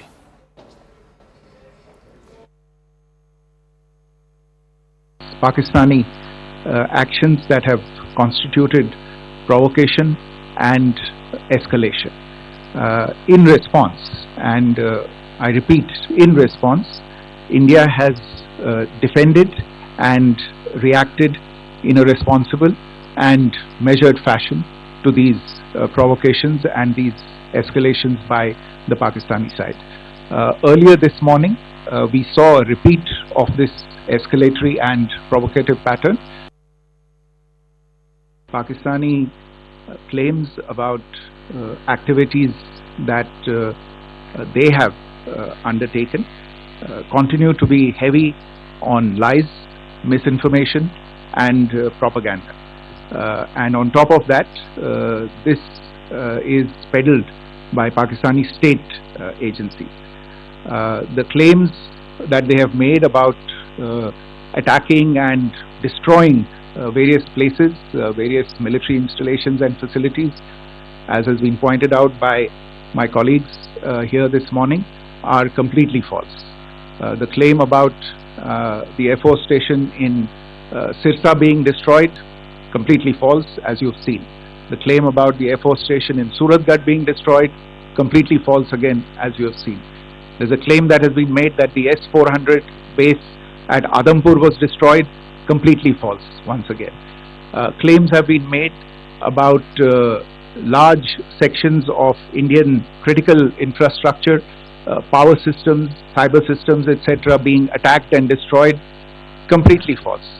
I would urge all of you and all those who watch this not to be misled by this tissue of lies that is being peddled by the Pakistani state for obvious purposes. Viewers, let's go straight across now to Arun Dhata, who's joining us with more information. It's been a very, very busy day It's been a fast-paced day, viewers. Lots of developments. The Tri-Services chiefs are at 7 LKM meeting the Prime Minister. Earlier, the Prime Minister had a 1-hour, 20-minute meeting with the NSA. So a lot happening. Defence Minister also at the Prime Minister's home. CDS also present. Let's go straight across to our reporter there to get a sense of what really is transpiring. Remember, viewers, yesterday at around 6:30 or 7 in the evening, we again had one of those big meetings where first it was the naval chief, and then he was joined by the 2 other chiefs of the 2 other military wings. Then you had the CDS, then you had the NSA. All of them met. You had the RM joining in, the Raksha Mantri, that is, and that meeting also was at 7 LKM. And everybody said that there was something big that was going to happen, and look what transpired. So here is another brainstorming session. Let's go across to Arun Dhata for more on this. Arun, what can you tell us? It's a big development. Well, that's right, Rahul, Tri-Services Chief and CDS Anil Chauhan and just now Defence Minister Rajnath Singh have arrived here at Prime Minister Modi's residence, and this is very significant. In the morning we saw NSA Ajit Doval coming here and in fact sitting with Prime Minister Modi for almost 1 hour 30 minutes, and now we are seeing Tri-Services Chief and Rajnath Singh. This is also of course about the retaliatory action that India could take. We are seeing since morning that how India is responding to the Pakistan's violations at different places. We saw before this, Rahul, that Rajnath Singh had a long meeting with CDS at his residence, and on the other hand you had 3 services chief sitting in the south block, in fact also monitoring situation from the war room. Now all of them are here at Prime Minister Modi's residence, and remember yesterday when they were here for 5 hours, long meeting happened. In fact, we are also given to understand that External Affairs Minister S. Jaisankar could be coming here. So India is of course planning action on a larger scale because they are anticipating that Pakistan is continuously violating through the ballistic missiles and other drone activities which they are doing. So there needs to be a proper planning to really counter them and then hit them hard. So this meeting is very, very significant, Rahul. We are present outside Prime Minister Modi's residence at this point. As we speak, the meeting has commenced inside the residence. Okay. Well, you know, viewers, it's all really about figuring out how much to put pressure on Pakistan so that deterrence is established. That's what really it's about. And I want to go straight across to Shivani Gupta because Shivani, we know since the morning, details have come out, Shivani, that tell us just exactly what India has been up to. Is that going to be enough to establish deterrence? We don't know. That's all a decision that is being taken at 7 LKM. Absolutely. But let me just break down some of the top visuals from through the night, which will detail the most important developments. So India has launched retaliatory strikes at major Pakistani air bases, including the Noor Khan Air Base in Rawalpindi, Murid Air Base in Chakwal and Rafiki Air Base in Sialkot. These are some of the visuals that we have picked up of the damage that has been caused. This is of course some of the blasts that have been captured in Rawalpindi, and of course this is the Noor Khan Air Base where a massive blast has been picked up also in Narowal. India has hit Pakistani posts in Sialkot and Narowal as well, and visuals have been accessed by CNN News 18. India has also launched an attack on Sargodha Air Base in Pak's Punjab province. Let's take a look at India's action at the Sargodha Air Base. Behind me are visuals from that air base. As you can see, these are people who have been taken aback as far as India's strikes are concerned. India's action in retaliation. This is the Sargodha Air Base from where we have captured the blasts that have been caused by the Indian retaliatory strikes. India's drone impact on Lahore Sheikhpura district has also been captured, and these are those visuals. This is in Lahore, one of the biggest cities in Pakistan, Sheikhpura district. You can see remnants of what seems to be the Indian strike, and you can see Pakistani men surrounding them and looking at them. A lot of damage has been caused. India is not saying it or detailing it, but we have visuals to show that several Pakistani cities have been hit back in India's retaliatory strikes. damage has been sustained due to Pakistan's cowardly attack on Indian side of the civilian border areas as well. These are some of the regions that we are bringing to you. A lot of them are damages from the areas across the LC, particularly in Jammu, in Baramulla, in Uri, and so on and so forth. These have been caused both because of Pakistan's heavy artillery shelling, but also because of the swarm drone and missile attack that Pakistan attempted once again. So here you can see in Jammu city, a Hindu temple was targeted. Homes have been damaged in Rehari, shops have been destroyed in Jammu's Nagbani, and civilian residential areas particularly have been targeted in Uri and Baramulla. In the press conference that also was held a short while ago, that's exactly what the Foreign Secretary detailed, that civilian areas are being targeted, and this has been happening for the last 3 days. Let's also get you some more footages that we've captured from across Indian cities.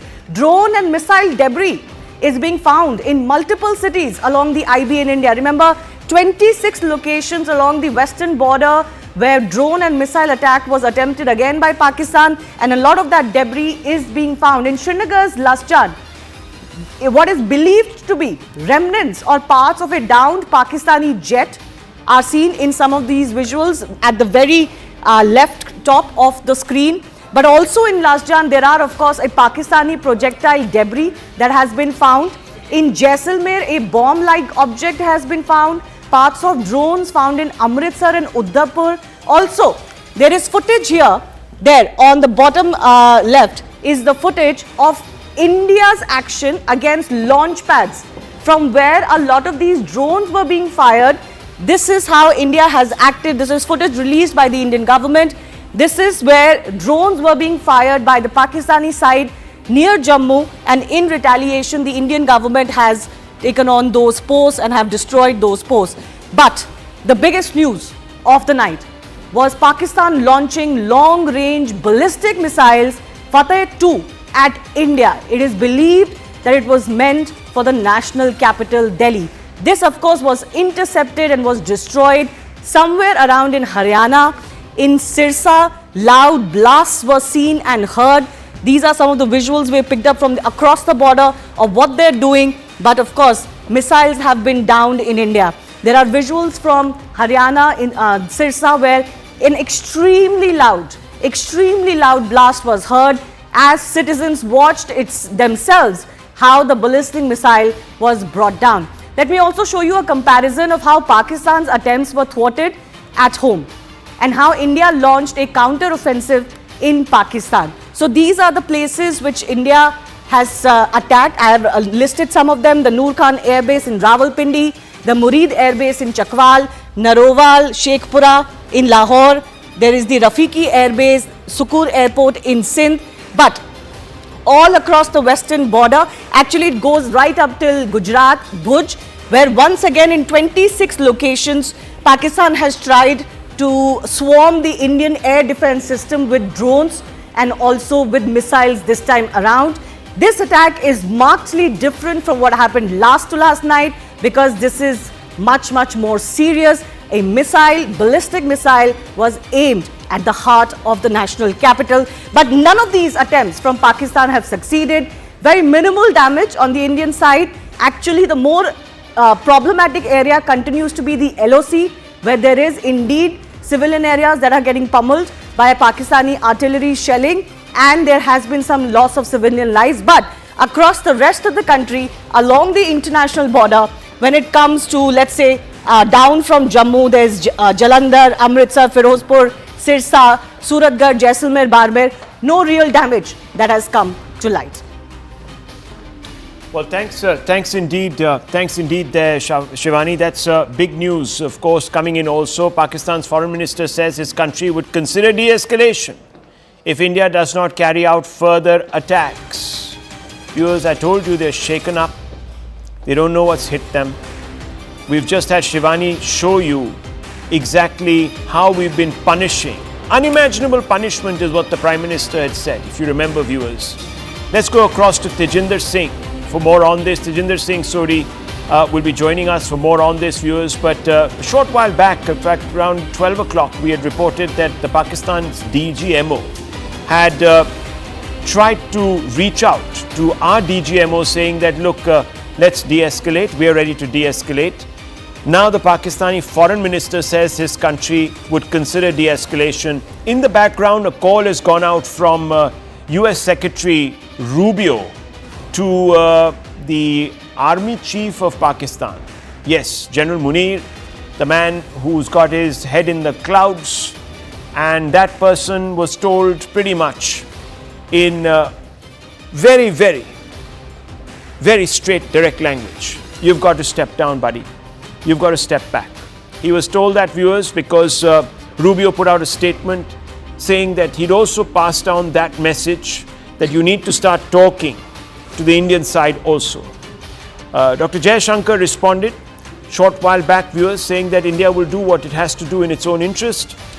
We are not here to escalate anything, but if Pakistan doesn't choose to take the off-ramp, they don't choose to curtail all this terror activity that they are resorting to, it's going to be problematic. Let's go across to our reporter Tejinder.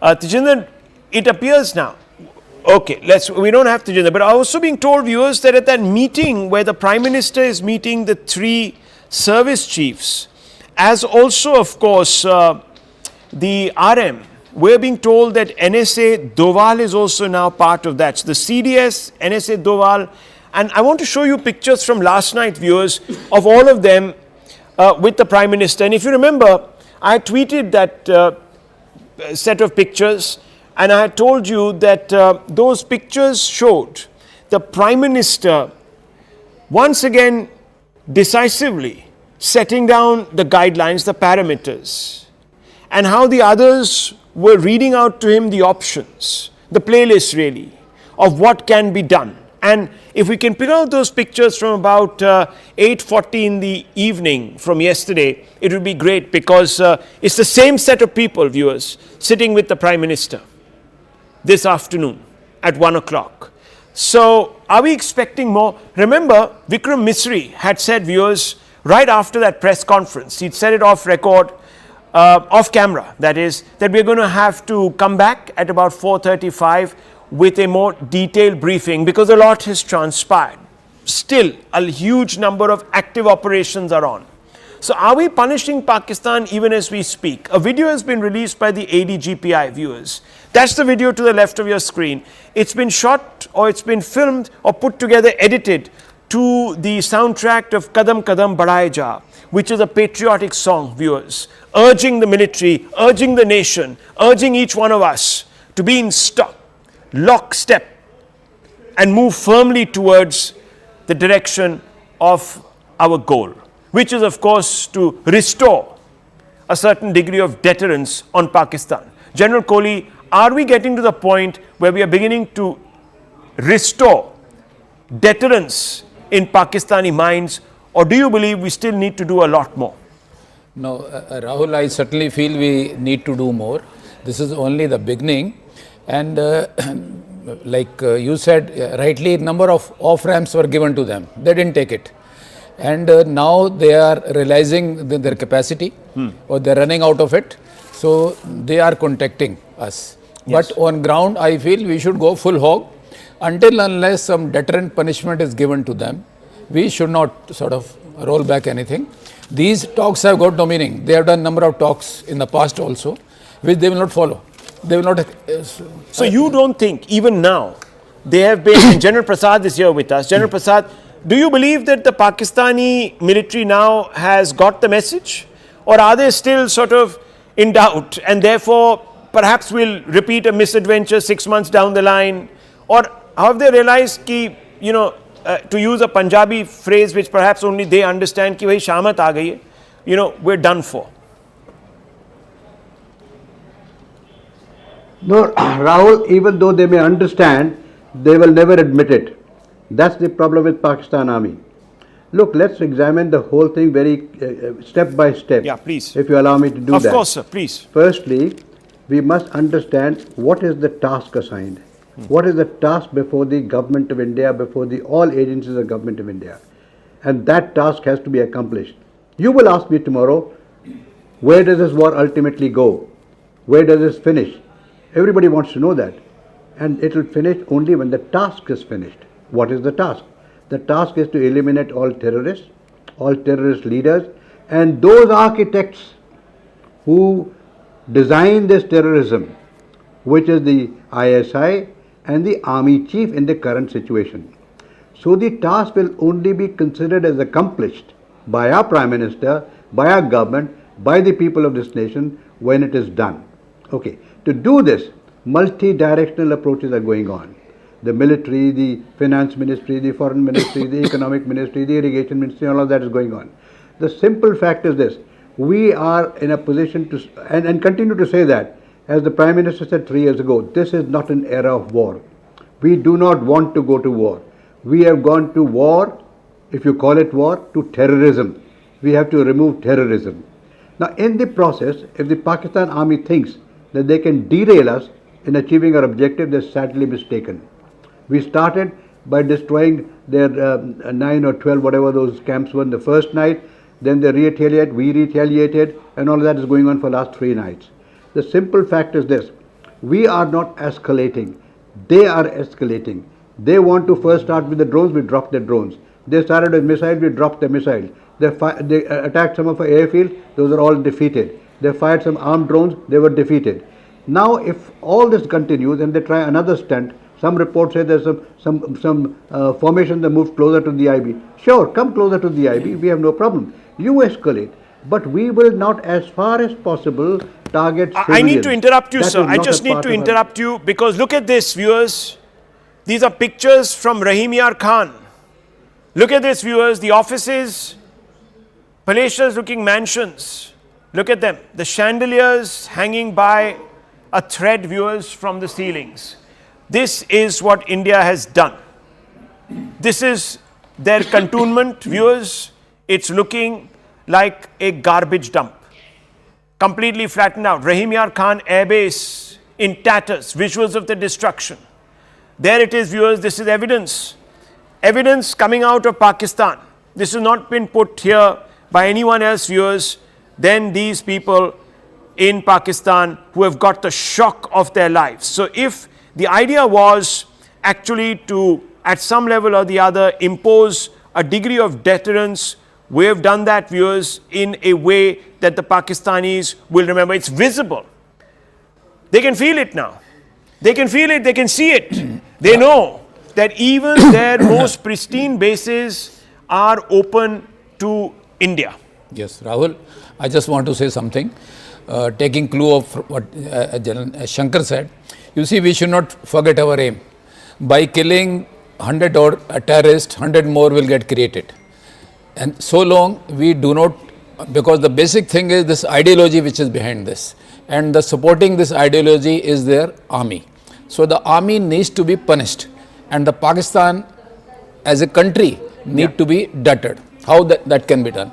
You see, by these kinetic actions, which we certainly take, we must not stop here. Some deterrent punishment must be given to them, visible, so that their army is made to look silly in front of their population, one. But long-term solution will be that we break Pakistan from within. You see, Pakistan is a nuclear power, and if you look at 1990, the Russia was broken from within. They broke into 15 parts.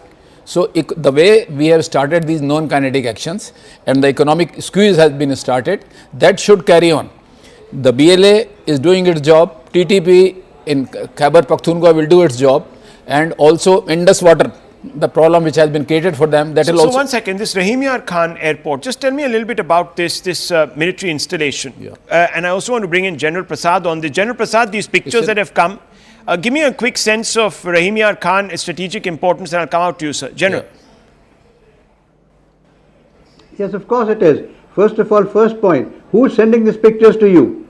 Somebody from Rahim Yar Khan, isn't it? Yes. Your journalist has not gone there to take these pictures. No. Obviously, they are fed up.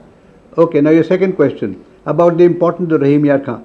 Rahim Yar Khan is a very important base, a military base in the desert. If you look at the map, as it so happened, I used to command the division opposite this, perhaps you will recall, and this is an important target for us. Where exactly is this, We sir? will be able to destroy. Look at the map. If you look at Jaisalmer, Yeah. and you look towards the west, just about 2 degrees north of that, So you it's will in find Sindh. Rahim Yar Khan. Yes. Rahim Yar, Yes. yeah. If you got a map, I wish I could show you on a map. It is very much within the target range of our forces. And let me tell you, Rahim Yar Khan can be reduced by us, not only by air but by all other means as well, which we will not use unless required to use.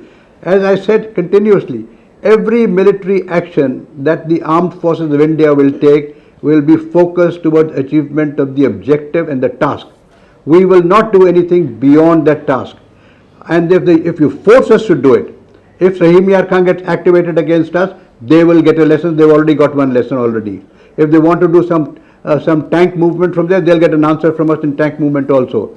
The point is this: now so far they've only used the air power, the missiles, the drones, and the aircraft. Yeah. All of them have been responded to. Lots of bases have been made unfunctional. If they wish to do a land action, they must understand that we fully appreciate this, and they will have a very soon a situation where 90,000 people will lay their arms down, and the Pakistan army much quicker this time than what they were in Bangladesh. They're actually, the rank and file of Pakistan is quite fed up. Is quite fed up of their senior officers who have done business as part of their appointments. A huge amount of trade and commerce that goes on at the higher levels. They have huge pieces of land in Pakistan. And if you go into more detail, which I'm sure you will, some of the social medias are showing what kind of accounts the senior generals of the Pakistan army have in accounts in the UK and elsewhere in the world. So the lower ranks are the ones. Now I will give you a small example of the past history, very recent history. You remember when Imran Khan's story was going on?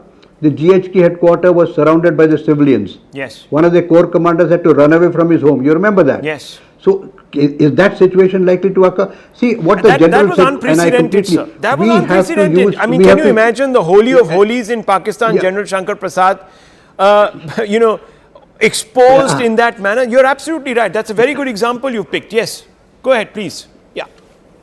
Yeah, and what I just saying is this, that you see, we have to make the army change its thinking from terrorism to conventional war, which they haven't understood.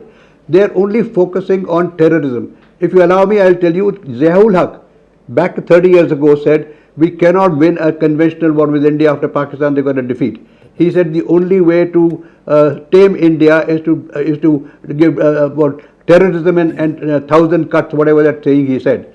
And he said all officers need not be educated. Many officers can come through the madrasa teaching. The present army chief is from madrasa teaching. You know that very well. 56 years ago, and therefore, the situation today is such that the Pakistan army is not focused towards training for conventional military operations. They have two different governments in the country. One is the politically so-called elected government, which is in non-functional, and we have military government, which is functional. So unless we can get this military thinking to be changed by the people of Pakistan, so it will be a great task for the entire world, Rahul, if we can change the psyche of Pakistani people, for which the Pakistani people themselves have to stand up. Yes. There are intellectuals there. There are examples of just given Imran Khan. So people have to stand up to say this army needs to change its thinking from... Maybe we need to punish a little bit more for that tipping point. You have a different view, General. You believe that, General Kohli, that you believe that we shouldn't wind out right now. No, certainly I feel that. Yes. The deterrent punishment has to be given to them, which hasn't been given so far. Yeah. And also at the same time, one more point I want to wish, he has brought out a number of things in this. You see, internationally things we've been managing. We need to get USA on our side. USA today needs us. We are part of Quad. They want to have FTA with us and so on. But this thing which has happened yesterday, I just have the thing which happened yesterday in IMF, that they've been given this money. Yeah. You see, I have a gut feeling, without this thing, that this guy, Trump, is very good in making deals. He is very good in making deals. Yes. You don't know. He might have given them this money and told them, okay, you de-escalate. Oh. This is only my gut feeling. This may be wrong. I have no idea. Well, but look, I can only tell you one thing, sir. That after that money was given to these rascals across the border, they start. Especially that deranged general, something changed. They got extremely emboldened and they did what they did. Absolutely. I'm sorry, Yeah. fruity language, but I'm sorry when our people, our civilians, viewers, on the border areas are being targeted, defenseless. And Vice Admiral Sinha is here with us. When a military behaves like an auxiliary of a terrorist organization, then they deserve only condemnation. Nonetheless, I'm not going to get swept away. I'm going to reel myself back in. But Vice Admiral Sinha, this is very important. We are now at a point of inflection. There is a meeting going on, a very important meeting between the tri-services chiefs, the CDS, the NSA, the RM, and the Prime Minister. It's the same team from yesterday. We're seeing what they have done after meeting yesterday. This is Rahim Yar Khan. Jaisalmer was being, as you know, harried for the last 2 nights. And General Prasad has told us that this is right opposite that. And we've responded by doing this to them. There is nothing parallel. There is no parallel. They've tried everything to do, to strike us, to hit us. We've blocked it all. They're at their wits' end. Pakistan is on the ropes. The meeting, I'm sure, is now about, are we done with establishing deterrence or do we need to do more? If you were in that room, what would you be telling the Prime Minister, sir? Well, thank you, Rahul, for having me on your program. I'm glad to see General Prasad and General Kohli here. Rahul, I have a view that Lashkar-e-Taiba and Jaish-e-Mohammed are only hired people who do the job. The actual terrorist organization is the Pak Army ISI combined. They are the terrorist organization, and we have to do something very heavy. And that's precisely what is happening. The punishment is going on left, right, and center. You have shown a lot of photographs. You have also said that Pakistan has reached out to India saying that we should de-escalate. Yes, the money was given from the IMF. They became very bold. They did what they did. But thereafter, they got a call from Marco Rubio. And he has spoken to the Prime Minister and he has told them very clearly that, look, you de-escalate immediately. And what you're seeing now, there are 2 reasons. One is possibly, maybe General Kohli is right, that maybe that Trump has said, okay, we're getting in this money, but you stop, de-escalate completely. In the meantime, India has pulverized. You see what has happened in Chaklala. You see the Rahim Yar Khan and one more airfield, all in and around Rawalpindi. You're showing this photograph. Just look at this. Look at the fireworks which is going on. Looks like Diwali. So this is a very bad time for Pakistan. Now, second point that I want to make here, the Navy is pretty close on the Makran coast, and they have issued a Navy area warning that no merchant ship should come within so-and-so area because there's a live firing practice going on. And most of the merchant ships have been diverted. They're not entering Karachi for the fear of, getting hit by the practice missile firing. So I think that, time has come, and I quite agree with General Kohli that we should not leave it at that place. My advice will be, okay, if they are asking you to de-escalate, make sure that you destroy their complete terror outfit and possibly the GHQ, because that is where all the dirty minds exist. And I fully agree that Pakistan is imploding from inside. We should help this to implode little faster. You can have Balochistan. I believe that they have said that we are independent. They're asking Indian government that please let the government recognize Balochistan government in exile. Yes. They've gone to the UN asking for a membership. And we should. And similarly, I mean, if we could recognize that moth-eaten Palestine, I'm sure we can do that with Balochistan, which we have more in common with. So, without crossing the line of control... Okay, sir, I need to interrupt you because more details, big news. Details of terrorists killed in Indian strikes on 7th May in Pakistan. Mudassar Khadian, Khas, alias Abu Jundal, affiliation Lashkar-e-Toiba. Big name, viewers. In charge of Markaz Taiba Mudrike, received a guard of honor at his funeral by the Pakistani army. Hafiz Muhammad Jamil, affiliation Jaish-e-Mohammed, eldest brother-in-law of Maulana Masood Azhar. in charge of Markaz Subhanallah, Bahawalpur, actively involved in radical indoctrination of youth and fundraising for JEM, Jaish-e-Mohammed that is, Muhammad Yusuf Azhar, Ustadji as he was called, alias Muhammad Salim, alias Ghosi Sahab, affiliation Jaish-e-Mohammed, brother-in-law of Maulana Masood Azhar. Masood Azhar viewers, his family, picked out, chun ke, one by one, handled weapons training for JEM, involved in multiple terrorist attacks in Jammu and Kashmir, wanted in the IC-814 hijacking case. Khalid, alias Abu Akasha, another big name, sir, another very big name. Lashkar-e-Taiba, involved in multiple terrorist attacks in Jammu and Kashmir, engaged in weapon smuggling from Afghanistan, funeral held in Faisabad, attended by Pakistani army officials and the Deputy Commissioner of Faisabad. Can you believe it, viewers? These people, as General Shankar Prasad have said, right now to us, this military establishment, and as Admiral Sinha was telling us, these people are indistinguishable from terrorists, viewers. Muhammad Hassan Khan, number 5 on that list, affiliation Jaish-e-Mohammed, son of Mufti Asghar Khan, Kashmiri operational commander of JEM in Pakistan-occupied Kashmir, played a key role in coordinating terror attacks in Jammu and Kashmir. These are the names. These are the names. Payal, let's go straight across to Payal. Payal getting this information. Big scoop by Payal. Go ahead, Payal. Rahul, for all those people, all those naysayers who had real doubts when Rajnath Singh that said that at least 100 terrorists were killed, including big names, this is the proof from the government for them to really see. This is the proof which is undeniable. So everybody who thought that India was probably bluffing and India just killed some cattle, like the Pakistani DG ISPA tried to put it, that's actually egg on their face. So all these people are people who are known for terrorism, and all the ustads of terrorism have been laid down, to the ground. They've actually been dug deep in the ground, like you were explaining yesterday, 6 feet below the ground for the acts of terrorism they're trying to do, for acts of bleeding the innocents is something which, of course, we say that karma is a big karma is the only reality. We say that in no uncertain terms, and this, of course, this is the lesson that has been taught to the terrorists. And Rajnath Singh said very clearly कि कम से कम 100 लोग मरे हैं और गिनती अभी भी जारी है और गिनती अब पाकिस्तान को सुनाई देगी. They've been completely in denial of this, but how will they be able to deny these names who have been killed?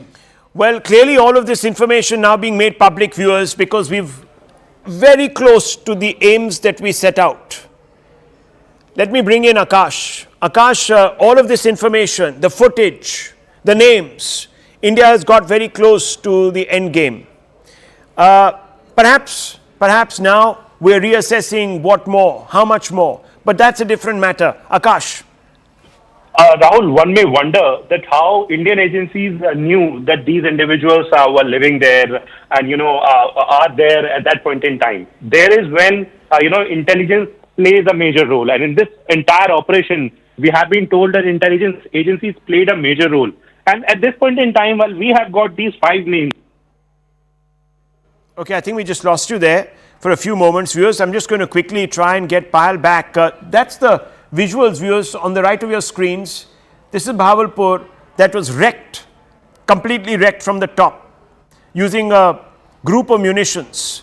Payal, if you're there with me, let's just go over these names. Mudassar Khadian Khas, Mudassar Abu Jundal. Abu Jundal is a name that has come up many times, LET in charge of Markaz Taibe. This is the Mudrike. So he was in charge of the seminary, Payal. Well, absolutely. All these names are undeniable names. All these names are names. Remember on day one, Rahul, when we reported that India done surgical strikes, or beg your pardon, precise strikes on Pakistan, many people thought it was a laughing matter as well. But we knew very well that there was specific intelligence which was available to our forces, special intelligence that was available to all the agencies, and on the basis of that we had attacked as well. And much of that credit, Rahul, in this case, whether you accept it or not, needs to go to this one man called Ajit Doval, who knows many things about Pakistan that most of us probably have not even known, So that's something that is his biggest strength, and that's actually come to the fore as well. And that's the reason multiple times the person who's running to 7 Lokriyan Marg and briefing the Prime Minister, and even on the day of the strike was briefing the Prime Minister, was Mr. Doval himself as well. A lot of intelligence gathering done, and that's not been done overnight. India knew that it was in their destiny to expose Pakistan before the world, and these names are completely undeniable. With what face will Pakistan now show the world and cry foul that they've been targeted? Pakistan has been playing dirty tricks all along, not just across the border, still trying to kill innocent civilians, are trying to lie to their own people that they've been attacked, are trying to lie, saying that their airspace is being shut, but that has also been amply, in fact, they've been So I defaced by the Indian establishment. if you don't mind, essentially. Payal, I just want to quickly bring in, just hold on with me, just trying to get Akash in to get certain specific detail about these individuals. Akash, can you break down this list? 5 of these individuals are now 6 feet under. Yes, and in fact, when it is about the specifics, so, I want to just highlight the third name, that is, Jaish-e-Mohammed terrorist Mohammed Yusuf Azhar. Rahul, he is the brother-in-law of Masood Azhar. He was wanted in IC-814 hijacking case. And, he is someone who has carried out multiple attacks. In fact, he was someone, working as a handler there, sitting in Pakistan and, was directing individuals to carry out attacks in Jammu and Kashmir. This is one big victory, in fact, this particular name. Then Khalid, he is Lashkar-e-Toiba terrorist, and in fact, he was also killed in these strikes. This man, was responsible for multiple terrorist attacks in Jammu and Kashmir. We know that how, in 2023, we have seen a number of incidents in Jammu and Kashmir, specifically south of Pir Panjal range. And, at that point in time, we have seen that how our forces have, in fact, have got several casualties and, in fact, have lost their men. But this time around, when we are saying that we have killed these 5 terrorists, it's a big victory for our armed forces, Rahul. Just stay on with me, because who we are seeing now on the left of your screens, viewers, is one of those terrorists. This man is a person who was wanted, in fact, in connection with the IC-814. On the left of your screens, viewers. Akash, can you really talk us through a little bit about this individual, Yusuf Azhar? Yes, he was the individual who was in fact responsible for not just several sort of attacks, but in fact, was recruiting individuals here in Pakistan. He was someone, who was in connection with, youth of Jammu and Kashmir, was trying to put out, fake posts via different social media platforms and, provocative posts so that, people can get, can come towards him and can come to, implement his agenda of terrorism in Jammu and Kashmir. Yes. And, he was somewhere successful in it. But before, anything else that could have happened, now after Pahalgam, agencies have neutralized this threat. And in fact, along with him, there were multiple terrorists who were killed in these strikes, these 9 precision strikes, that were carried out by Indian armed forces. We were in fact using loiter munitions. We in fact, went to those particular targets, locked those targets, and we had credible, evidence and in fact intelligence that how, these terrorists are residing in these buildings. And then we hit those targets. We hit and those now targets. We are learning, in fact. Now, I just stay on with me. I want to also bring back Payal. Payal broke this story just a few moments back. Payal, look, let's just focus our attentions. Look what has happened. In the last 11 years, the Prime Minister inherited a fragile 5 economy. He's turned it around, made it a top 5 economy. Payal, when he started out, the UPA was saying we didn't have money to buy arms. Today, we are manufacturing our own arms. I think we have forgotten the journey to this point. To the top viewers of your screens, the top right-hand side of your screens, Payal is there with us. To the top right-hand side of your screens, you just saw viewers pictures there. Those are the funeral procession of all these Markazis from the JEM. Now, Payal. So let's give credit where it's due. As you've said, this is Ajit Doval's revenge. Payal, let's bring her on. Payal, this is Ajit Doval's revenge. There is no doubt about this. The Prime Minister has had a vision. We have come to this moment because of the Prime Minister's vision. This has taken 11 years in gestating this vision, but how brilliantly today we are poised. And Pakistan cannot believe what it has seen. Well, of course, there's no doubt whatsoever. In 2008, when the deadly Mumbai attacks took place, it took you 11 years to even bring one of the perpetrators to justice in India. That happened under the leadership of Prime Minister Narendra Modi. Rahul, when in the past, in the last many years, and not that Pakistan has bled us for the first time that you've seen, people actually rallying behind an elected leader, essentially saying that he's done this in Uri, he's done this in he's done it in Balakot, he will do it again as well. The rallying sound of all the public, especially those who had lost their loved ones, always were of the opinion that yes, Modi will avenge the revenge. That's something which Prime Minister Narendra Modi is an image that he's created about himself and delivered the task as well. Now, you've seen that India has come, from a very bad political paralysis state to a country that the whole world looks forward to as well. In fact, let me tell our viewers, Rahul, in the last meeting which we had for the all party delegation, back then also Rajnath Singh told the members of the various political parties that everybody was questioning whether India would be able to have its defense preparedness in place. There are multiple production centers of defense equipment who've come forward proactively told the government, we don't care for profit, we don't care for any advance money. If you want us to produce, we will produce this because brand India and Team India is larger than anything else. When have you seen this kind of sentiment really come forward as far as brand India is concerned? That credit undoubtedly must be given to this one man, Narendra Modi, who's been able to teach Pakistan a lesson. And as he vowed that we will be teaching our lesson, that kabhi kisi ne nahi sikhaya hoga, aisa sabak unko sikhayenge. That's the largest sentiment. So, That's the largest obviously sentiment. people. He expressed that sentiment in Bihar, did he not? He said that, look, we're going to bring unimaginable punishment to bear. Viewers, there will be still some who will carp and say, what about Dawood? What about Hafiz Saeed? What about, Maulana Masood? Not Maulana, actually, Masood Azhar. This is not a Maulana. Religion doesn't teach you this, viewers. This is Masood Azhar. Where are these three? Why haven't we still got them? There are a whole lot of people, Payal, and you know this. No Ustad teaches anybody to kill anyone, isn't it? Yes, absolutely. And there are a whole lot of other people in this country, viewers. And Payal, please feel free to weigh in on this, who questioned the Prime Minister when he went out there and did a deal, government to government deal with the French to get the Rafale. They said that he had sold this country down the toilet, that we were overpaying. In fact, just yesterday, there was a Congress handle that put out that stuff once again. There were people who said he's an effete prime minister, he talks more than he delivers. There were people who said that Pulwama was a false flag operation. They went on television. They are being quoted today in Pakistan by the Pakistani ISPR. There are many people who doubted the prime minister's intention. Today, viewers, and Payal, please correct me, do you think the PM has sent out a clear message that all the stuff you said about me was propaganda? I have walked the talk. Or am I exaggerating here? Rahul, the dealers and the dealing age is far gone. That's probably the problem that multiple people now really have, because the dealers' doors are completely shut by this man, Narendra Modi. When in the last 10 years have you, in fact, come out and seen any proof coming to the fore as well? Of course, corruption cases have been there.